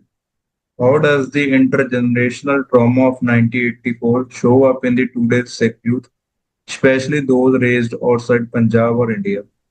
And secondly, how can a young student today critically recognize the more hidden form of violence, like differentiate between the subjective and objective violence, like the misrepresentation, exclusion, or token use of Sikh identity in media and institutions? ਦੇਖੋ, ਦੋ ਗੱਲਾਂ। ਇੱਕ ਗੱਲ simple, ਪੜ੍ਹਨਾ ਚਾਹੀਦਾ, ਡੂੰਘਾ ਅਧਿਐਨ ਕਰਨਾ ਚਾਹੀਦਾ, ਪਰ ਇਹ ਗੱਲ ਸਿੰਪਲ ਹੈ ਨਹੀਂ। ਪੜ੍ਹਨਾ ਬਹੁਤ ਔਖਾ ਕੰਮ ਆ। ਜਿਹੜੇ ਅਸੀਂ ਆ, ਬਚਪਨ ਤੋਂ ਜਿਹੜੀ ਅਸੀਂ ਐਜੂਕੇਸ਼ਨ ਲੈ ਰਹੇ ਹਾਂ, ਉਹਨੇ ਸਾਡੀ ਇੰਟਲੈਕਚੁਅਲ ਓਰੀਐਂਟੇਸ਼ਨ ਕੀਤੀ ਹੈ, ਸਾਨੂੰ ਪਰਸਪੈਕਟਿਵਸ ਪ੍ਰੋਵਾਈਡ ਕੀਤੇ ਹੈ, ਤੇ ਉਹਨਾਂ ਪਰਸਪੈਕਟਿਵਸ ਨੂੰ ਐਜ਼ ਯੂਨੀਵਰਸਲ ਟਰੂਥਸ ਐਸਟੈਬਲਿਸ਼ ਕੀਤਾ। ਸੋ ਜਿਹੜੇ ਉਹ ਯੂਨੀਵਰਸਲਾਈਜੇਸ਼ਨ ਹੈ ਉਹਨੂੰ ਕੁਐਸਚਨ ਕਰਨ ਲਈ ਤੇ ਉਹਨੂੰ ਉਲੰਘ ਕੇ ਐਕੂਰੇਟ ਰੀਡਿੰਗ ਕਰਨ ਲਈ ਸਾਡੇ ਕੋਲੇ ਥਿਓਰੈਟੀਕਲ ਟੂਲ ਚਾਹੀਦੇ ਆ, ਸਾਡੀ ਕ੍ਰਿਟੀਕਲ ਥਿਊਰੀ ਟ੍ਰੇਨਿੰਗ ਚਾਹੀਦੀ ਹੈ। ਥੋੜਾ ਪੜ੍ਹਨਾ, ਇੱਕ ਪੜ੍ਹਨਾ ਤੇ ਇੱਕ ਪੜ੍ਹਨ ਦੀ ਤਿਆਰੀ ਲਈ ਪੜ੍ਹਨਾ। ਪੰਜਾਬ ਦੇ ਵਿੱਚ ਹਿਸਟਰੀ ਪੜ੍ਹਾਈ ਜਾਂਦੀ ਹੈ, ਹਿਸਟੋਰੀਓਗ੍ਰਾਫੀ ਨਹੀਂ ਪੜ੍ਹਾਈ ਜਾਂਦੀ। ਫਾਰਮੈਲਿਟੀ ਸੇਕ ਪੜ੍ਹਾਈ ਜਾਂਦੀ ਹੋਊਗੀ, ਪਰ ਕ੍ਰਿਟੀਕਲ ਥਿਊਰੀ ਦੀ, ਕ੍ਰਿਟੀਕਲ ਥਿੰਕਿੰਗ ਦੀ ਪੰਜਾਬ ਦੀਆਂ ਯੂਨੀਵਰਸਿਟੀਆਂ ਲੋੜੀਂਦੀ ਟ੍ਰੇਨਿੰਗ ਮੁਹੱਈਆ ਨਹੀਂ ਕਰਾਉਂਦੀਆਂ। ਸੋ ਕ੍ਰਿਟੀਕਲ ਥਿੰਕਿੰਗ, ਫਿਲਾਸਫੀ ਦੀ ਰੀਡਿੰਗ, ਉਹਦੇ 'ਚ ਕੁਛ ਨਾ ਕੁਛ ਜਿਹੜੀ ਗਰਾਊਂਡ ਬਣਾਉਣ ਦੀ ਲੋੜ ਹੈ। ਫਿਰ ਜਿਹੜੀ ਹਿਸਟਰੀ, ਆਰਕਾਈਵਲ ਮਟੀਰੀਅਲ ਜਦੋਂ ਆਪਾਂ ਉਹਨੂੰ ਰੀਡਿੰਗ ਦੇਵਾਂਗੇ, ਲਿਟਰੇਰੀ ਲਿਖਤਾਂ ਨੂੰ ਜਦੋਂ ਆਪਾਂ ਰੀਡਿੰਗ ਦੇਵਾਂਗੇ, ਤੇ ਬਹੁਤ ਸਾਰੇ ਨਜ਼ਰੀਏ ਸਾਡੇ ਸਾਹਮਣੇ ਆਉਣਗੇ। ਜੀ ਇੱਕ ਸਵਾਲ ਅੱਗੇ, ਉਹ ਨਾਮ ਨਹੀਂ ਲਿਖਿਆ ਹੋਇਆ, ਕਿਸੇ ਨੇ ਆਈਫੋਨ ਨਹੀਂ ਲਿਖਿਆ ਹੋਇਆ, ਸੋ ਉਹਨਾਂ ਦਾ ਸਵਾਲ ਵੈਸੇ ਤੁਸੀਂ ਆਨਸਰ ਕਰ ਵੀ ਦਿੱਤਾ, ਪਰ ਫਿਰ ਵੀ ਆਪਾਂ ਦੇਖ ਲੈਂਦੇ ਹਾਂ। ਇਸ ਹਿਸਟਰੀ ਰਿਪੀਟ ਇਟਸੈਲਫ ਲਾਈਕ ਚਮਕੀਲਾ ਕਿਲਡ ਇਨ ਪਾਸਟ, ਨਾਓ ਵਲਗਰ ਇੰਸਟਾਗ੍ਰਾਮਰ ਆਰ ਕਿਲਡ। ਬਿਲਕੁਲ, ਜਿਹੜੀ ਦੇਖੋ ਇਹ ਕੋਈ ਆਰਗੇਨਾਈਜ਼ਡ ਵਾਇਲੈਂਸ ਤਾਂ ਹੈ ਨਹੀਂ ਜਿਹੜੀ ਅੱਜ ਕੱਲ੍ਹ ਹੋ ਰਹੀ ਹੈ। ਜਿਹੜੀ ਕਲਚਰ ਵਾਰ ਹੈ ਉਹ ਰਿਐਕਸ਼ਨ ਪ੍ਰੋਡਿਊਸ ਕਰਦੀ ਹੈ ਸਮੇਂ-ਸਮੇਂ ਤੇ ਉਹਨੂੰ ਕਲਚਰ ਵਾਰ ਦੇ ਕੰਟੈਕਸਟ ਤੋਂ ਬਾਹਰ ਰੱਖ ਕੇ ਨਹੀਂ ਵੇਖ ਸਕਦੇ।